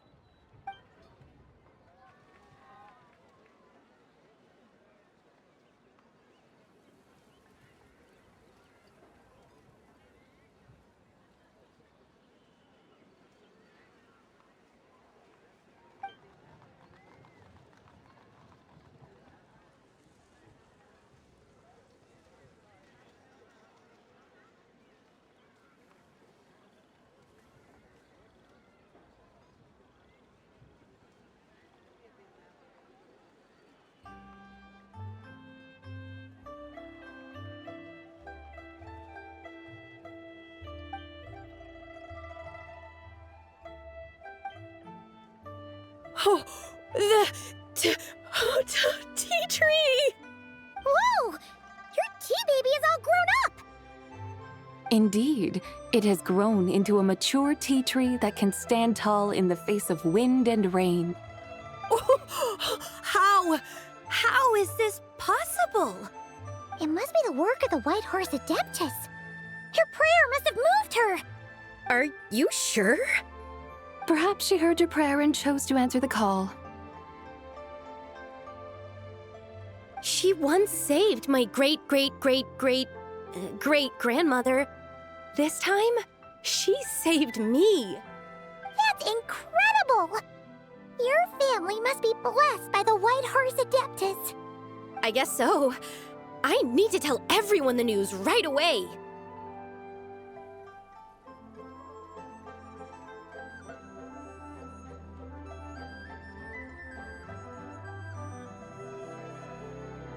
They'd better.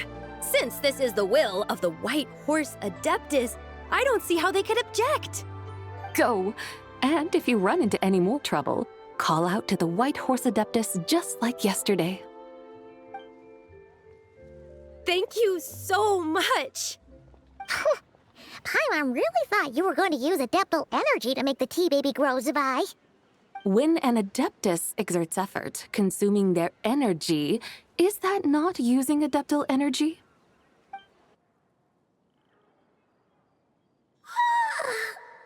All right. What are we doing out here in the middle of the night? We're here to help Lu Xiangxiang fulfill her wish, of course. Can you really make the tea baby grow? It won't be easy, but there are ways.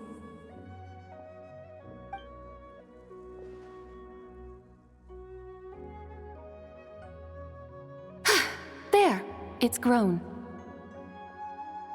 Hey! You just transplanted a tea tree from over there! So, there's a mature tea tree here now, yes?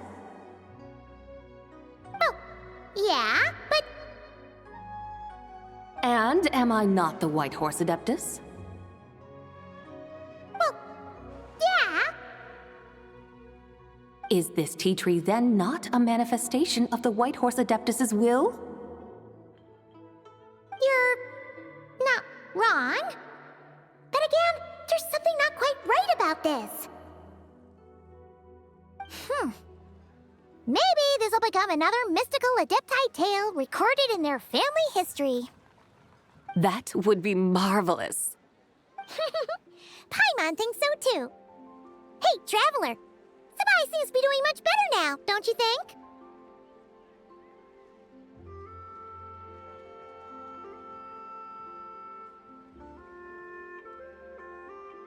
Oh!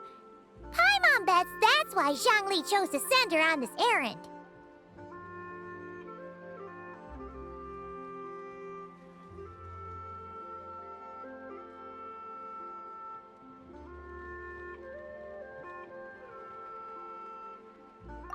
That's a great idea! We've already shown her Liyue Harbor, Yulong Wharf, and Xiaoying Village. How about we head to Qingce Village next? Qingce. That name sounds familiar. The scenery there is really pretty, too. It's the perfect sightseeing spot. How about we show you around? I must say, I have been mightily impressed by the mountains and waters of Liyue. Please lead the way, my dutiful guides. All right, let's go!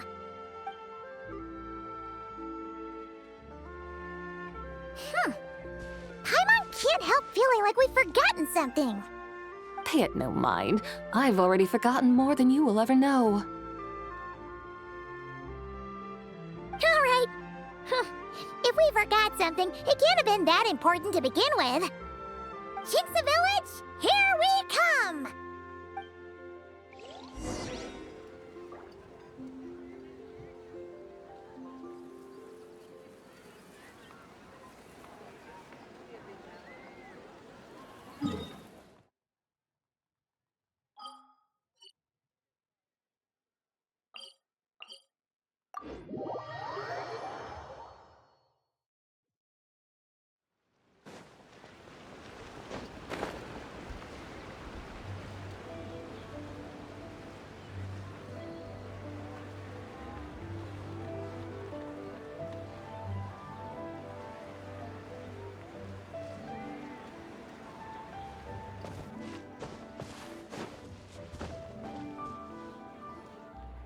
should plant cucumbers.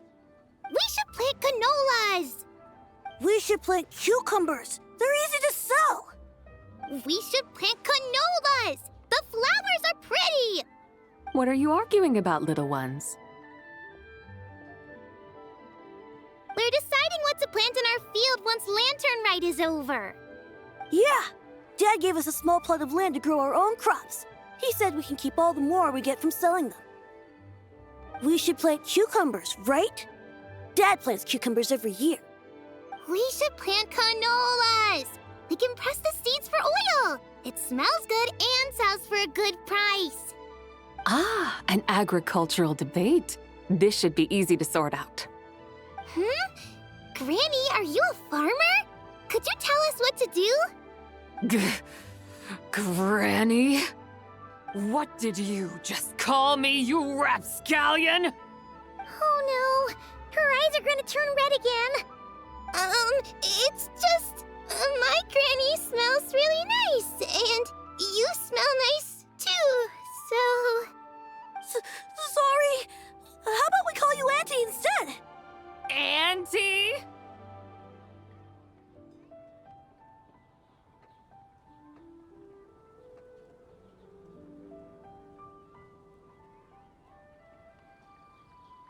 Oh, all right. Big Sis Tsubai, can you help us decide whether we should grow cucumbers or canolas in our field? You little rascals. Using priceless land like this just for cucumbers and canolas? What a waste of heaven's gifts! Huh? What should we plant instead? With the coming of spring, when all things awaken, the field should be sown with the 5 grains. What are those? The 5 grains are life's staples, the heart of the people's table. I notice the people here mostly eat rice, so that is where you should begin. Based on the local climate and soil, seedlings planted in mid to late spring should produce mature grain within 2 or 3 months. When autumn comes, you can plant a second crop, with time still to harvest it before the first frost. The rice you harvest can be sold at market or kept in your stores. It's a far better choice than cucumbers or canolas. Oh, but Big Sister Tsubai, I like canolas. That's no issue. It is unsuitable for continuous cropping in any case. You can rotate it with rice to maximize your yields. After the second rice harvest, around wintertime will be the perfect opportunity to sow their seeds. And when they mature in mid to late spring, you shall be just in time to sow the first rice crop of the year in turn. This way, your field will sustain balance, rice and canola in a harmonious cycle. Wow! That means we'll have crops to harvest all year round! Wait a minute! If rice and canola take up the whole year, what about my cucumbers? A firefly dares rival the brilliance of the moon? In what twisted universe should cucumbers vie for land with rice? Big Sis Tsubai, you're going to hurt Lil Lee's feelings. Auntie hates cucumbers. Stop crying this instant! I meant that cucumbers are simple enough to grow. There's no need to devote a whole field to them. Just find an empty corner of your yard, scatter some cucumber seeds in the earth, and before you know it, you'll have a thriving patch of vines. Cucumbers delight in sunlight and moisture, but they suffer in cold weather. If you wish to plant them this early in the year, you should make sure they're protected from frost. Wow. Is it really that simple? Let's hurry home and get started right away! Are you really in that much of a rush? Well, thanks, Big Sis Tsubai, who's fierce but really good at farming.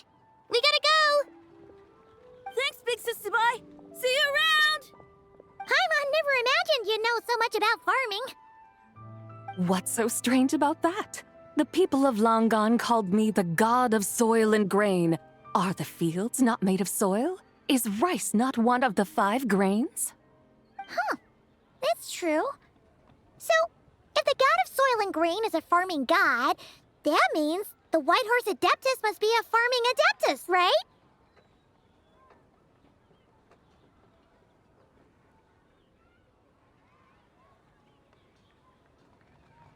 Of course, the god of farming is down to earth. Mind your tongue, impertinent child. How dare you diminish the lofty bearing of an adeptus? Hey! You're the one who said the god of soil and grain is all about farming. Enough! It's time for us to take to the skies once more. Join me now. Witness the majesty of mountain, water, and field, and broaden your horizons.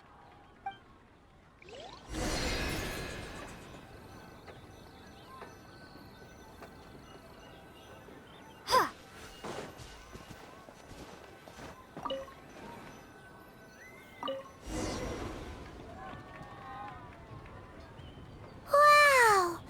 The terraces look so pretty from up here. The mountains tower like pagodas, the hills coiling at their feet like shells. Layers built upon layers, rising and falling in harmony. A truly unique and mesmerizing sight. Thinking about it, you have a special connection to this place, you know. A special connection? Yeah! There's a local legend about a white horse leaping from a pure spring to follow Rex Lapis into battle. Don't you remember? You must have been living in seclusion around here. That does sound somewhat familiar. Oh, and if we keep going up this way, we'll reach a super-duper spooky spot. You might have a connection to that place, too. There's an ancient array that seals away the remains of a fallen god. A god's remains? Yeah! The people Leo had turned that story into an opera called The Sanctification of Tao Do. Does that ring any bells? Tao Do. Huh. The 7 and 8 gates array. That's right, that's right!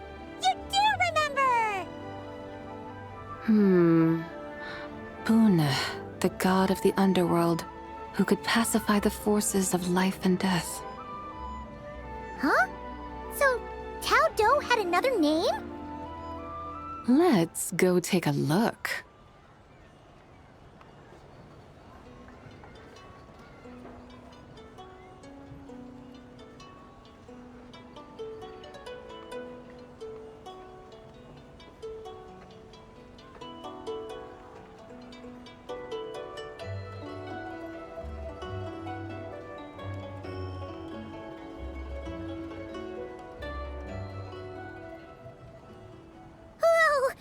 We've arrived at Wulwang Hill. The atmosphere just turned spooky. I can't help but feel there's something strange about this friend you haven't seen in ages. Huh? Paimon thought she heard someone's voice. Let's head down and check it out.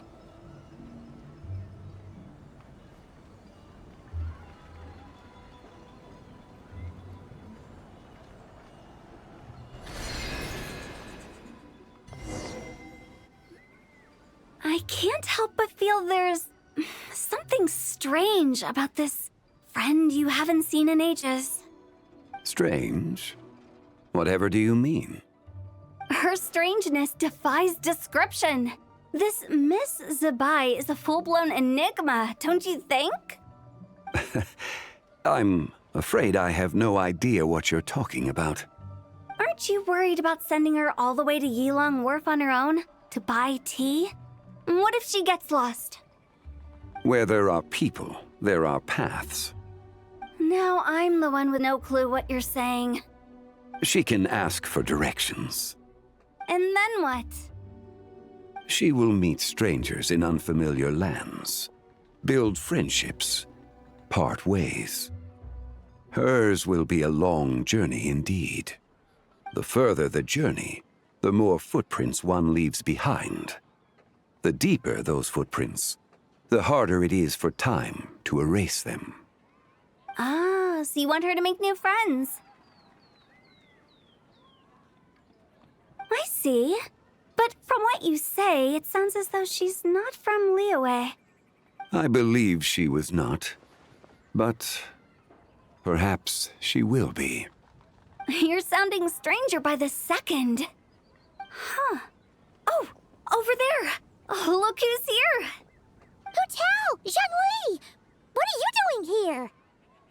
Traveler, Paimon, fancy meeting in a place like this. Oh my, and Miss Zabai too.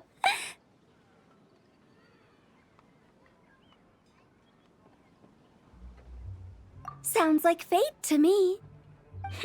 We were taking Zabai to buy some tea from Yilong Wharf.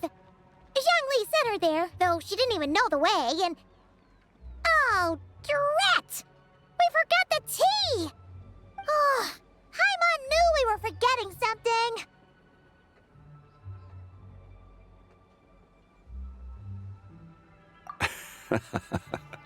What's done is done.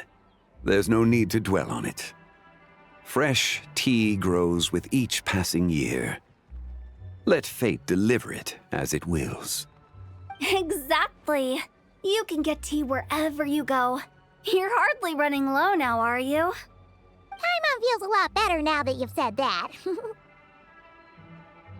Still, I'm a little confused. If you were buying tea, how did you end up all the way out here?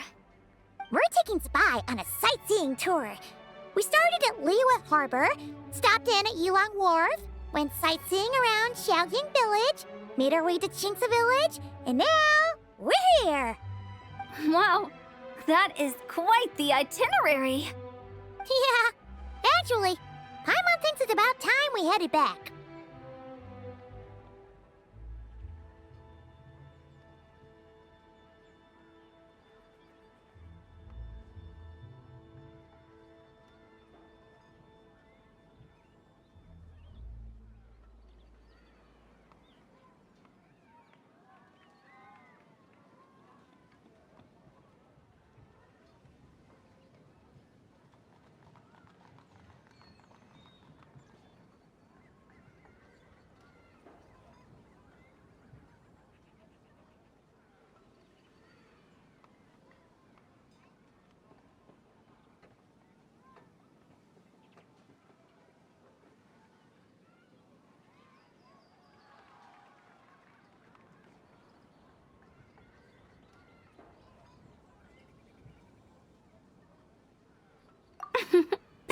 I'm here to pay my respects to my ancestors.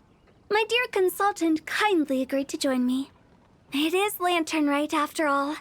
Adepti and ancestors should be venerated alike. Ancestors? Wait, could you be? Are you heir to the Wu-Wong kid? Or perhaps the lone butterfly of the Crimson Flame? Whoa! Have you got all your memories back? Huh? Miss Zabai, you know about the Wangsheng funeral parlor and the 8 adepts? I happened to hear a storyteller expound on the sanctification of Tao Do. Lots of people know that story, sure, but very few can discern my family lineage from just a glance. Well, Zhongli, your friend here really is quite something. Unfortunately, there's no time to dally right now. We have a hill to climb. Perhaps once today is done, we can find time to chat over tea, recite poetry, and admire the moon? That would be wonderful, Director Hu. Oh, and before we go, you've been traipsing around all day. I suggest you stop off at the Wangshu Inn on your way back for a good night's rest. Wouldn't do to exhaust yourselves,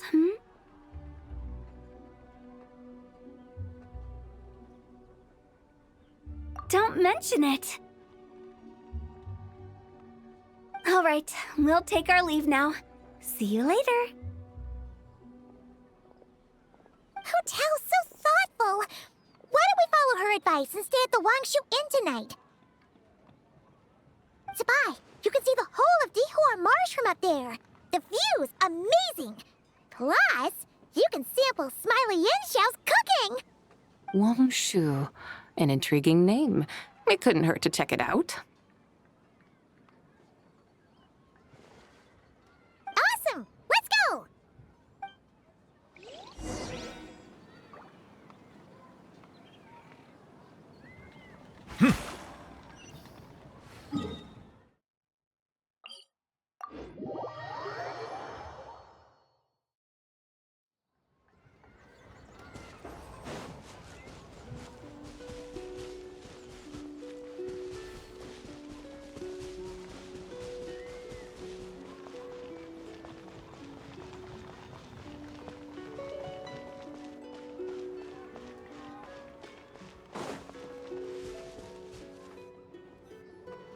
Is that towering structure Wangshu Inn?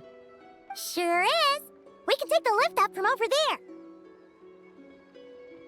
there. Always walking the path long trodden. Does retracing others' footsteps not tire you? Come on, get in. We'll fly to the top.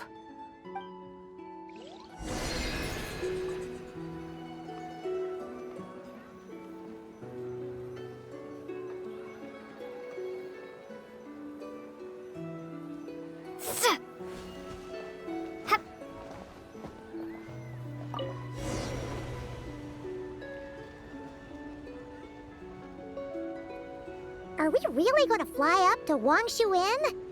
Isn't that a bit showy? All the guests are going to see us.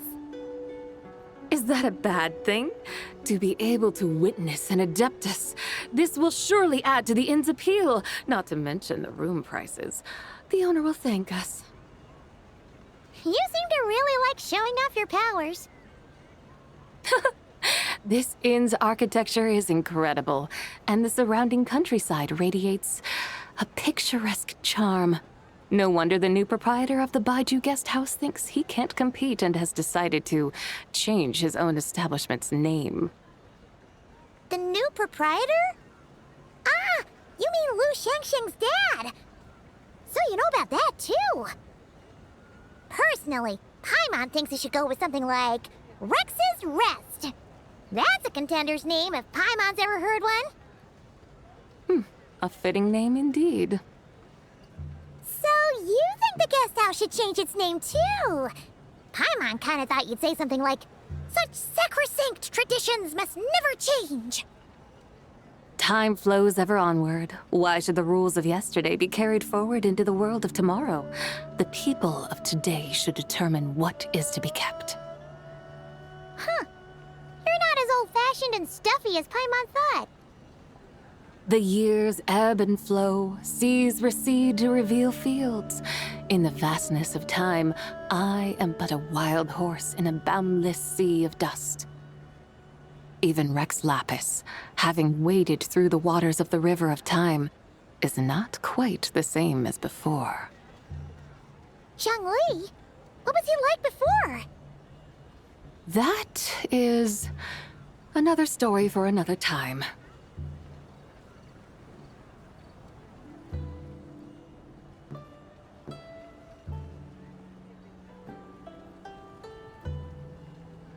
We have arrived.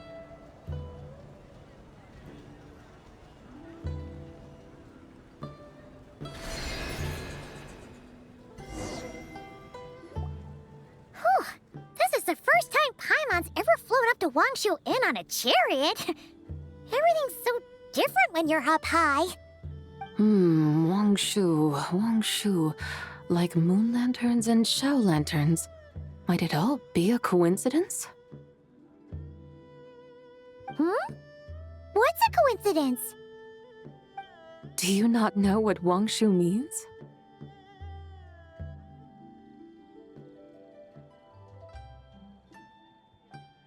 Wangshu can refer to the moon, but its original meaning is actually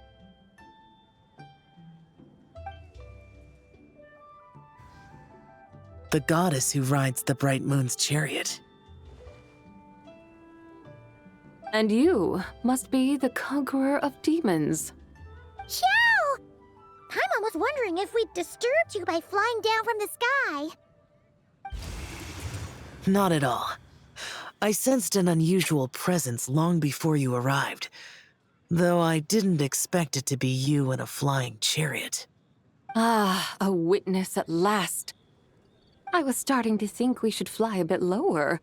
'Twould be awfully dull if no one ends up marveling at my lofty bearing. No need. This is already showy enough. I'm not one to do good from the shadows, as Rex Lapis is wont to do.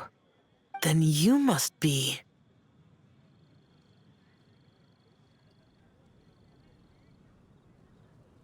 Nay, I'm only cosplaying as the White Horse Adeptus, in truth. Cosplaying? What's that? Ugh, ignore her nonsense. She's a genuine article. The one and only, completely authentic White Horse Adeptus. It's just... Xiao, did Zhongli say anything about her being a teensy bit... not quite right? Mental instability, perhaps? Did Zhongli tell you that? No, this is my own speculation. Well, you pretty much hit the nail on the head. It's like her brain's filled with a bunch of slimes right now. All gloopy and messy. There's a hot-tempered pyro slime, a math-obsessed hydro slime, and a mischievous little animal slime. But don't tell her Paimon said that, or she'll come and tell us all off. You white-haired rascal! Do you think I can't hear you? Uh-oh! We're in for it now! White Horse Adeptus. You must be weary from your journey. Why not take a rest? Oh, yes, yes, yes! You must be hungry, right, Sabai? How about we get some food? The chef here is incredible!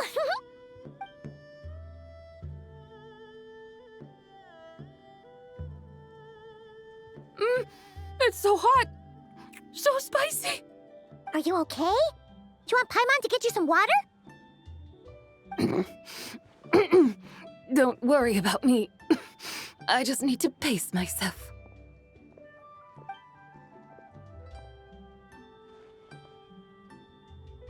So, regarding your friend and her condition, does even the Lord of Geo have no solution? Zhongli said we should wait and she'll get better on her own. But who knows how long that's gonna take.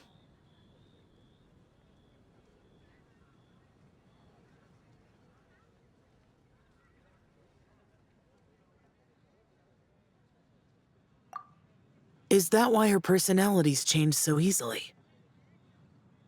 Paimon thinks that has something to do with her 3 deadly selves. Zhongli told us that the deadly selves are impure, affecting living things that get too close.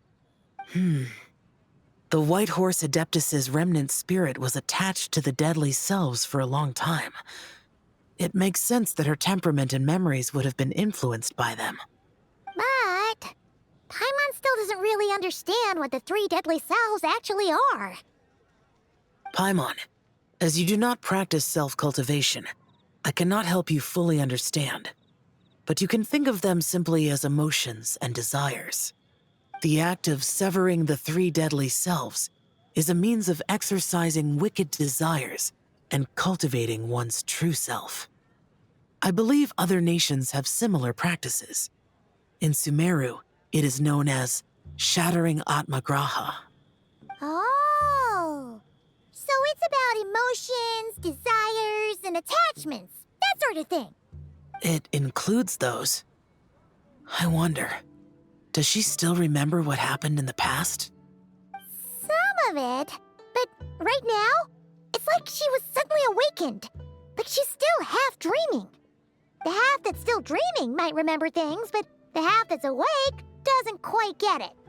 Conqueror of demons, are you looking to learn about Rex Lapis's past from me?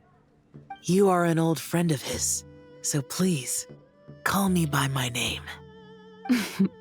But Conqueror of Demons sounds so much more imposing. In days of yore, he was the Lord of Geo, Heaven's Star. Huh? You said the same thing the day you came back, but what does it mean? I'm afraid I can't remember. Hey, did you really forget? Or are you just pretending so you don't have to tell? Why not ask Rex Lapis himself? Whether I've forgotten might be up for debate, but I am certain he remembers. He must have his reasons for not raising the past, and you likely have similar concerns. I shouldn't have asked. An answer that suits your style, General Elatis. Now that we're on the subject, though, I suddenly remembered something. Which is? In the distant past, there was a feast, which I attended. I faintly recall the Lord of Geo also being present that day. Oh! And then? What happened? Among the dishes served, there was one that could be found in every household throughout Langan at the start of spring. A dish called Flavor of Spring. I suddenly remembered the recipe for this dish. Is that it? Yes! Since it's Lantern Rite here in Liyue, why don't I make some for you to try? That sounds good.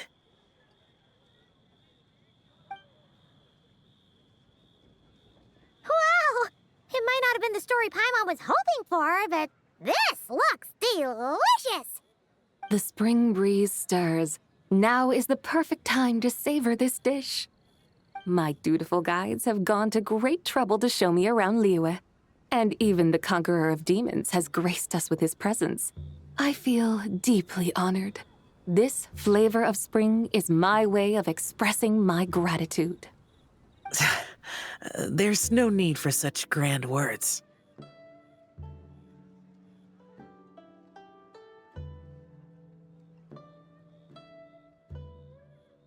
What's this? Hey! It's that broken jade token from the Antiques exhibition!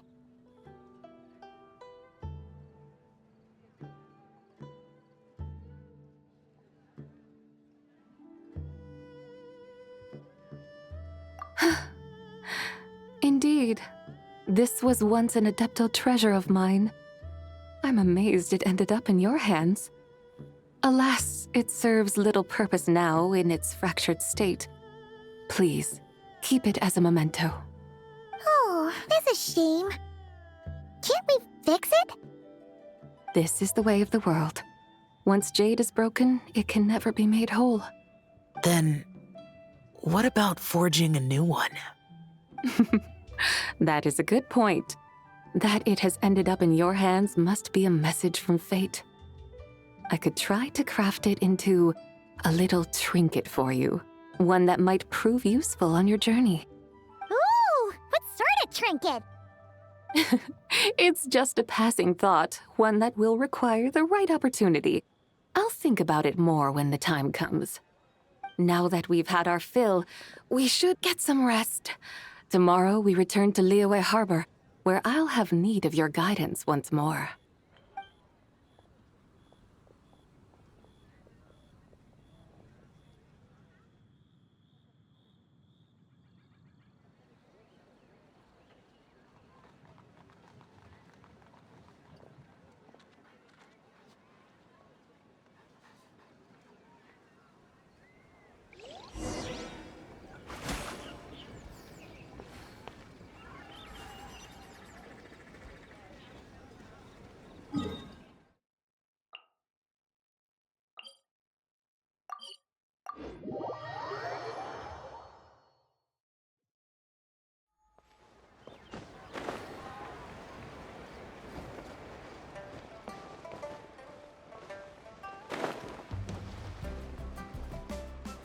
Chi-Chi, the lantern rite is almost over. Do you remember how to make a Shao lantern? Morning, split bamboo, traveler. And get silk, make Paimon. You've got it all mixed up again. They're here again. Yow Yow! Looking good in that new outfit, huh? Hey, it's Paimon! Dr. Baiju gave this to me as a gift. How does it suit me?